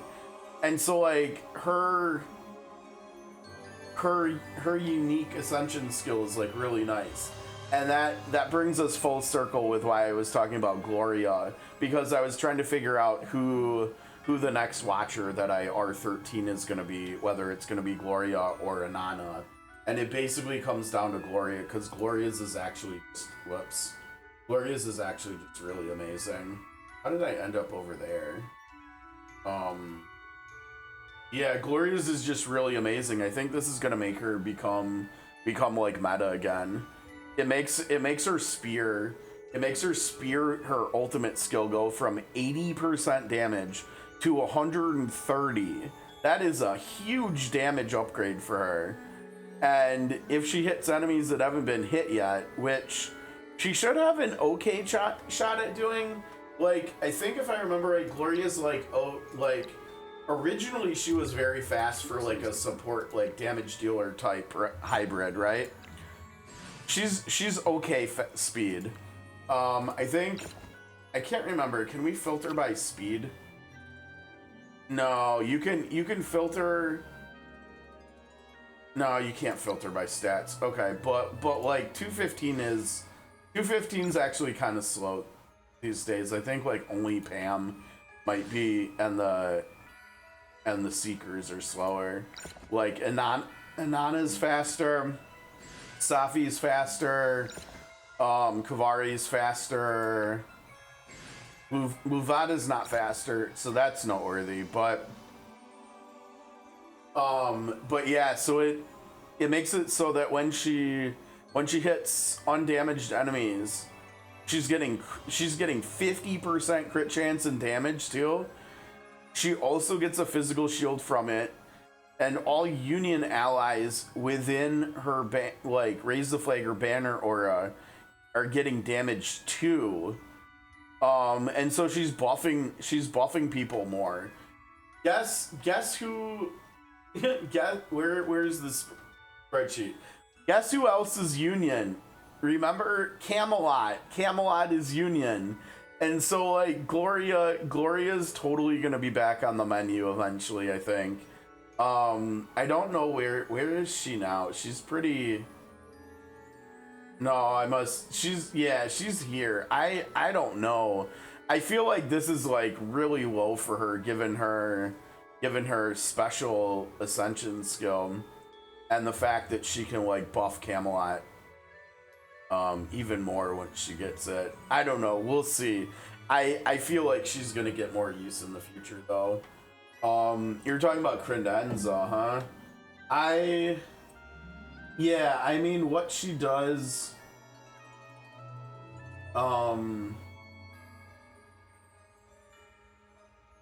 What she does is definitely unique, right? Where she can reduce cooldowns for her allies. That's definitely unique. I think me personally, I feel like with the amount of like really good characters I have at this point, I feel like my party has gotten squeezed so much. I don't even think I could make room for her. I think she would face the exact same problem that Tyre would face if I had him right now. Yeah, that's true. That could be interesting. Oh, are you talking about base Samantha, huh? Now that is the counter argument for me with poll planning, because I do not have base Samantha. And so we're gonna have to see when we get closer to SP Samantha's release, like whether or not her SP skill is like really important for her kit. Because if it is, I might have to pivot from SP Sam and Camelot and selecting Agatha to pulling SP Maytha and Camelot and selecting Tristan instead. The only problem with that is I don't have the physical attack talents in Destroyer for Tristan, and I have no idea when I'd be able to actually get to them. Whereas for Agatha, I already do have the Watcher physical attack talents because of starting the game with Gloria. And so like that's a lot, right? Like that's a lot to think about, but that's kind of what I was doing earlier. I mean, I don't know. I don't know. That's a lot, but honestly, with doing like poll planning and Octopath and stuff, and seeing it really come to fruition. I mean, like this was the character we polled for yesterday, I think, or did we get her last week? Yeah, I think we polled for her. I don't remember when, but like the whole poll planning thing has really worked out well with Octopath, and so I'm kind of bringing it over here to SOC too. Yeah, I don't know. Were you here for that too, Sarah? I got Kane in Octopath finally too. That was pretty exciting. And we finally did the Final Fantasy IV collab story yesterday, and holy shit, it was good. It was like, oh man, it was so good. I totally have to replay Final Fantasy IV at some time in the near future because that collab was amazing. I mean, we got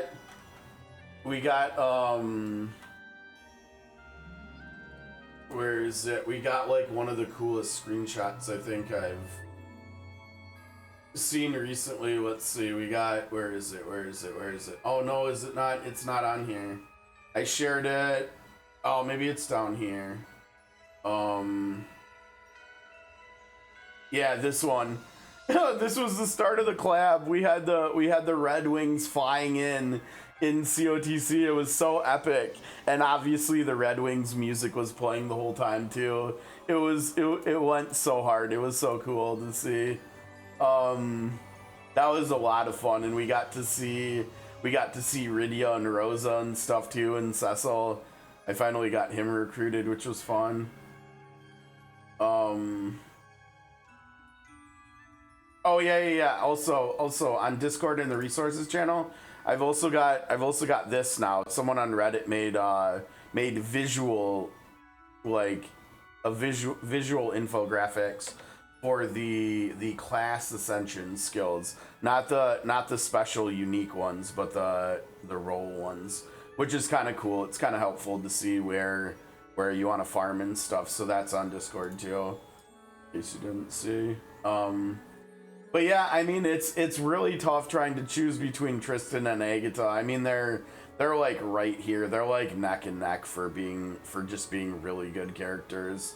I feel like I'm leaning a little bit towards wanting Agatha, but Tristan was awesome to play in Night Crimson too. So if we get her instead, like I wouldn't be upset at all either. Okay, what time is it? It's 5. I think we still had a little while to go yet today. Like we can go back and play story.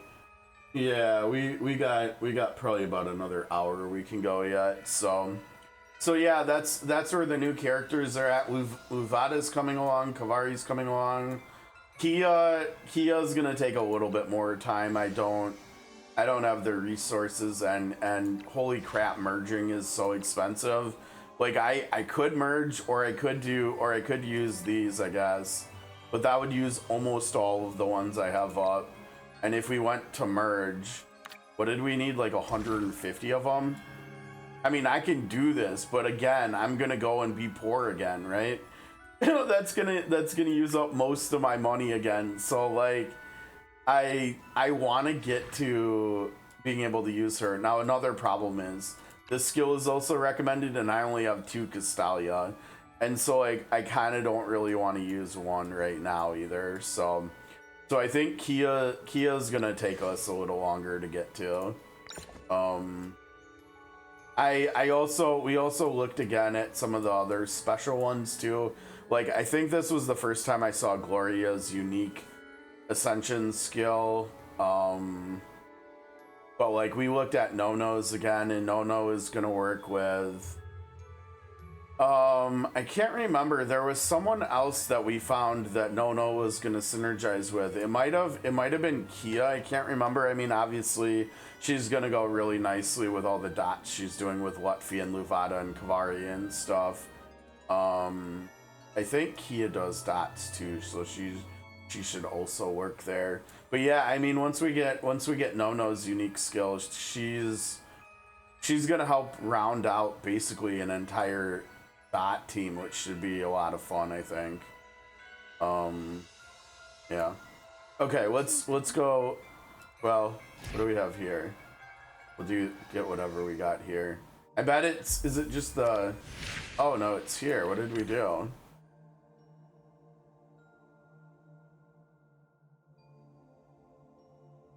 Oh, you know what? I bet this counter reset after I finished one. I bet that's what happened there. Because I was gonna say we've definitely done that already. What do we have to do here? Complete 2. Oh, I have to complete chapter 2.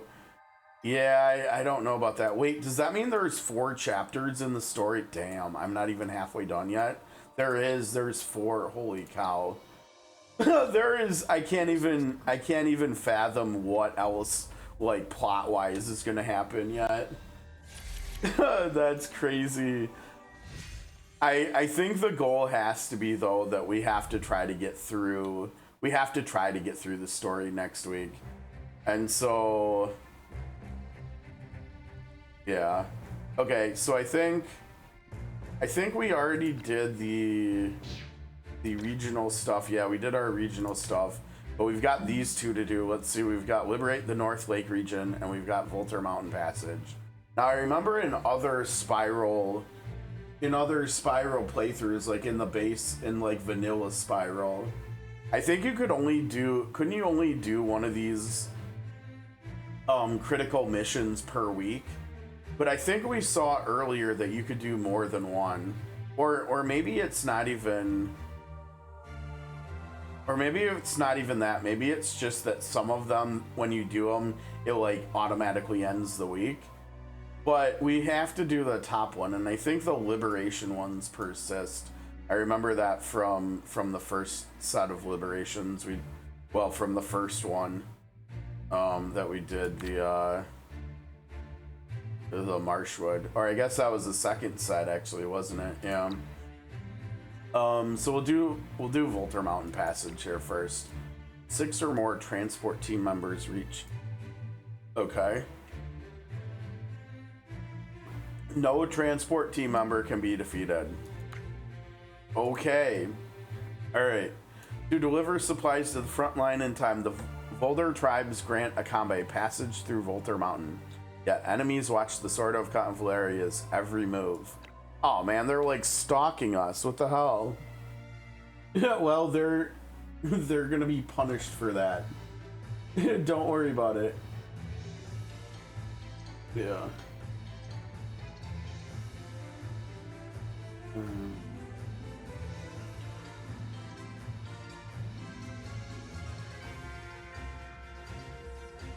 Okay, let's see, what kind of battlefield do we have? Oh, this one. Yeah, I like how we're revisiting a lot of old locations from early on in Fool's Journey and stuff. These are all... Oh, these are... Okay, so these are the bad... Yeah, it's hard to tell because we've got good Elamanians and bad Elamanians. I guess it looks like I'm going to be fighting too. Elamanians and Vlderians fighting side by side. Did we ever think we'd see that a year ago? Probably not. Like, that's kind of wild, yeah? Okay, so Safi can definitely get value by being way in the back, right? And then as far as front lining... I mean, it would make sense to do Gloria, yeah. Oh wait, we're not bringing Raui anyways. Okay, so that should be fine. So who's our fourth here? We should probably like level someone up. I think Koku we wanted to level her up because this skill is a lot of fun. With the other mages we've got in here, because I think we've got, let's see, we've got 1, 2, 3, and remember technically Anana does magic attack too, so she would enjoy the magic defense breaking as well. Okay, so where are you, Koku? What is this? These are, uh-oh. Wait, what's that eye doing there? Let's see, Vlderian longbowmen or mountain wine casting. Ooh, I could use some mountain wine.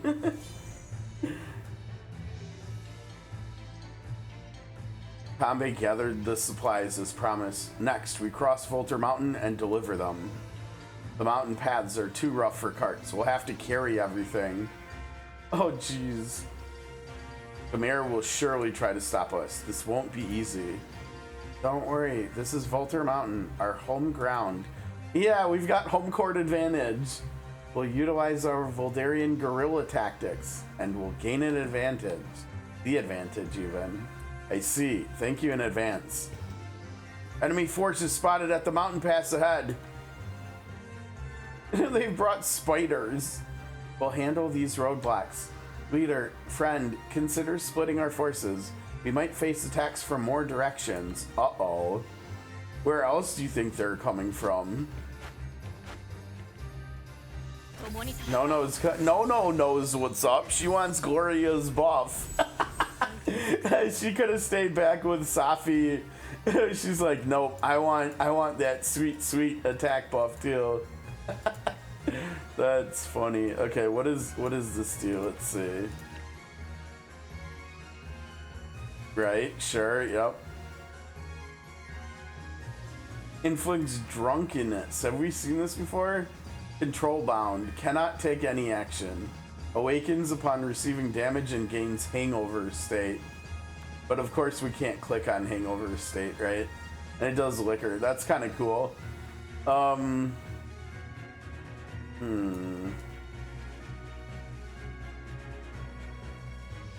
assuming we're gonna get enemies over here, otherwise why would this one be right here? But who knows? I mean, maybe they'll come in up here or down here. You know, this map is so big, it could be anywhere. I don't know. Let's go there. Yes.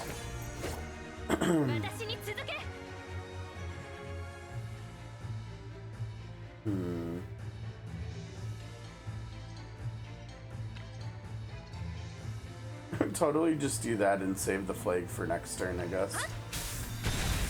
Oh, I gotta remember that Inanna is not good at doing like environmental stuff, right? Because all of her attacks are AoE. Even her single target basic attack is AoE. It's so silly. Whatever. It's fine. It's fine. We're fine. Everything's fine. Oh, dude, the range. No. Oh man, yeah. I forgot to change Safi's skill. I can't remember whether or not she has the instant where she can move an ally five tiles, but if she does, it would have been good to move Nono down, because then Inanna could hit everybody over here with her flag. I guess we probably go like, I mean that gets everybody right there except for Nono. Poor Nono.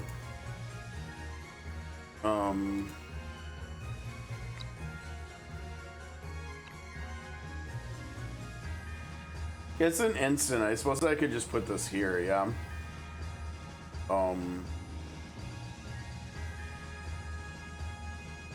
Yeah, whatever. Then we get Nono. Nono can still get around that anyways, I think. Okay, then we want to hit you. Just take out everybody.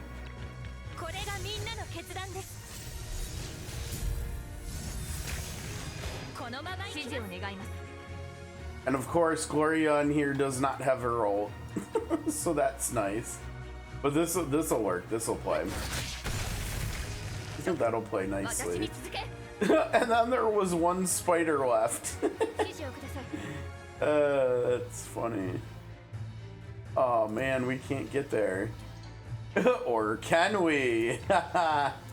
There you go. Get a marcher.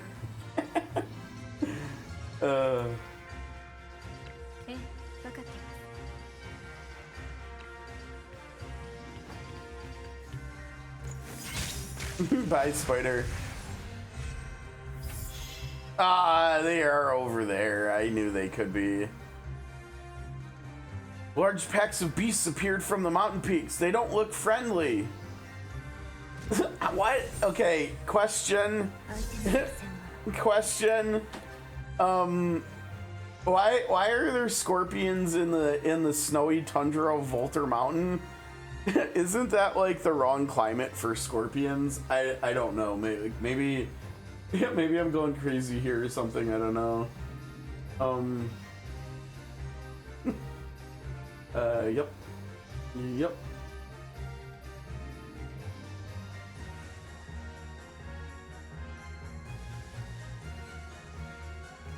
Yep. Okay.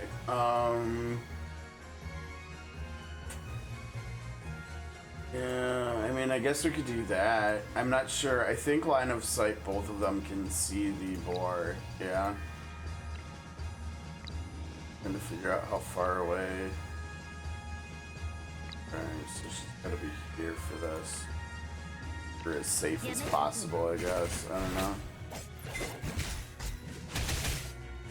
Dang, that boar. Dude, that boar counterattacked both of them. What? Oh, that's why there's like nothing for them to do over here. Like literally nothing. What are we even doing? I hope we get some monster, like some enemies spawning in over here or something too. Cause this sucks. What the hell? Dude, and wait, who is it that I couldn't lose? No transport troops, Vlderians or Elamanians. Dude, this guy over here. Whoa. Hey, you just hit your buddy over here. What the hell was that? Friendly fire, excuse me. I feel like we are gonna get enemies over here too, like maybe after we take out these enemies over here. I don't know, maybe not, but why on earth would the game let me target? Yeah, it's literally having me target the transport. What? That seems wild. It'll hit 2 instead of 1. I don't think that's a great idea.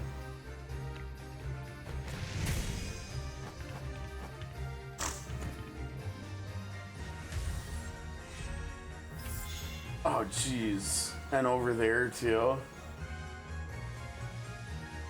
Elamanian troops spotted on the road below. We need to bolster our defenses.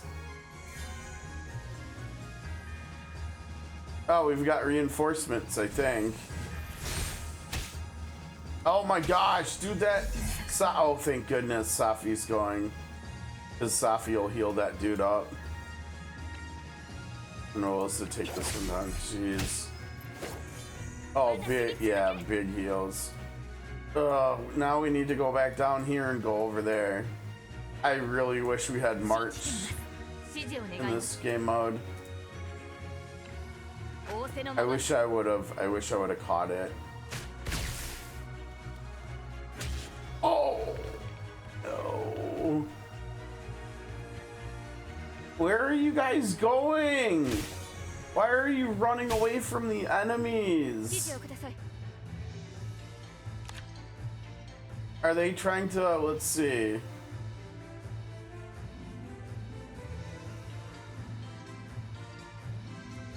Oh, because they have to reach the destination before time ends. 6 have to reach. Okay, these 2 are going. Oh god, 8 needs heals so badly. And I don't think Nono, yeah, Nono in this game mode doesn't have healing.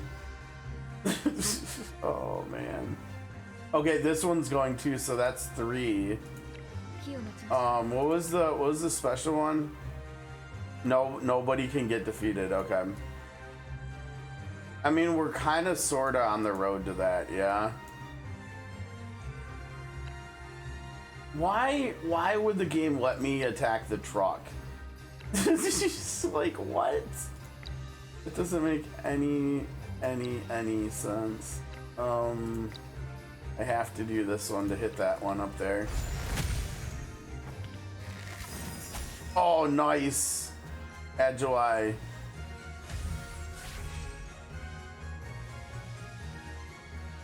Uh-oh, we've got wolves. Wait, did we lose someone? Wolfpack approaching. Looks like they're after us too. I never expected they would use trained beasts against us. Oh, that dude is so low. Okay, now what happened down here? We lost someone, right? Oh, it was that guy. He got away. Okay, so that was actually good. Yeah, what the hell are we supposed to do here? What can I do? I mean, I guess I can do that. That's gonna be, but yeah. I mean, that is not great, though.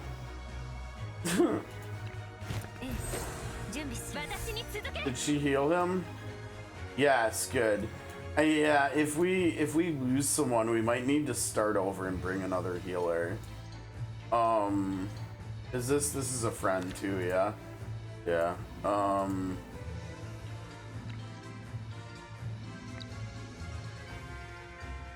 don't. Yeah, it's not instant. Oh, it does give move 1 though. Okay, yeah, do that. We've got 2 more people over here getting out of here too, so that's good. Oh geez, wait, we shouldn't be abandoning them. Oh, he's out. Okay, he's out. Good. Oh geez, wait. Yeah, Nono's gonna help there, I think. Oh my gosh, look at how far they're. Agilite, what the heck? You're in the way. We need to push that. Well, Nono is gonna take some incoming fire here, I think. We should probably look at these again, yeah.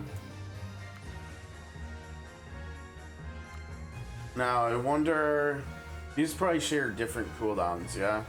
So like maybe we could do like this. Oh damn, I was wondering about that. Shoot. Well, I guess we'll see. Let's see. So we could do that does 3. Or we could do these. Let's do these 3.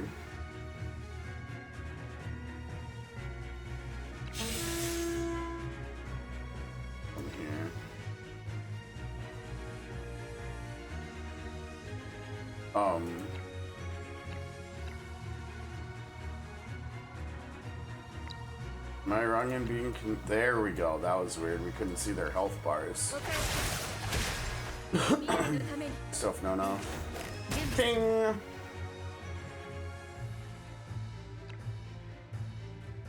Oh, come on. Are you serious right now? That would do no good. It would go down there and just go off the map. Yeah, I really can't wait till we get her special ascension skill.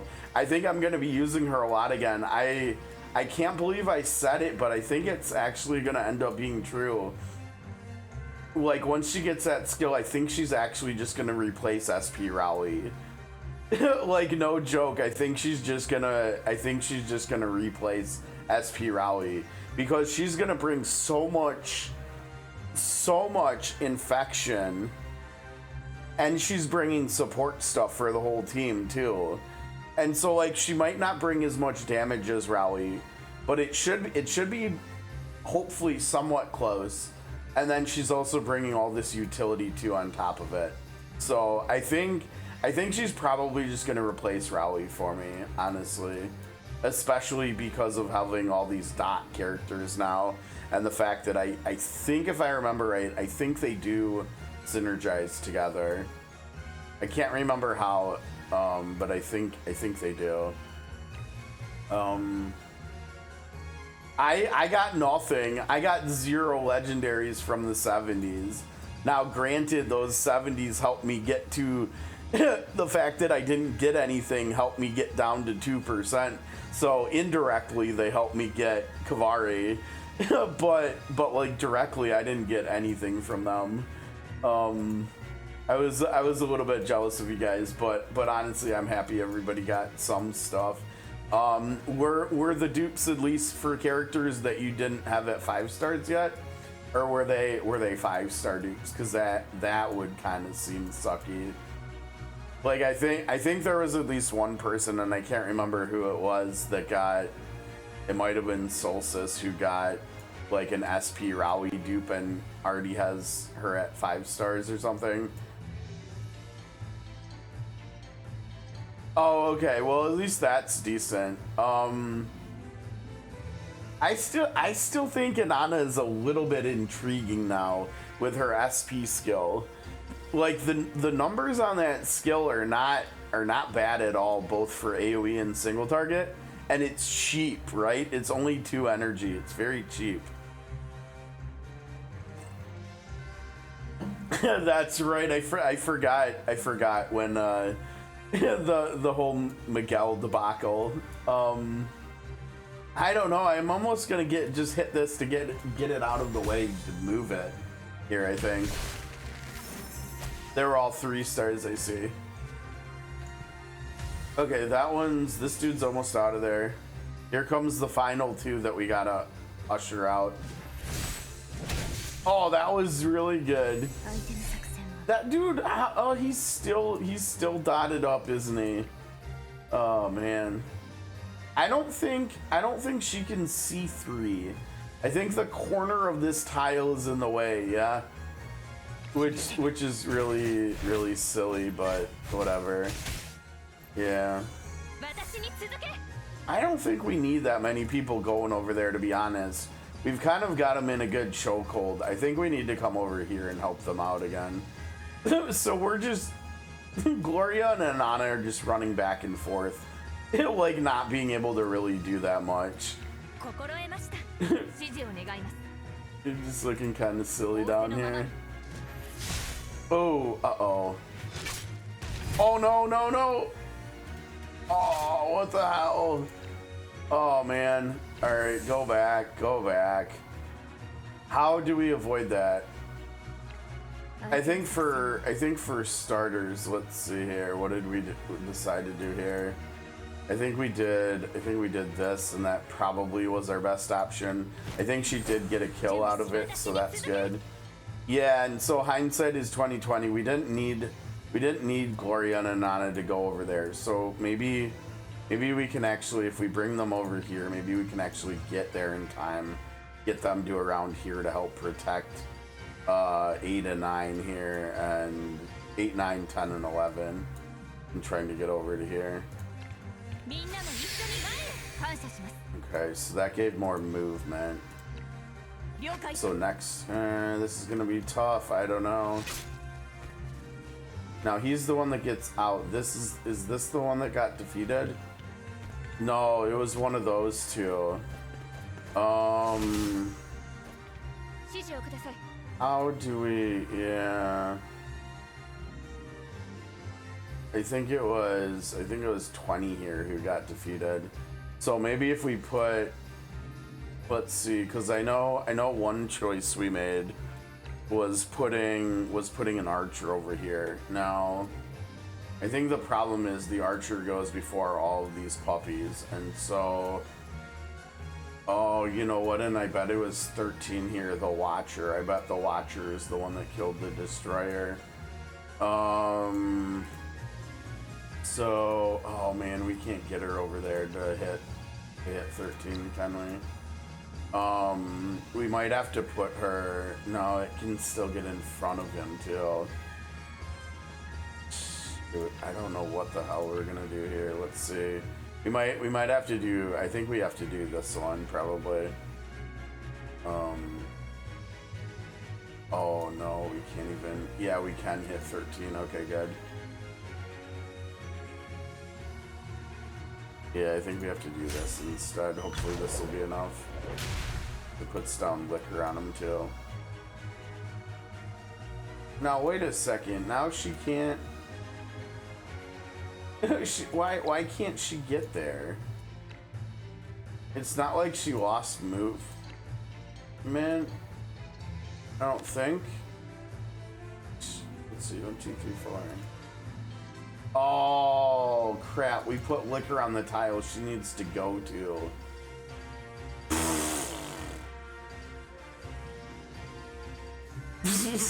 God damn it. Okay, you know what?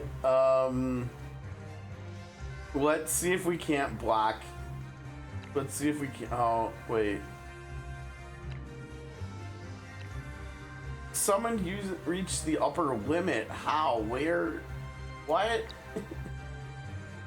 What do you mean? Do we have one of the archers? That must be this dude, right? With that icon? Yeah. Oh man, that's right. I forgot I summoned one over here. Oh, this is gross. I think we have to put her here to try to body block for 18 here. I don't know. I think. Oh no, it's okay. Look, they can't get there. Okay, so I think we can come over here and take this one out then. Probably should be okay. Oh, we also lowered him, so he shouldn't be attackable. Let's see, 15. No, it's only 2. Yeah, he could still be attacked. This is so weird. I don't know. I'm almost gonna. Oh, wait. This might be really good too. Let's try this. Yeah, that body blocks for the for them too. Morning mist. Oh, we got a weather change. Look at that. That's cool.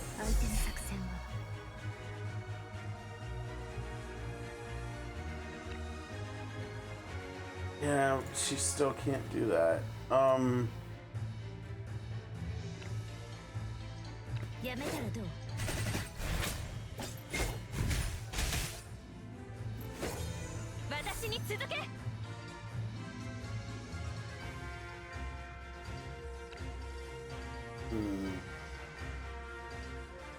No, I can't hit you with that.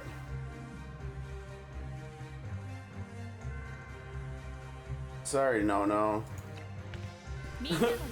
luck for you. That seems like an awful waste. Big waste. We'll save that for next turn, I think. Is there...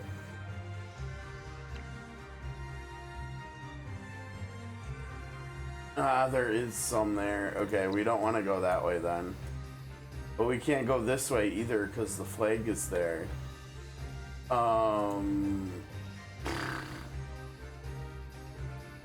Yeah, I don't know. What do we even do here?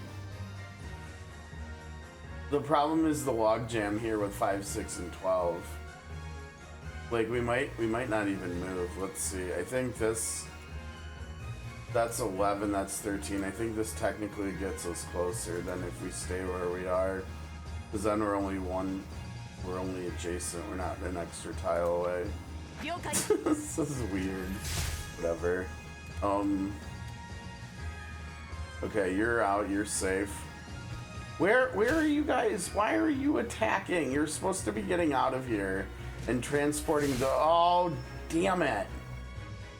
Be careful. Kanbei specifically ordered us to protect you. Leave the front line fighting to us. Thank you for your concern, but this is our homeland. We will not back down. Oh, that's not a transport troop. Okay, apparently that's kosher. Losing that dude is A-okay. Fair enough, fair enough. Didn't really want to lose anybody, but alright. Alright, it's time to get liquored up here, Nono. Time to get sloppy. And take a bow for it, too. Yep, she understood the assignment. I forgot about the bow she does. It's so cute. Okay, looking really good over here. Oh no, we've got spiders and scorpions. Oh my. Enemy reinforcement spotted at the mountain base. Oh, come on. I'm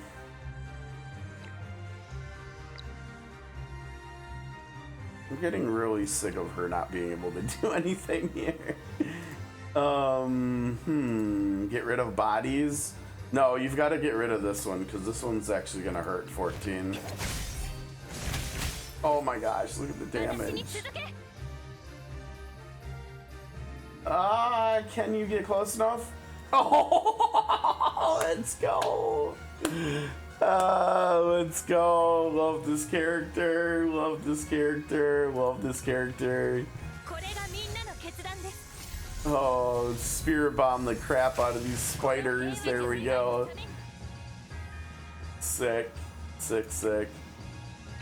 Alright, can you guys get out of here? Why are you fighting? Yes, leave. Leave now and never come back. More than half the supplies have been moved. Keep going, everyone. They're getting there. Oh no, I knew he was gonna go down. We've got to go over and support Safi here. What happens if we lose the wagon? I'm guessing we probably...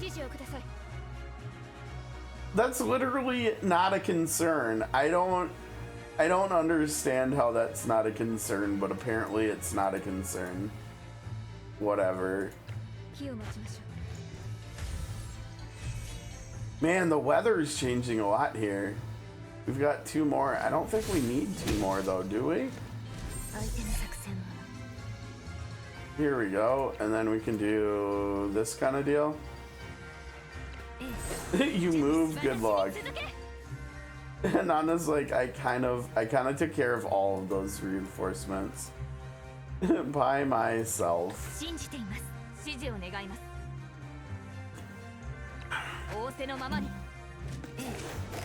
Sniped.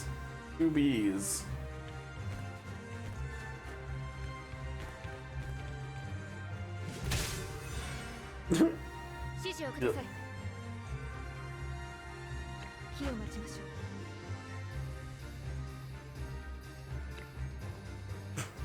Why can we attack the truck? I don't understand. This seems so weird. I feel like you probably lose the thing if you attack the truck too. You know what? I don't even care. We're not gonna hurt the kill the truck, right? Uh-oh. Is that dude gonna be okay? Uh-oh. We've got more monsters here.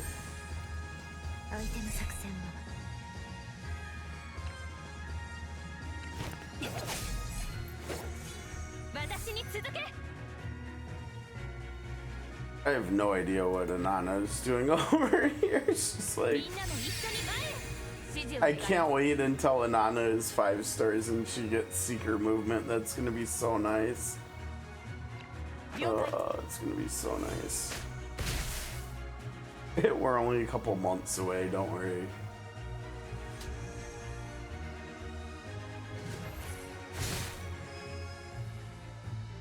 Uh-oh, watch out!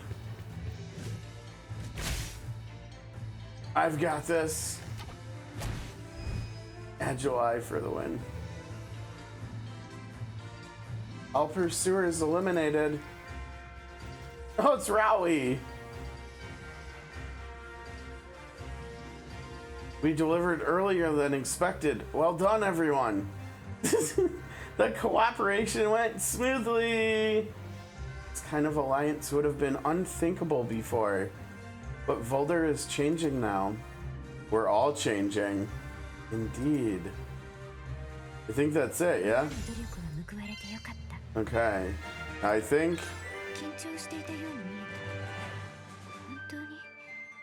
Yeah, I don't know what the bonus was. I hope we got it. I'm not sure if we did or not.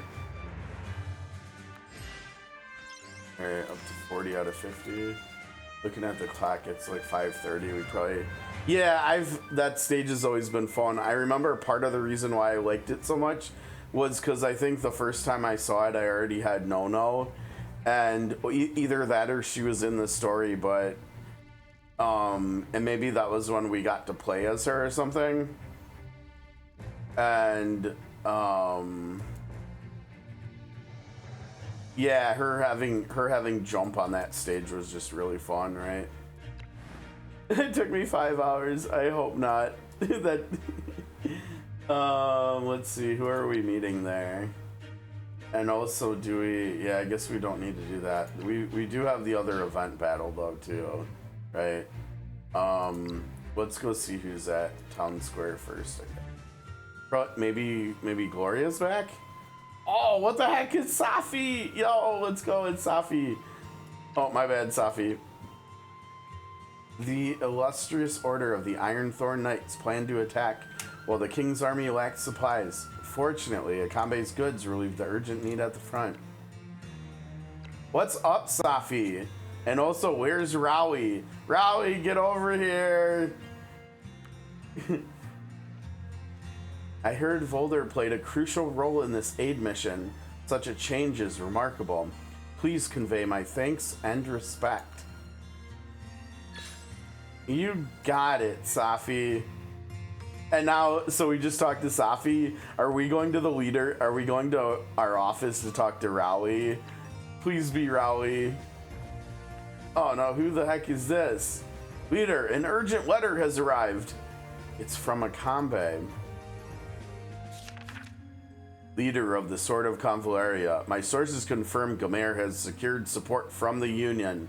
He plans to personally lead his final and strongest troops against Volter Mountain. For him, this is a last stand. He will use every resource and tactic available to secure victory. This will be a brutal fight, one we must face together.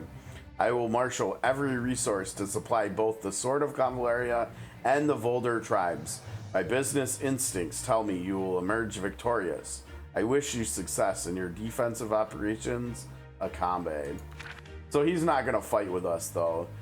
Okay, I guess we're talking to Anana, not Rowley. Rowley, someone's in the town square. They said they had something to talk to you about. And they said for whatever reason that it required wine to be consumed during the discussion too. So you might want to grab a bottle and head over there. The supplies Akambe gathered have reached Volter Mountain. Everyone in town is helping with preparations too. This isn't just a battle between Gomer and Vlder anymore. I believe everybody's faith and hope will finally bring the dawn of peace. Yeah?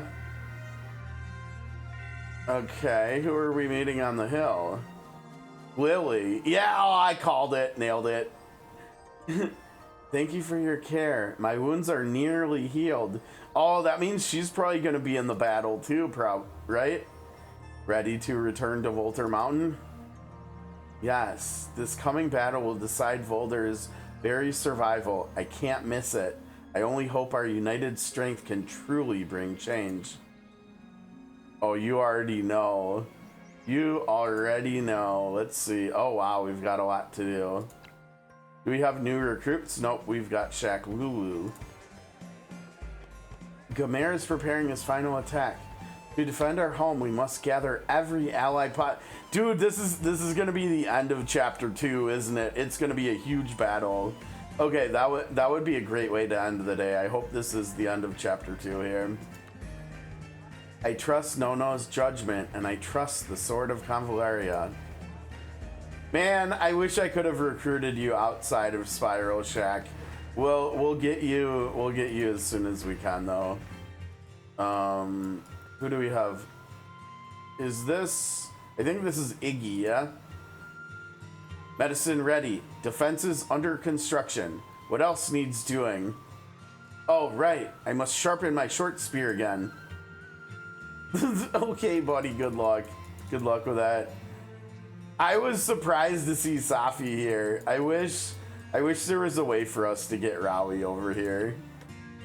I hope at some point there's gonna be some like Safi Rowie stuff going on in here. I think there's going to be, right? Because in the trailer, like a couple days before, like during the middle of last week, the trailer that they gave us like right before it, like the first half of the trailer was just like Night Crimson stuff with those two. So I think we've got to have stuff like that with those two. Okay, we're gonna liberate the North Lake region now. Irian rebels gather in force around the lake. Clear them out to secure the region and gain local support. Now this is weird. Don't we normally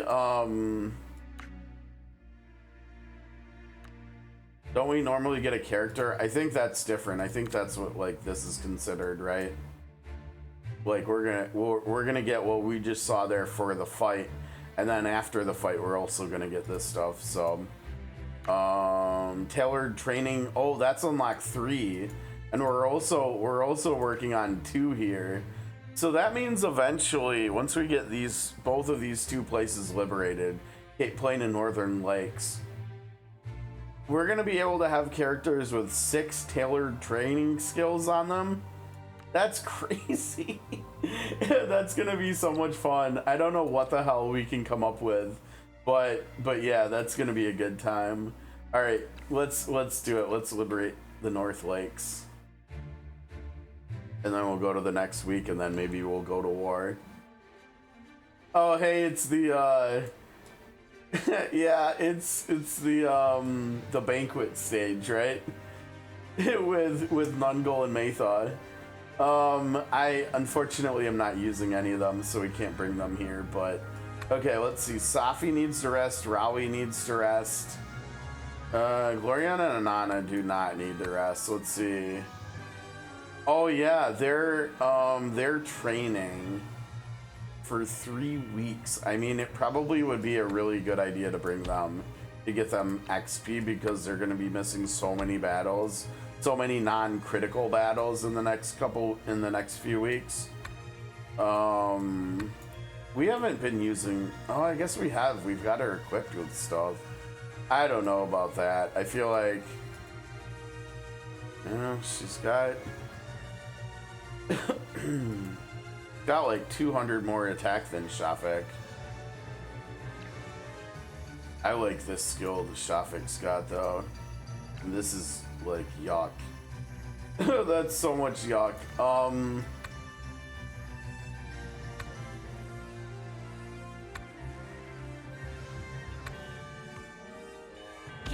Let's get these two synced up stamina wise, I guess.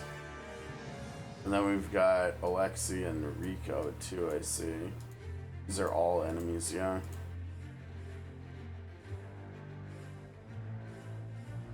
Alright, no sweat, let's go.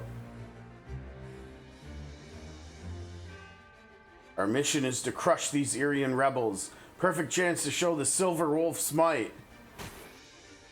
Whoa, she's a Dragoon too.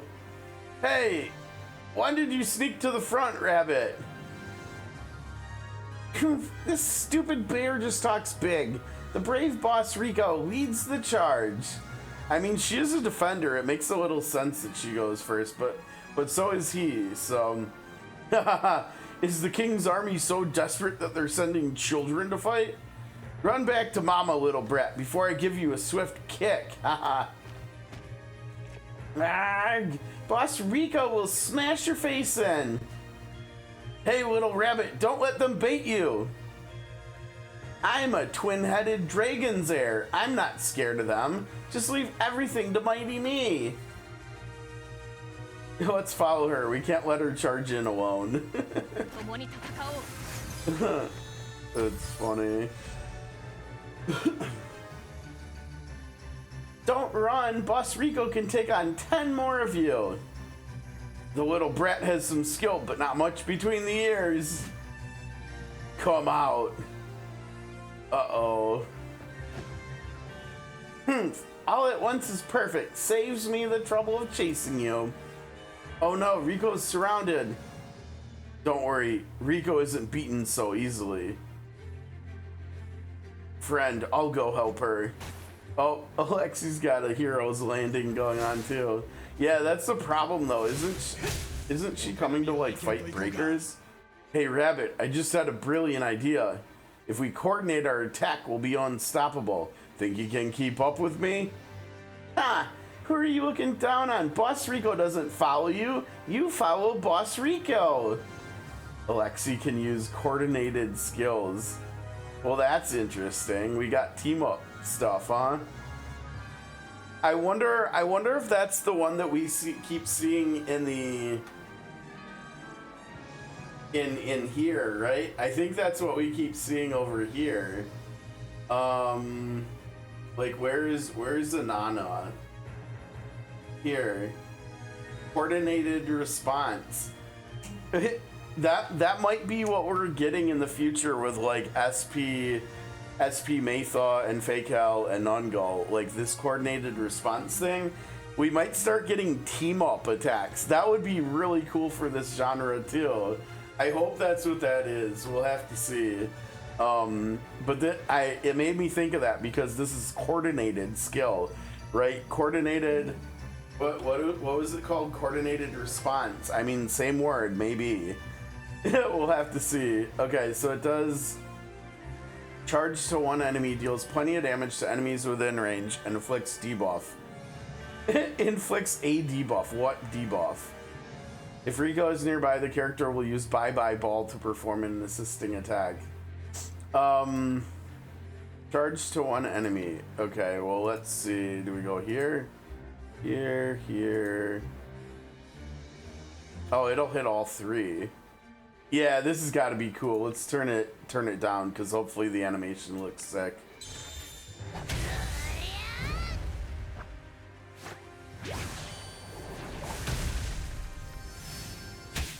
Dude, what? That did look sick. That was cooler than I thought it was gonna be, honestly. We got an ult animation out of it. That was fun. Okay, what does she have? Deal AoE damage to all enemies within 3 tiles. Sure, sure. Attack 2 break. Or physical defense 2. I mean, this sounds really good. We could go over here and just hit like everybody. I don't know. I kind of want to do it. Let's go, Rico. Humph, Iria's pathetically weak compared to the Union. Your victory is impossible. Everyone knows that. Oh, what the heck? With the Union's army bearing down, smart people surrendered long ago. Why be so stubborn? Why not surrender with me? We could secure a decent future. You were born weak. Don't fight those stronger than you. I've heard those words countless times. If they all look down on you, you should stand up and prove them wrong. I despise nothing more than people who look down on themselves. Dude, she just stuck her tongue out at them.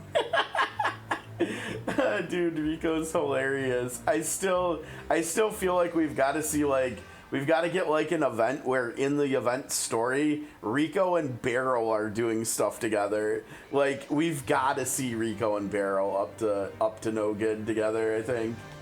Well said, Rico. But by rejecting our generous offer, you've dug your own grave. Yeah, I mean, I don't know about that. Honestly, it looks like... Oh, dude, I forgot to do this before she did her AoE. We could, I think we gotta go back. I don't know if we could actually use it, even if we couldn't. Yeah, we can. That was my bad. I should have done this. Look at that. We hit these 4 with it. She might actually get some kills here. Or not, I guess. Alright, well, we just skipped the dialogue. So no big deal. No loss there. Now these are, I think these are all enemies, right? I think it's only Rico and Alexi that are allies for us here.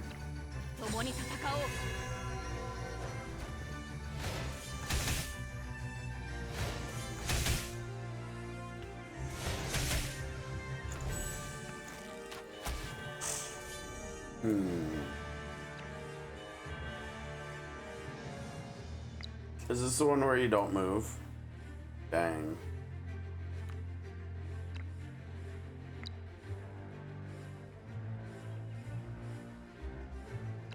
Dang.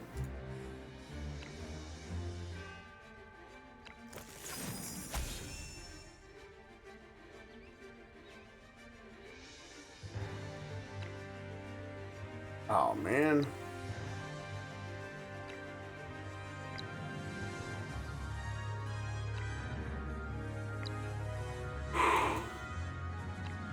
Ah, there we go. Still within 3 tiles of each other, too. Guess that technically doesn't matter yet since they're not done training, but... Aikonka!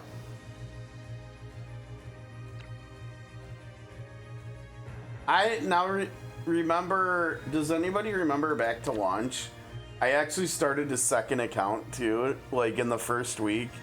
And it had, I think it had Alexi and Cole, and I was really enjoying playing with them because I didn't have them on this account too. And honestly, back on launch, Alexei was really strong. Like, he might have, I was gonna say, he might have actually been the third best DPS character behind Beryl and Cole. But I'm not sure.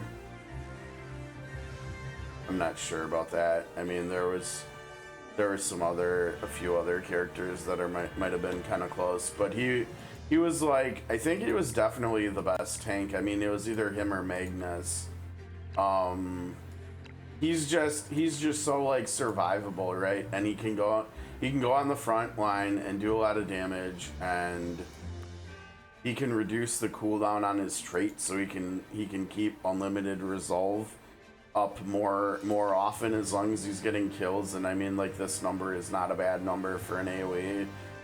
Like a year ago, 90%. I mean, that's higher than Gloria's ult, right, by 10%. So I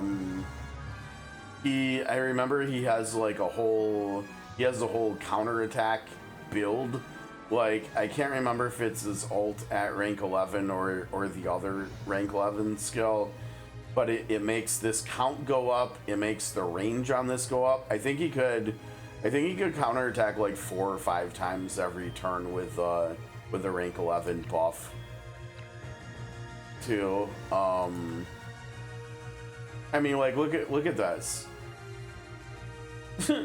he gets hit 3 times, and he's got 60% lifesteal, so he can just keep healing himself too with his counterattacks. It's almost like he was a little bit like Pamina Light before Pamina got added. Like, don't get me wrong, I'm not trying to say he's as good as her, but like, he could kind of almost do like a similar thing to her, like way before she got added to the game.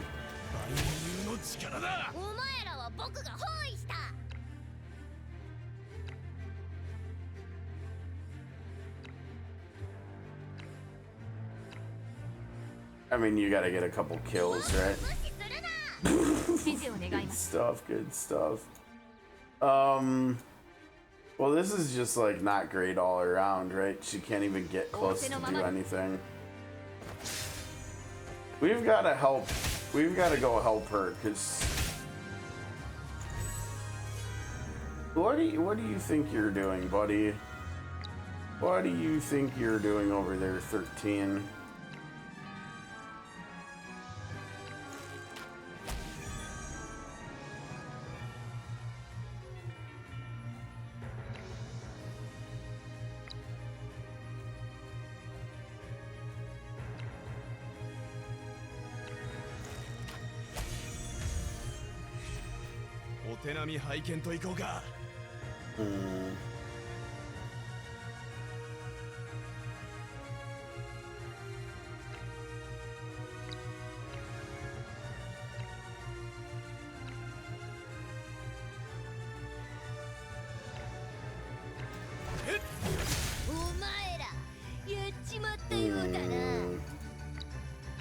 Yeah, we should probably just get one of these out to help us too. Although maybe we would rather have them attack. No, we've got to have them help her get out of here. No. 3's gonna do counterattack stuff, that's not great. I don't know if I've ever seen Gloria's attack 4 energy single target attack. I don't think I have. Let's see what it looks like. Oh, she does like a jump attack. That's kind of cool. Yeah, I don't think I've ever seen that before. What do you think you're doing? Well, that was just rude. Nobody appreciates that, sir.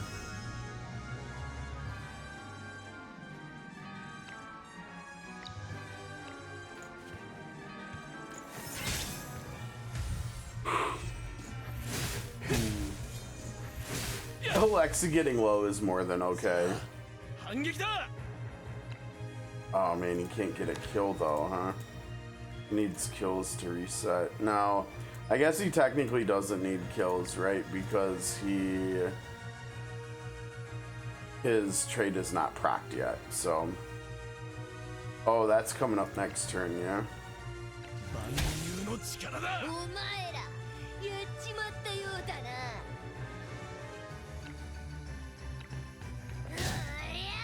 She does a lot of knockback stuff, doesn't she? I think she's already got like 3 or 4 kills because of knockback. Unlimited resolve time, let's go.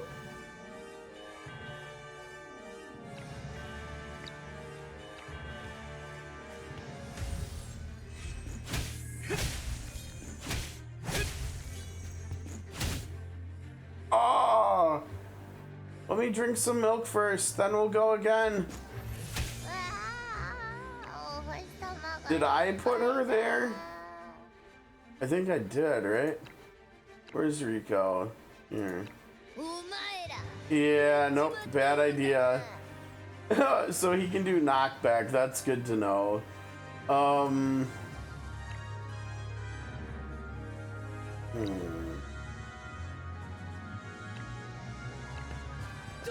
That seems like a much safer prospect there.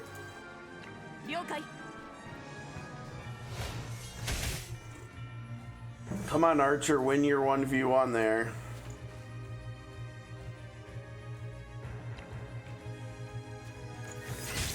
Attaboy.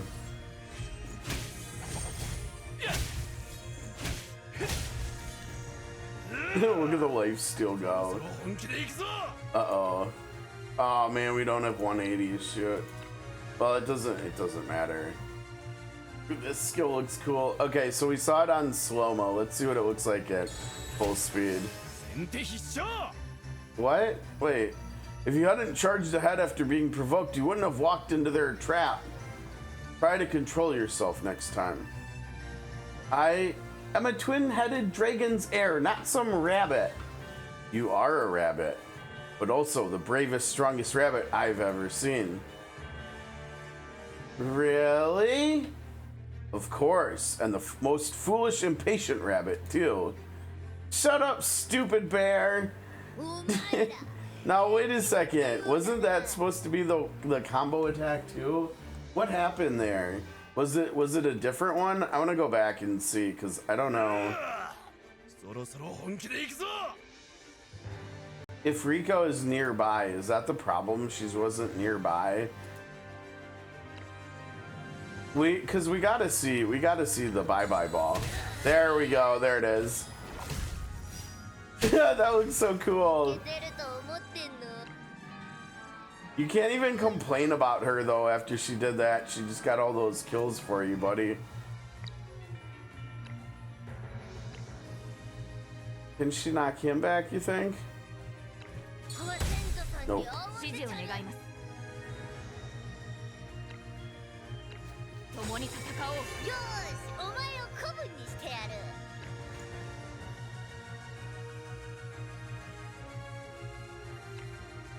Oh, come on, we're so close.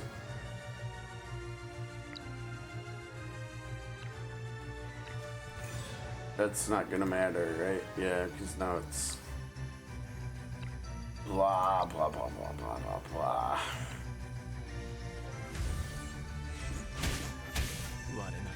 Well, that was just rude.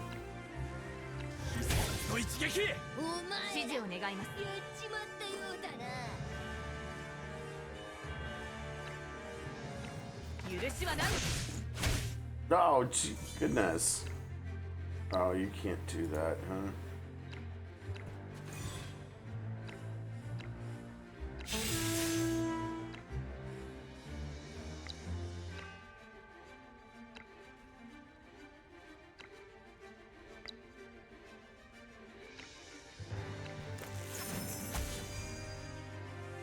Well done, Rabbit. Such weaklings are just practice for Boss Rico. Oh, why not call yourself a twin-headed dragon this time? Boss Rico says whatever she wants. Alright. That was actually kind of a long fight. Alright, let's see. I don't know, who did we bring? We brought George. Oh, alright, yeah, I mean, Gloria needs her ult, right? I mean, this wouldn't be bad either, but yeah, no, Gloria needs her ult. Gloria feels weird playing her without her ult. Oh, Tyrant's Pike. So this would be for Gloria. When actively attacking enemies with 3 or more debuffs, crit increases by 20% and crit damage does too.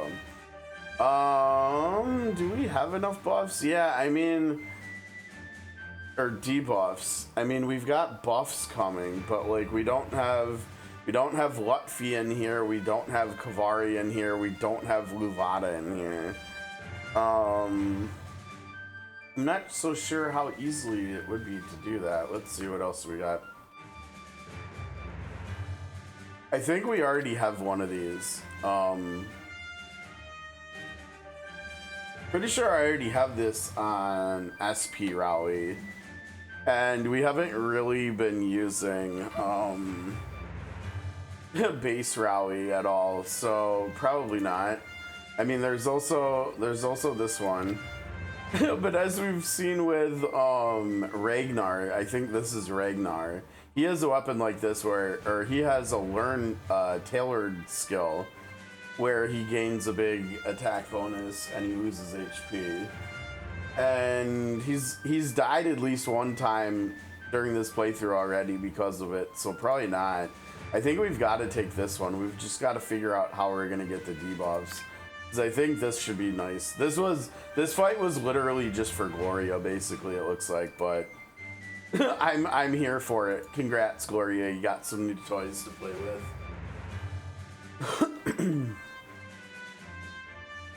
It is almost 6. I hate to say it, but I don't think we're going to be able to finish the chapter today. I think we're going to have to wait until Monday to do it. We also get a new character now, right? Under the swift assault of the Sword of Convallaria and Silver Wolf mercenaries, the Irian rebels in the Northern Lakes shattered like glass. This victory spoiled the Union's scheme to divide Iria permanently. The people of the Northern Lakes will fight for the peace of Iria. Yeah, they will. Let's go. I think it's really cool that we're literally over here playing Unicorn Overlord with liberating places around Iria here. Okay, we got 10% more attack during combat. Let's go. Yeah, we gotta get our rewards. we get Call's daughter here. Let's go. Yeah, we've already read that, and we also get that one. That's funny. We're getting 3 before 2, because 2's over here from Cape Plain. But whatever, it's fine. We're going out of order. Sue me. Now the question is like, what kind of stuff does Candlelight have, right? Oh, we're meeting someone here. Who are we meeting? Rico. Boss Rico already crushed your enemies for you, calling me anytime you need backup. Many thanks to Boss Rico, the heir of the twin-headed dragon. Truth is, even without transforming, I think I'm nearly unmatched, so you may just call me Boss Rico. Alright, we were too formal calling her the heir of the twin-headed dragon too. Fair enough. Yeah, the problem is we need people to rest, right? But like, Safi's returning. Let's see, they're training. She's resting. He's training. We're gonna have to wait until they return to rest. Safek and Safi, I guess. Okay, so there's not anything we can do here. That's it. Okay, let's look at, before we forget, let's change Gloria around. Okay, so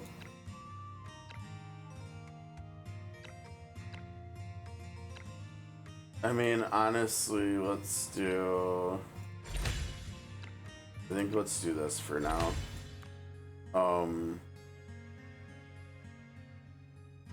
What do you mean, beer? Like, I like just sit here and not do anything else. I mean, there's only so many things we can do. Like if we go to look at the map again, we already did our regional stuff. I'll keep resting them forever. The purpose that resting them serves is this like stamina number they have. Like I think if that gets to 0, they can't like go to battle anymore, and they can't like train or anything. And so like you do need to keep them above 0%, but yeah, I mean you can still take people that are at 10% to battle. Like they won't perform worse or anything like that. But it's just you want them to stay at least a little bit up.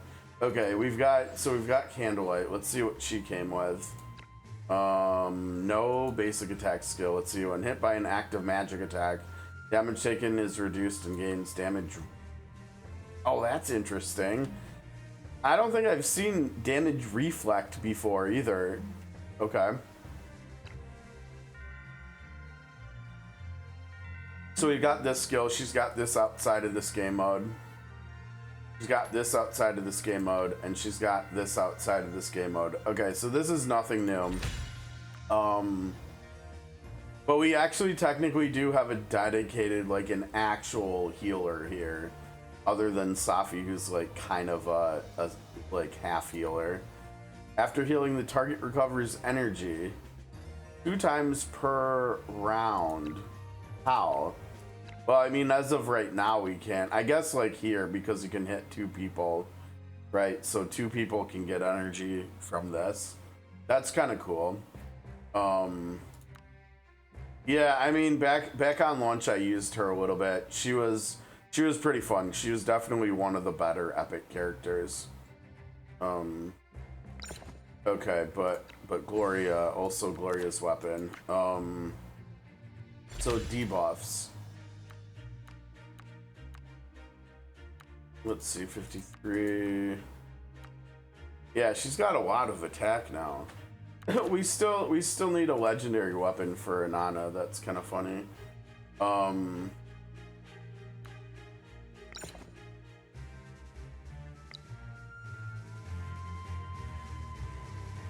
Yeah, I think that's it. I think this is a really good stopping point.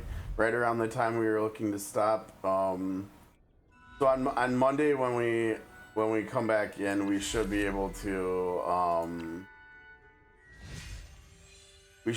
finish chapter 2 pretty quick and then get started on chapter 3. Hopefully, we'll have to see. But yeah, I think that's gonna do it for today and for this week. If you're watching on YouTube, like, subscribe, leave a comment. Helps the algorithm, helps grow the channel. Appreciate it. And for those who are still with me live, thanks for the company. Thanks for hanging out. Always a pleasure to have folks hanging out with me. And yeah, we'll be back on Monday for more for this world of peace and sort of Convallaria. Until then, guys, have a fantastic weekend. Have a great weekend. And I'll hopefully see you on Monday. Take care, guys. Peace.